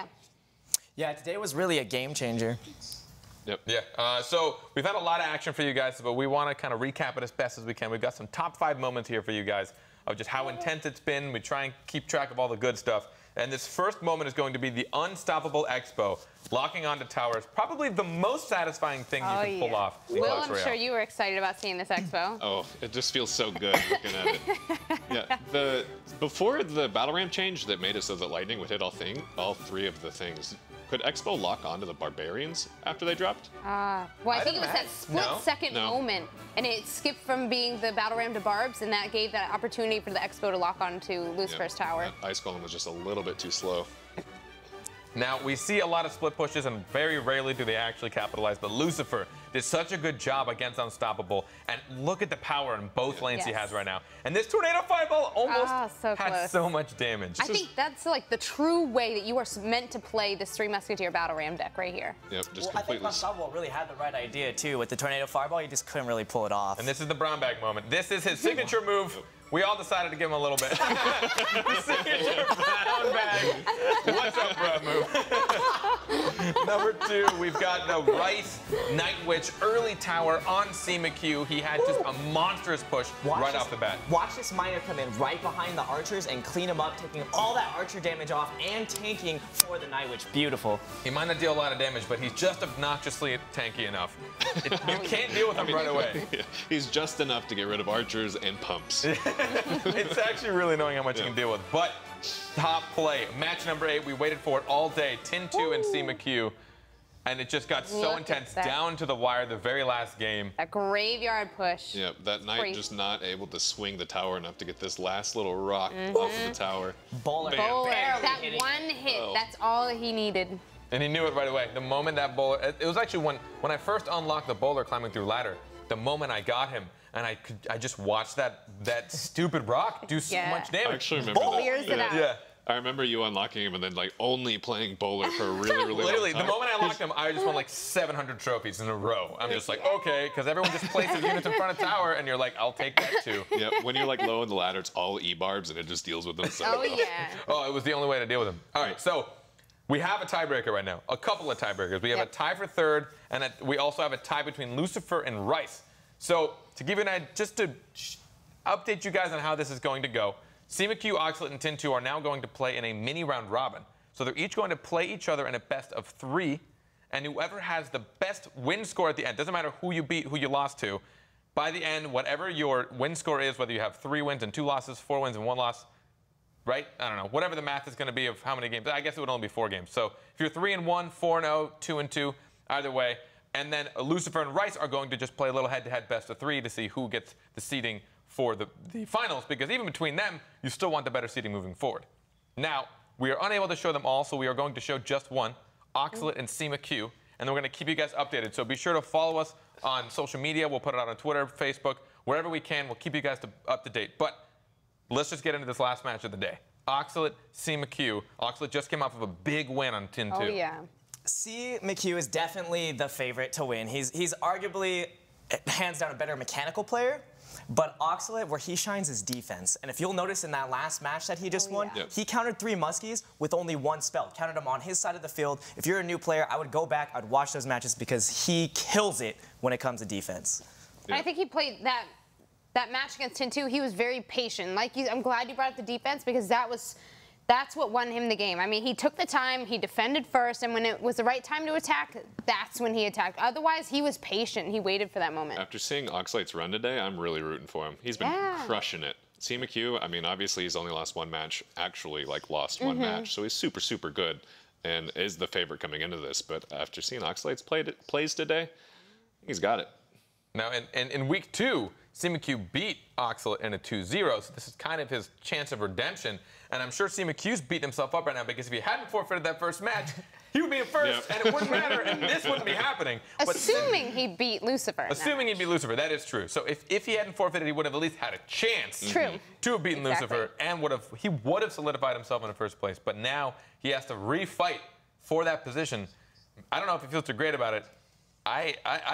I probably want to give this to CMQ at the core statistically, but I think Oxalate is the one that's going to come with more fire for this win. I think he beat Tin 2 in just a patient manner. He didn't place anything out of panic. He was always, I mean, you talked about his defense. 1 spell for 3 Muskies. I couldn't do that. I'm in full-fledged panic. But let's get into it. The last match of the day, one of the matches of our tiebreaker, the fight for first place. Oxalate and CMQ. Run them in full frontage. Who do you think is going to take it? Oh my goodness, this is absolutely crazy. Oxalate versus CMQ. Oxalate is looking to get revenge on CMC from the week 2 loss he took. Yeah, I think McHugh probably wants to dispatch these 2 guys as quick as possible. He's already beat him in head-to-head. He's probably being like, I've already tackled these scrubs, buddy. What's the point of round robin? I got to play him again. So I expect him to come out just ready to do business, not goofing around. I think he's going to 2-0 your buddy. Hate to say it. I think so. I think so. Someone's got to call it. Everyone's like, it's going to go to game 3. We've had more 2-0s than 3 games, so. It's going to go to game 3. All right. That's what I'm feeling. You think it's going to go to game 3? You think Oxalate's going to win? I think it's going to go to game 3. I think Oxalate has progressively gotten better throughout the CCGS tournament. Yeah, his skill is really impressive. He was 1-1 after the first week, and he's just climbing on up. a tear since. Yeah. Let's go see Oxalate enter the arena, and CMC's haunting the players. That's right. Actually, I'll tell you, in these sort of matchups, being home's got to be a huge advantage. I think in the fall season, we'll see a lot more players in the studio, hopefully all of them. But McHugh's, you can see his picture right there, playing from New Jersey all the way 3 hours ahead. It's coming up on 5 o'clock happy hour for him. We'll see if this ends up being a happy hour for him. We'll have to find out. Oxalate here, bringing out the hammer.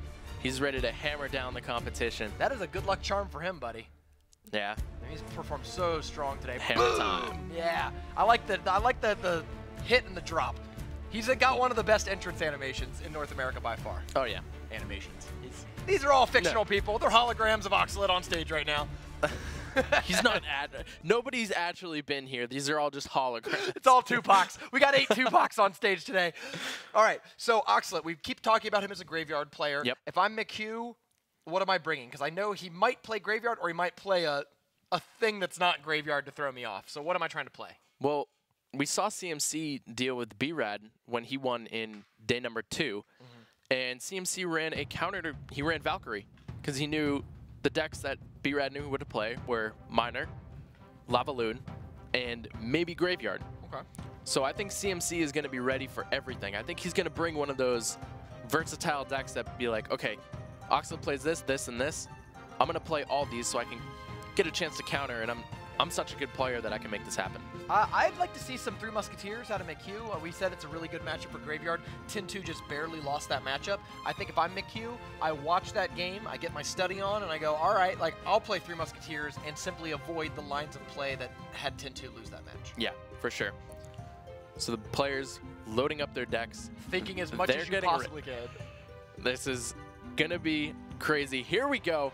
Game number 1. CMC throwing out the good luck. Gives a, yeah, good luck and a little cry face at the end. Oxlade with the thumbs. Liking the emotes. Don't stop. All right, Knight from CMC. Mega Minion from Oxlade. Princess in the back. We could be seeing Logbait from CMC. He hasn't lost with it yet. I don't know how good it is Goblin Barrel against Graveyard. How's that matchup perform? Logbait might have the upper hand. I think it's even, but I think it's more favorable for Logbait. If this is a splash shard, oh, it doesn't look like it. It looks like it's actually the same cycle deck that we might have seen before. I was gonna say if it was the splash yard deck that had like Bowler and things like that, it only has Tornado and Poison, which means no log, nothing to really get good trades with. But so Oxlade running a giant miner. And we saw the Baby Dragon as well, so it might just be a regular old giant beatdown, well-rounded, no terrible matchups. Really comes down to the play of each player. Oh, the Inferno Tower coming out in the Logbait deck.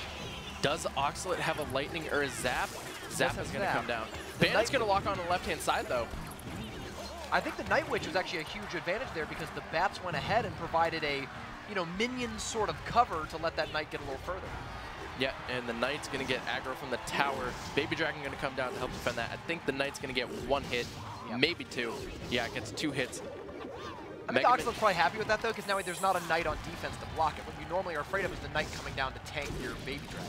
Yeah, I think one of the more crucial things about this oh, great Goblin Gang right there from CMC. Yes. Oh, he guarded the Princess fully. Yep. So even a Zap won't take it out. Like, if you take 1 minor hit and a Zap, you're done. But that's a full health Princess to cause some trouble. I think one of the downfalls in this deck for Oxlade is... Oh, the Knight came down too slow. The downfall is Oxlade does not have log. He has Zap. Right, and we don't know if he has Tornado. It doesn't look like he has Tornado. He just has the Zap. Yeah, so he has the Zap. It's going to come down. Wow, lots of damage there. Quadruple digits on the nose. Exactly 1,000 health. Princess is going to lock onto the Bats before the Night Witch. We might see another Miner come down, maybe not. Baby Dragon's going to come down to help defend. And here comes the Inferno Tower. I think Oxlade is going to have the Zap spell in hand, but the Inferno Tower, the Inferno Tower took down the Baby Dragon before it killed the Princess. Oxlade has a Lightning in the deck as well. Oxlade's going to take the damage on the right-hand side and try to dish out as much as he can to the left. Inferno Tower has been doing so much work. You're forcing your opponent to pull out 6 Elixir. They don't have 6 Elixir. You're constantly harassing their tower. Oxlade doesn't really have a lot of opportunities to save up. Oxlade's saying, good game. Doesn't see if he can do 700 damage. There are 3 Princesses on the board for CMQ. This is crazy. Not having the log hurt Oxlade so much. Logbait, still undefeated. Inferno Tower, still undefeated. McHugh takes game 1 of this 3-game set, and Oxlade is taking that loss hard. Look, and he's really thinking. Yeah, he knew that not having log was the turning point in that match. If Oxlade had log instead of Zap, where he did have the Lightning spell, I think that might have been a completely different game. It's almost the exact parallel we saw earlier with Godslayer and Unstoppable. Having arrows can change that whole matchup. The deck is... It's called spell bait, but it's often called log bait because you're trying to get the log, the worst spell to play against, out of their hand. And if you don't even have it in your deck, it's going to feast on you. Yeah, especially where Zap no longer kills goblins. Right, and we saw that. The Knight was coming, Goblin Barrel was thrown, he zapped the Goblin Barrel, but the tower was still on the Knight, so those goblins were able to get hundreds of damage before they were cleaned up. Where if he had the log, he'd be able to stop the Knight, completely kill the Goblin Barrel, and then be able to set up for a counterattack. But instead, Oxlade had to push more Elixir to defend that when he really didn't need to.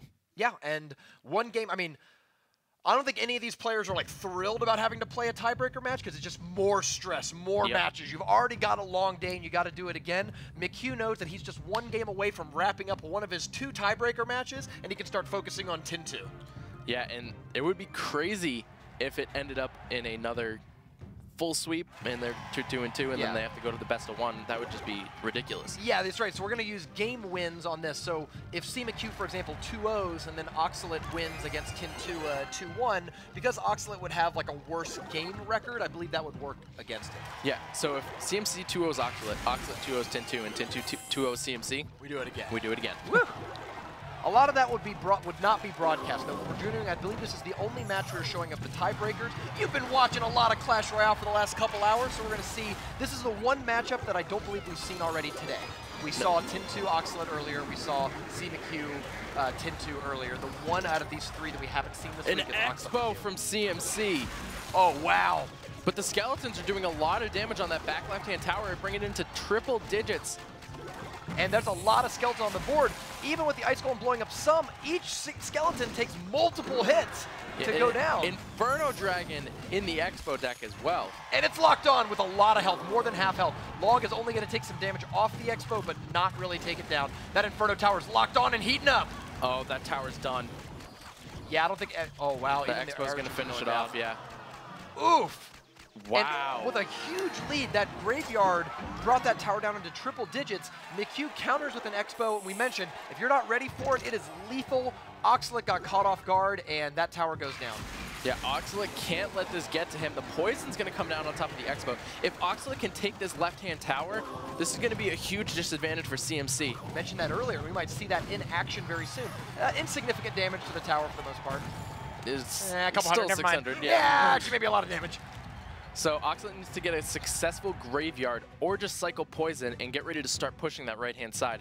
We'll have to see what he decides to do. Unfortunately, it's 2 poisons and a log, so theoretically, yeah, he could just get it just purely with Spell Cycle. If he's willing to log stuff like Skeletons and a single Archer, you can make that happen.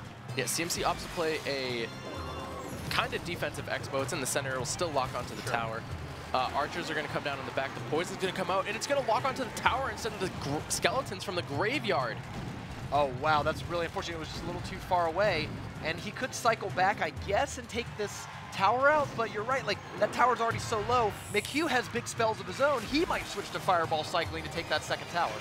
Yeah, and here comes the Graveyard. The tower is focused onto the Ice Golem. The log only catches 1 Goblin. The Skeletons are, not 1 Goblin, 1 Skeleton. And the Archers are down in the back. Oxalate needs to log this left-hand tower. Oh, Fireball's going to come out. There's only 4 left. Oh, he's got to log it because it's 240 and it had 244. That is 2 elixir you didn't want to waste. You know what I mean? It's a waste to do that. You don't want to do it. Yeah, Oxalate going to look to get very aggressive here. A very defensive Expo from CMC. I think CMC is just going to try to Spell Cycle here. Yeah. He's going to defend the Graveyard and Spell Cycle Oxalate out. Yeah, good luck actually getting through a defensive Expo. You're right, you got to put the poison in the middle like that, which means that you're not poisoning the Archers, who are cleaning up the Graveyard very effectively. Yeah, this is just not looking good for Oxalate right here. The master of the 1 tower deck is the Expo, right? Like, the Expo is the deck, and here we go. Fireball should bring, no, actually he's going to need another log and a Fireball. Yeah, it's going to be another log Fireball situation here, and CMC is just going to cycle back to it so fast. He already has the log back in hand. Yeah, it's a very fast cycle Graveyard deck. You can hardly cast Graveyards fast enough to keep the pressure on.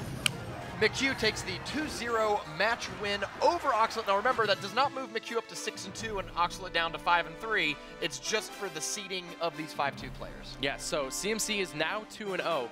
If Oxalate, like I said, if Oxalate beats Tin2 2-0, yeah, and Tin2 beats CMC 2-0, then it has to go back to another game number 1-1-1. But we'll post the results of that tiebreaker. I'm not super sure, don't quote me on this one, but what I believe a lot of these are going to be played off stream, and we'll see how it performs, so you have to check in later, but I guess I'll let Findable Carpet be the authority on that one. Yes, for sure. So 2-0 for CMC.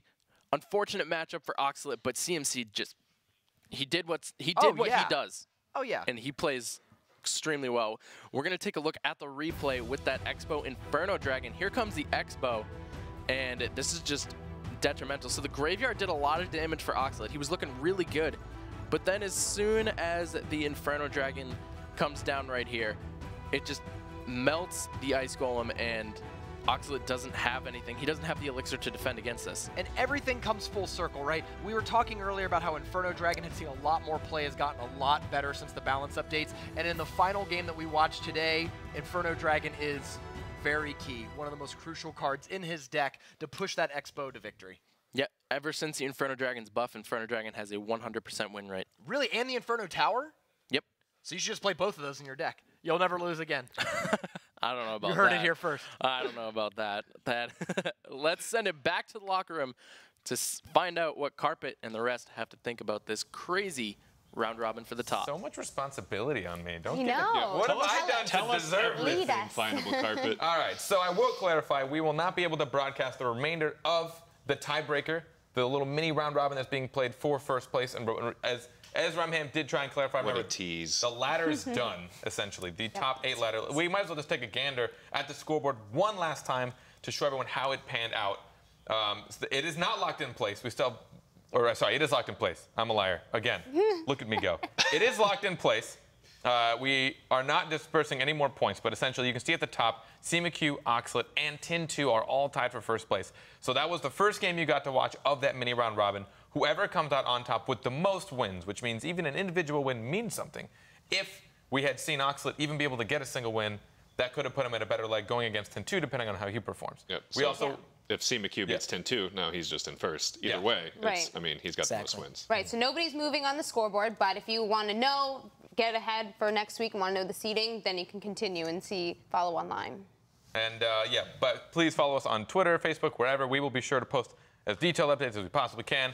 And there was one more tiebreaker, I think, on the bottom between Rice and Lucifer. Yep. They are at tied records as well, so they will be playing in a best-of-3 together off-stream as well to see who has better seeding, because remember, going into the finals, everywhere that you place means so much. The top 2 get a bye moving into the finals, and the rest of them are going to be seeded accordingly. And, okay, I think I'm done talking. You don't want to be that 6th seed, because whoever is 6th seed, whoever wins that bottom tiebreaker, has to play whoever wins this like super grueling thing to definitely show who's number 1, and that's scary. Yeah. It is. At the core, everything is locked into place as far as no one's going to be eliminated other than people that we've known. It's been an intense day. Things legitimately going to the final game of the final match. And then some. And then a little bit more.